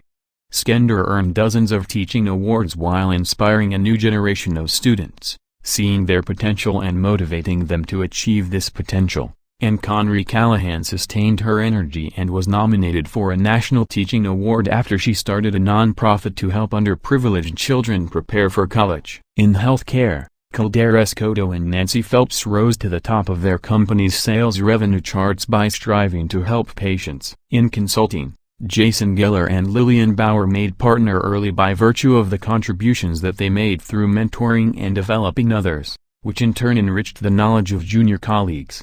In politics, Abraham Lincoln became president and built a legacy as one of the greatest leaders in world history by helping his rivals earn coveted political positions. This is what I find most magnetic about successful givers. They get to the top without cutting others down, finding ways of expanding the pie that benefit themselves and the people around them. Whereas success is zero-sum in a group of takers, in groups of givers, it may be true that the whole is greater than the sum of the parts. Armed with this knowledge, I've seen some people become more strategic matchers, helping others in the hopes of developing the relationships and reputations necessary to advance their own success. Can people succeed through instrumental giving, where the primary intent is getting? At the beginning of the book, I suggested that in the long term, the answer might be number. There's a fine line between giving and clever matching, and this line blurs depending on whether we define reciprocity styles by the actions themselves, the motives behind them, or some combination of the two. It's a deep philosophical question, and it's easy to identify with a range of views on how strategic matchers should be evaluated. On the one hand, even if the motives are mixed, helping behaviors often add value to others, increasing the total amount of giving in a social system. On the other hand, as we saw with Ken Lay, our behaviors leak traces of our motives. If recipients and witnesses of our giving begin to question whether the motives are self-serving, They're less likely to respond with gratitude or elevation. When strategic matchers engage in disingenuous efforts to help others primarily for personal gain, they may be hoisted by their own petard. Fellow matchers may withhold help, spread negative reputational information, or find other ways to impose a take or tax. To avoid these consequences, would-be matchers may be best served by giving in ways that they find enjoyable, to recipients whose well-being matters to them. That way,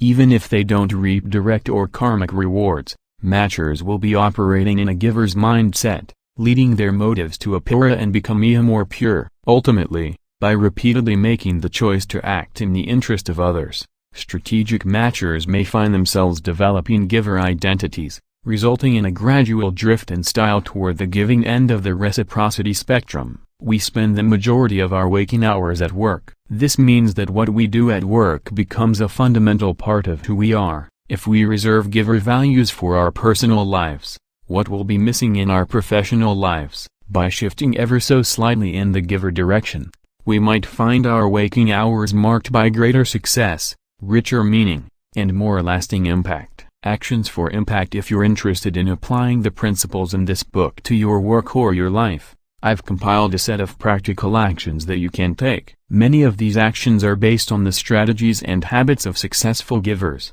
and in each case, I've provided resources and tools for evaluating, organizing, or expanding giving. Some of the steps focus on incorporating more giving into your daily behaviors. Others emphasize ways that you can fine-tune your giving, locate fellow givers, or engage others in giving. 1. Test your giver quotient. We often live in a feedback vacuum, deprived of knowledge about how our actions affect others. So that you can track your impact and assess your self-awareness, I've designed a series of free online tools. Visit www.giveandtake.com to take a free survey that tests your giver quotient. Along with filling out your own survey, you can invite people in your network to rate your reciprocity style, and you'll receive data on how often you're seen as a giver, taker, and matcher. 2. Run a reciprocity ring. What could be achieved in your organization and what giving norms would develop if groups of people got together weekly for 20 minutes to make requests and help one another fulfill them. For more information on how to start a reciprocity ring in your organization,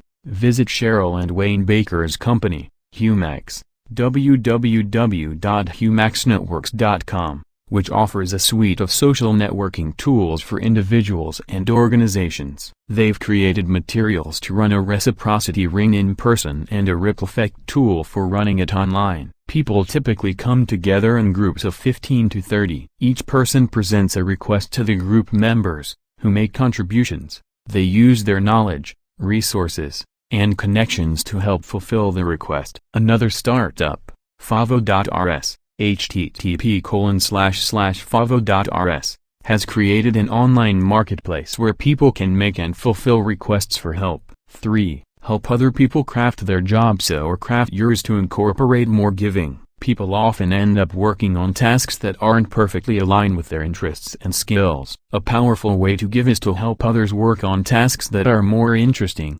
meaningful, or developmental. In 2011, a vice president named Jay at a large multinational retailer sent emails to each of his employees announcing a top-secret mission, with details to be shared on a need-to-know basis and on-in-one meetings. When employees arrived individually for the meetings, Jay unveiled the confidential project. He asked them what they would enjoy doing that might also be of interest to other people. He inquired about their hobbies and personal interests, and what they would love to spend more time doing at the company. He then sent them out into the company to pursue their mission with 3 rules. It has to 1. Appeal to at least one other person, 2. Be low or no cost, and 3. Be initiated by you. Throughout the year, Jay checked in to see how the secret missions were going.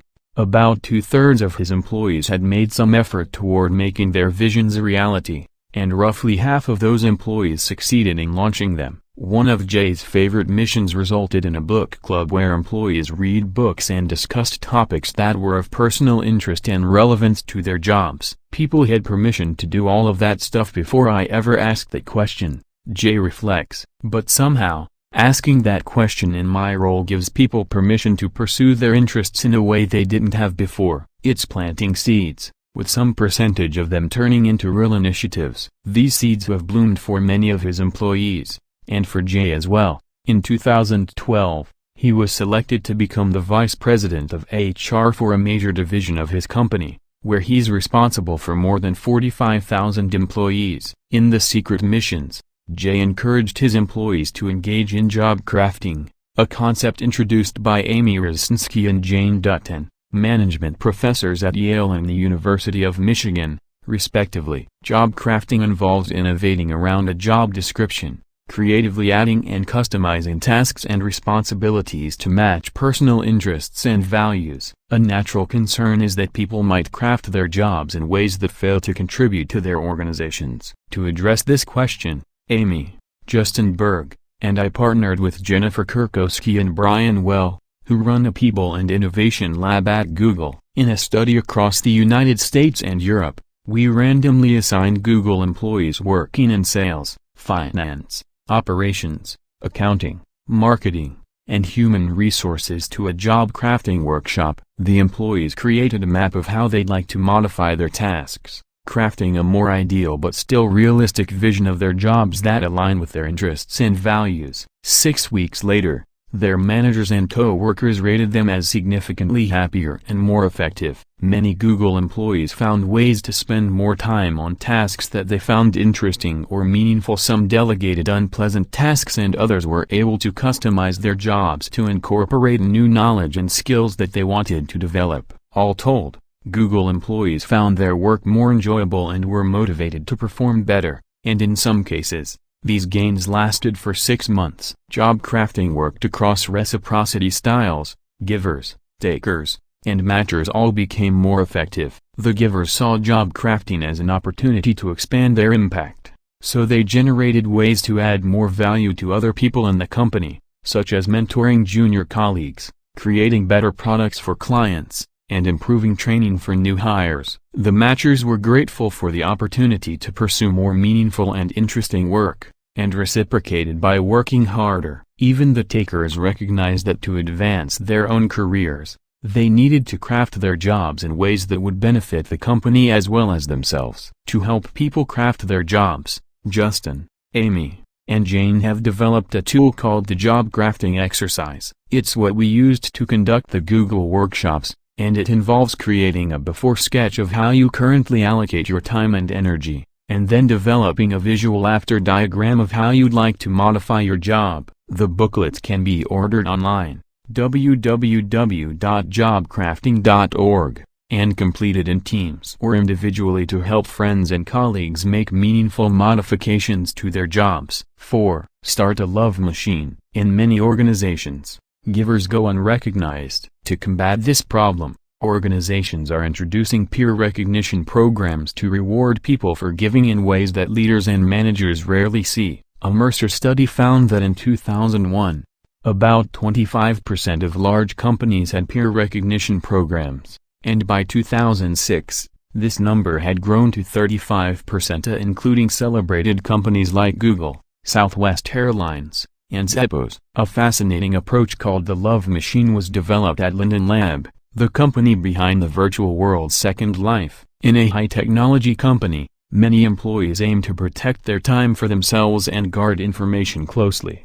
instead of sharing their time and knowledge with colleagues. The Love Machine was designed to overcome this tendency by enabling employees to send a love message when they appreciated help from a colleague. The love messages were visible to others, rewarding and recognizing giving by linking it to status and reputations. One insider viewed it as a way to get tech geeks to compete to see who could be the most helpful. Love helped to boost awareness of people who did tasks that were sometimes overlooked. Our support staff, for instance, often received the most love, says Chris Colosi, a former Linden manager. Once you introduce a certain percentage of takers into your system, you need to think about what effect an incentive will have. But I enjoyed the idea of love for tasks that were outside of someone's job description or requirements. To try out the Love Machine in your organization, look up a new electronic tool called Send Love. It's available from Love Machine, www.lovemachininc.com, a new startup that asks you to start by choosing a recognition period. Team members can send each other short messages recognizing giving, and the messages are all publicly visible. 5. Embrace the 5-minute favor. If you visit a 106 Miles meetup, www.meetup.com/106miles, you might see Panda Adam Rifkin in top form. He's a master of the 5-minute favor, and you can follow Panda's lead by asking people what they need and looking for ways to help at a minimal personal cost. Rifkin's 2 favorite offers are to give honest feedback and make an introduction. For example, here's a simple exercise to get started as a connector. Start by going through your Rolodex, LinkedIn, or Facebook network. Identify pairs of people who share an uncommon commonality. Then, pick one pair a week and introduce them by email. Rifkin also recommends reconnecting with dormant ties, not to get something, but to give. Once a month, reach out to one person with whom you haven't spoken in years. Find out what they're working on and ask if there are ways that you can be helpful. On a related note, you can learn more about David Hornick's approach to giving by visiting VentureBlog, www.ventureblog.com/6. Practice powerless communication, but become an advocate. Developing greater comfort and skill with powerless communication requires a change in habits from talking to listening, self-promoting to advice-seeking, and advocating to inquiring. Jim Quigley, a senior partner at Deloitte who previously served as CEO, decided to work on his powerless communication. He set a goal in meetings to talk no more than 20% of the time. One of my objectives is listening. Many times, you can have bigger impact if you know what to ask, rather than knowing what to say. I don't learn anything when I'm speaking. I learn a lot when I'm listening, Quigley told me. As he shifted from answers toward questions, Quigley found himself gaining a deeper understanding of other people's needs. It doesn't come naturally to everyone, but it's a habit, and you can form that habit. For more on the power of powerless communication, visit the blogs by Susan Cain, www.thepowerofIntroverts.com, and Jennifer Kahnweiler, www.theintrovertedleaderblog.com. At the same time, it's important to make sure that powerless communication doesn't come at the expense of assertiveness when advocating for others' interests and our own. Get Raised is a free resource that offers advice on negotiating salary increases. According to co-founder Matt Wallert, the average pay increase is $6,726, provided that you're underpaid. About half of male users succeed in getting a raise compared with 3/4 of female users. https://getraised.com. 7. Join a community of givers. To find other givers, join a FreeCycle community to give away goods and see what other people need. www.freecycle.org. Another inspiring community of givers is ServiceSpace. www.servicespace.org, the home of a series of giftivism initiatives started by Nippon Meta, headquartered in Berkeley, California. ServiceSpace has over 400,000 members and sends over 50 million emails a year, yet they still operate by 3 rules: no staff, no fundraising, and no strings attached. Through ServiceSpace, Nippon has created a platform for people to increase their giver quotients, divided into 3 categories: gift economy projects, inspirational content, and volunteer and nonprofit support. One of the gift economy projects is Karma Kitchen, where the menu has no prices. When the bill arrives, it reads $0 and contains just 2 sentences. Your meal was a gift from someone who came before you. To keep the chain of gifts alive, we invite you to pay it forward for those who dine after you. Another gift economy project is helpothers.org, which collects stories of people playing giver tag. Do something anonymously for someone else, and leave a smile card inviting them to pay it forward. Nippon describes how one woman at a Fortune 500 company went to get a drink from the vending machine, and put extra change in with a note: "Your drink has been paid for by someone you don't know. Spread the love." Then, she brought in donuts and left another smile card behind. A guy noticed this trend, and he decides to send an email to the whole building. Nippon says, laughing. The guy writes, "I've been trying to track them down for a long time, and I think it's between floors 2 and 3.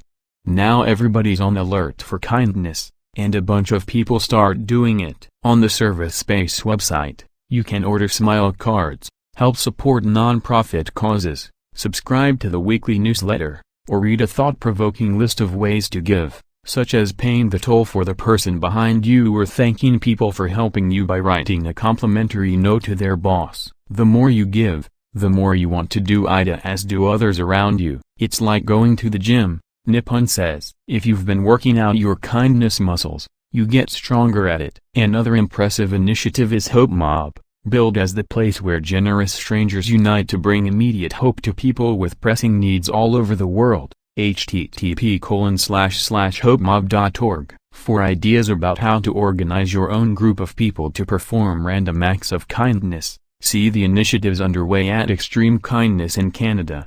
http://extremekindness.com, and the Kindness Offensive in the UK, http://thekindnessoffensive.com. The Kindness Offensive is a group of people who strive to be aggressively helpful, organizing some of the grandest random acts of kindness in human history. They've provided a toy for every child in a hospital in London, given away 500,000 pancakes, distributed tons of giveaways at festivals around Britain, provided free medical supplies and housing support to families in need, and hosted tea parties for elderly people, obtained an electric guitar for a 10-year-old boy, and landed free front row seats and behind-the-scenes training at the Moscow Circus for a father hoping to surprise his daughter. It may be no coincidence that the founder's name is David Goodfellow. You might also be intrigued by BNI, www.bni.com, Ivan Misner's business networking organization with the motto of Givers Gain,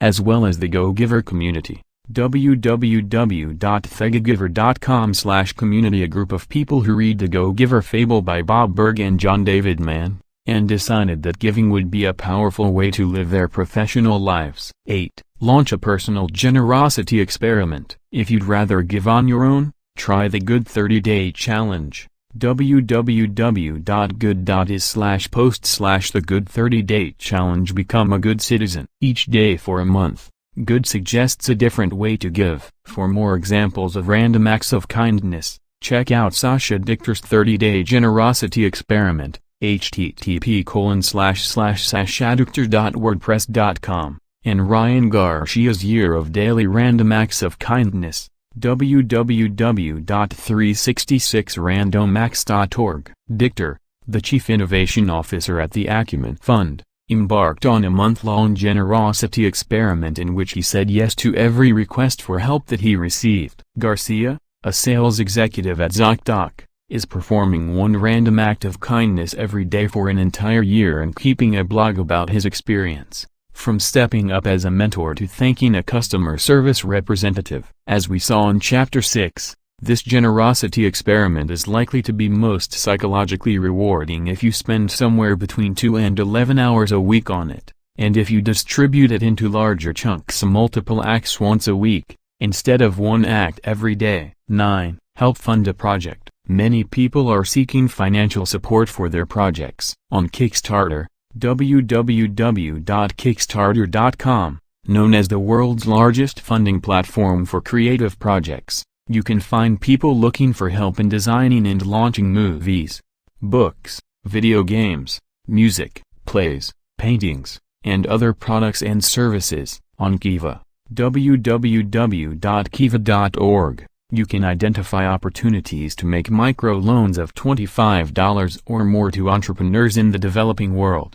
Both sites give you the chance to see and follow the progress of the people you help. 10. Seek help more often. If you want other people to be givers, one of the easiest steps is to ask. When you ask for help, you're not always imposing a burden. Some people are givers, and by asking for help, you're creating an opportunity for them to express their values and feel valued. By asking for a 5-minute favor, you impose a relatively small burden, and if you ask a matcher, you can count on having an opportunity to reciprocate. Wayne and Cheryl Baker note that people can start the spark of reciprocity by making requests as well as helping others. Help generously and without thought of return, but also ask often for what you need. Acknowledgements. The seeds for this book were planted by my grandparents, Florence and Paul Burrock, who tirelessly invested their time and energy in others without expecting anything in return. Growing up, my curiosity about psychology and fascination with the quality of work life were sparked by my parents.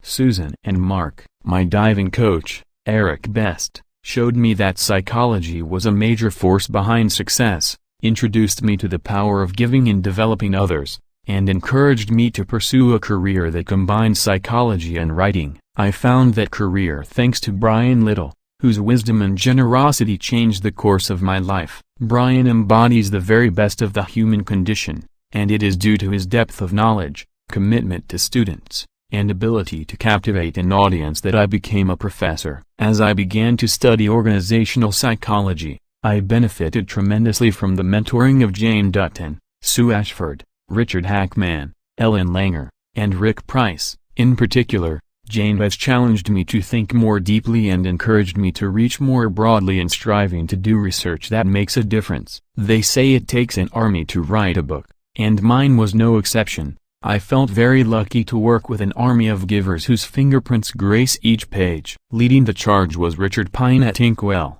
who exemplifies every quality that an author could possibly want in an agent. Richard has a true gift for seeing the potential in ideas and people, and is uniquely skilled and passionate in connecting them in powerful ways that use the written word to make the world a better place. From helping me find my voice in writing for a popular audience and championing the topic, to offering keen insights about the substance and identifying successful givers in our midst, Richard has had an indelible impact on this book and my life. The other major creative force behind this book was editor extraordinaire Kevin Doughton. Among his many contributions, it is noteworthy that it was Kevin who put George Meyer on my radar and recognized that a unique feature of giver success lies in lifting others up. Kevin knows from personal experience, as this is the influence of his success on his authors. His perceptive, comprehensive feedback sharpened the structure, strengthened the arguments, and enriched the stories and study essay and motivated me to rewrite 3 chapters from scratch. Along with shaping every sentence in the book,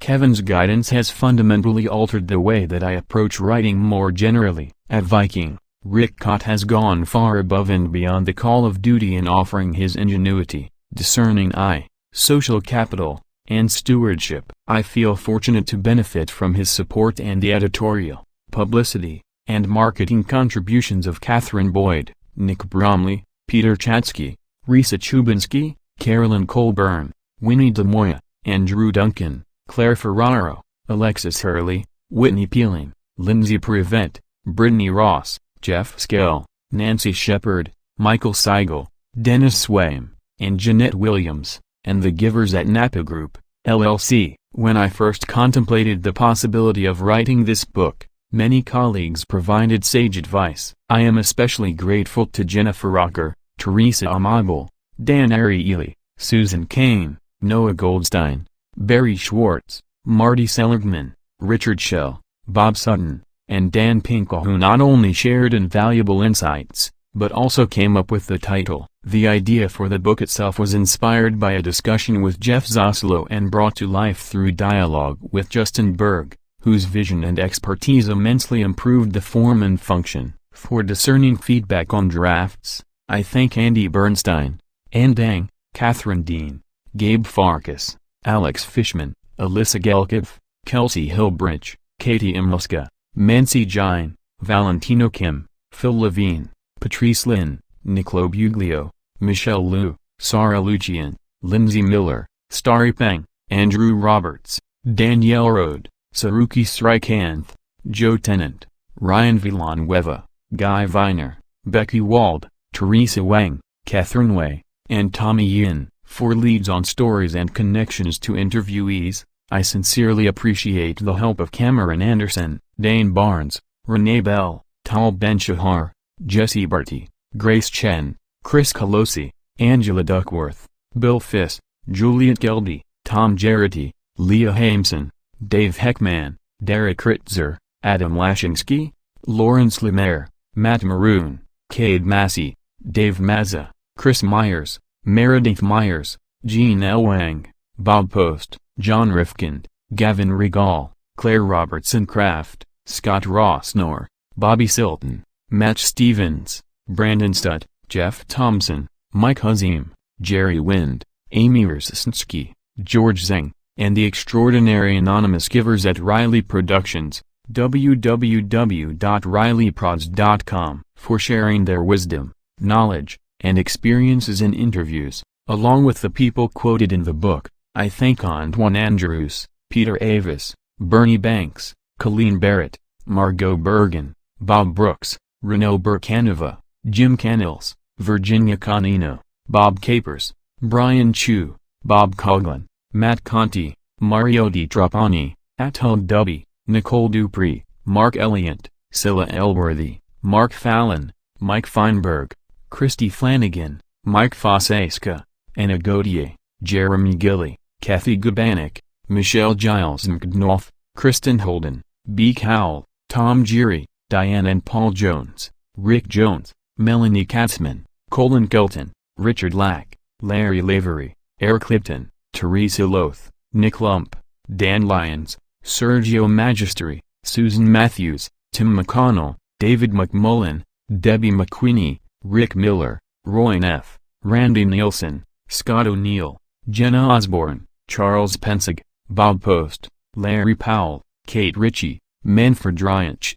John Rifkind, Larry Roberts, Claire Sanderson, Rebecca Schroeder, Bill Sherman, Scott Sherman, John Simon, Ron Skotarzuk, Marijan Spilebbean, David Stewart, Craig Stock, Suzanne Sutter, Pat Sweeney, Vivek Tiwari, Vicky Tolliver, Ashley Valentine, Tony Wells, Matthew Wilkins, Yair Yoram, Jochen Zeitz, and Fatima Zorazato. Rachel Carpenter and Erica Connolly provided a wealth of innovative ideas for spreading the word about this book, and organized a productive ideation session in which Alison Bloom-Feschbach, Zoe Epstein, Sean Griffin, Audrey Hu, Catherine Howell, Ian Martinez, Scott McNulty, Annie Meyer, and Becky Wald were kind enough to participate and contribute. For spending a week keeping Giver journals, I appreciate the help of Josh Berman, Charles Birnbaum, Adam Campaign, Keenan Catoni, Ben Francois, Jean Lee, Josh Lippman, Charlie Mercer, Phil Neff, Mary Pettit, Matt Paulson, Kylie Robbins, Chris Sargent, Kara Shami, Charlene Sue, and Nina Varghese. Many other friends, colleagues, students, and family members helped to brainstorm about the framing and content of the book, including Sam Abzug, David Adelman, Bob Adler, Sebastian Aguilar, Tanner Almond, Michael Altoff, Dan Baker, Rangel Barbosa, Dominique Basil, Deepa Bhatt, Bill Burrouf, Andrew Brodsky, Anita Butany, Louis Chung, Konstantinos Kutafaris, Cody Dashi Lerp, Catherine Dickes, Alex Edmonds, Mehdi El Hijwi, Mark Elliott, Gerard Engelberg, Daphna Ilan, Jackie Fleischman, Michelle Gaster, Christina Gillutin, Guy Hermgeiserman, Ross Glasser, Matt Gorissy, Brett Lavery Gregorka, Dan Gruber, Shina Hakim, Howard Heavner, Greg Hennessy, Dave Hoffman, Victoria Holcamp, Rick Horgan, John Chu, David Jaffe, Amanda Jefferson, Netrami Kajdan, Melissa Kamin, Jonathan Carmel, Ely Key, Jeff Kiderman, Anu Coley, Ben Krotzina, Amin Lakuni, Chester Lee, Amanda Liberatori, Nicole Lim, Lindsay Matthews Pagerino, Amy Mazzano, Lauren Miller, Zach Miller, Josephine Mojaloff, Lauren Maloney Ignatios, David Maltz, Brian Nemiroff, Celeste Teng, Dano Pedisano, Matt Paulson, Georges Potworowski, Derek Preston, Vyas Ramanan, David Ryder, David Roberts, Jeremy Rossnor, Juan Pablo Saldariga, Francis Sandel, Christine Schmidt, Mario Leishmarak, Ari Schwader, Kurt Smith, Scott Sonnenschein, Mike Ormina, Palmer Truilson, Jonathan Tugman, Eric Tulla, Mike Van Pelt, Jamie Wallace, Michael Wolf, Ronnie Yadev, Lauren Yaff, Andrew Yakind, and Ashley Yuki. For their encouragement over the years, I thank Tracy Flory, my grandparents Marion and Jay grandma-in-laws, Adrian and Neil Sweet, and the Impact Lab. Most of all, I could not have written this book without the support of my wife, Allison. She has devoted countless hours to brainstorming, reading, discussing, and searching, and words cannot describe how much her love means to me. Every time I sat down to write, I drew on the example she sets. When it comes to giving in the family domain, she is the ultimate role model. Our daughters, Joanna and Elena, are the greatest sources of joy and meaning in my life. I am incredibly proud of them, and I hope this book will offer their generation a new perspective on what it means to succeed.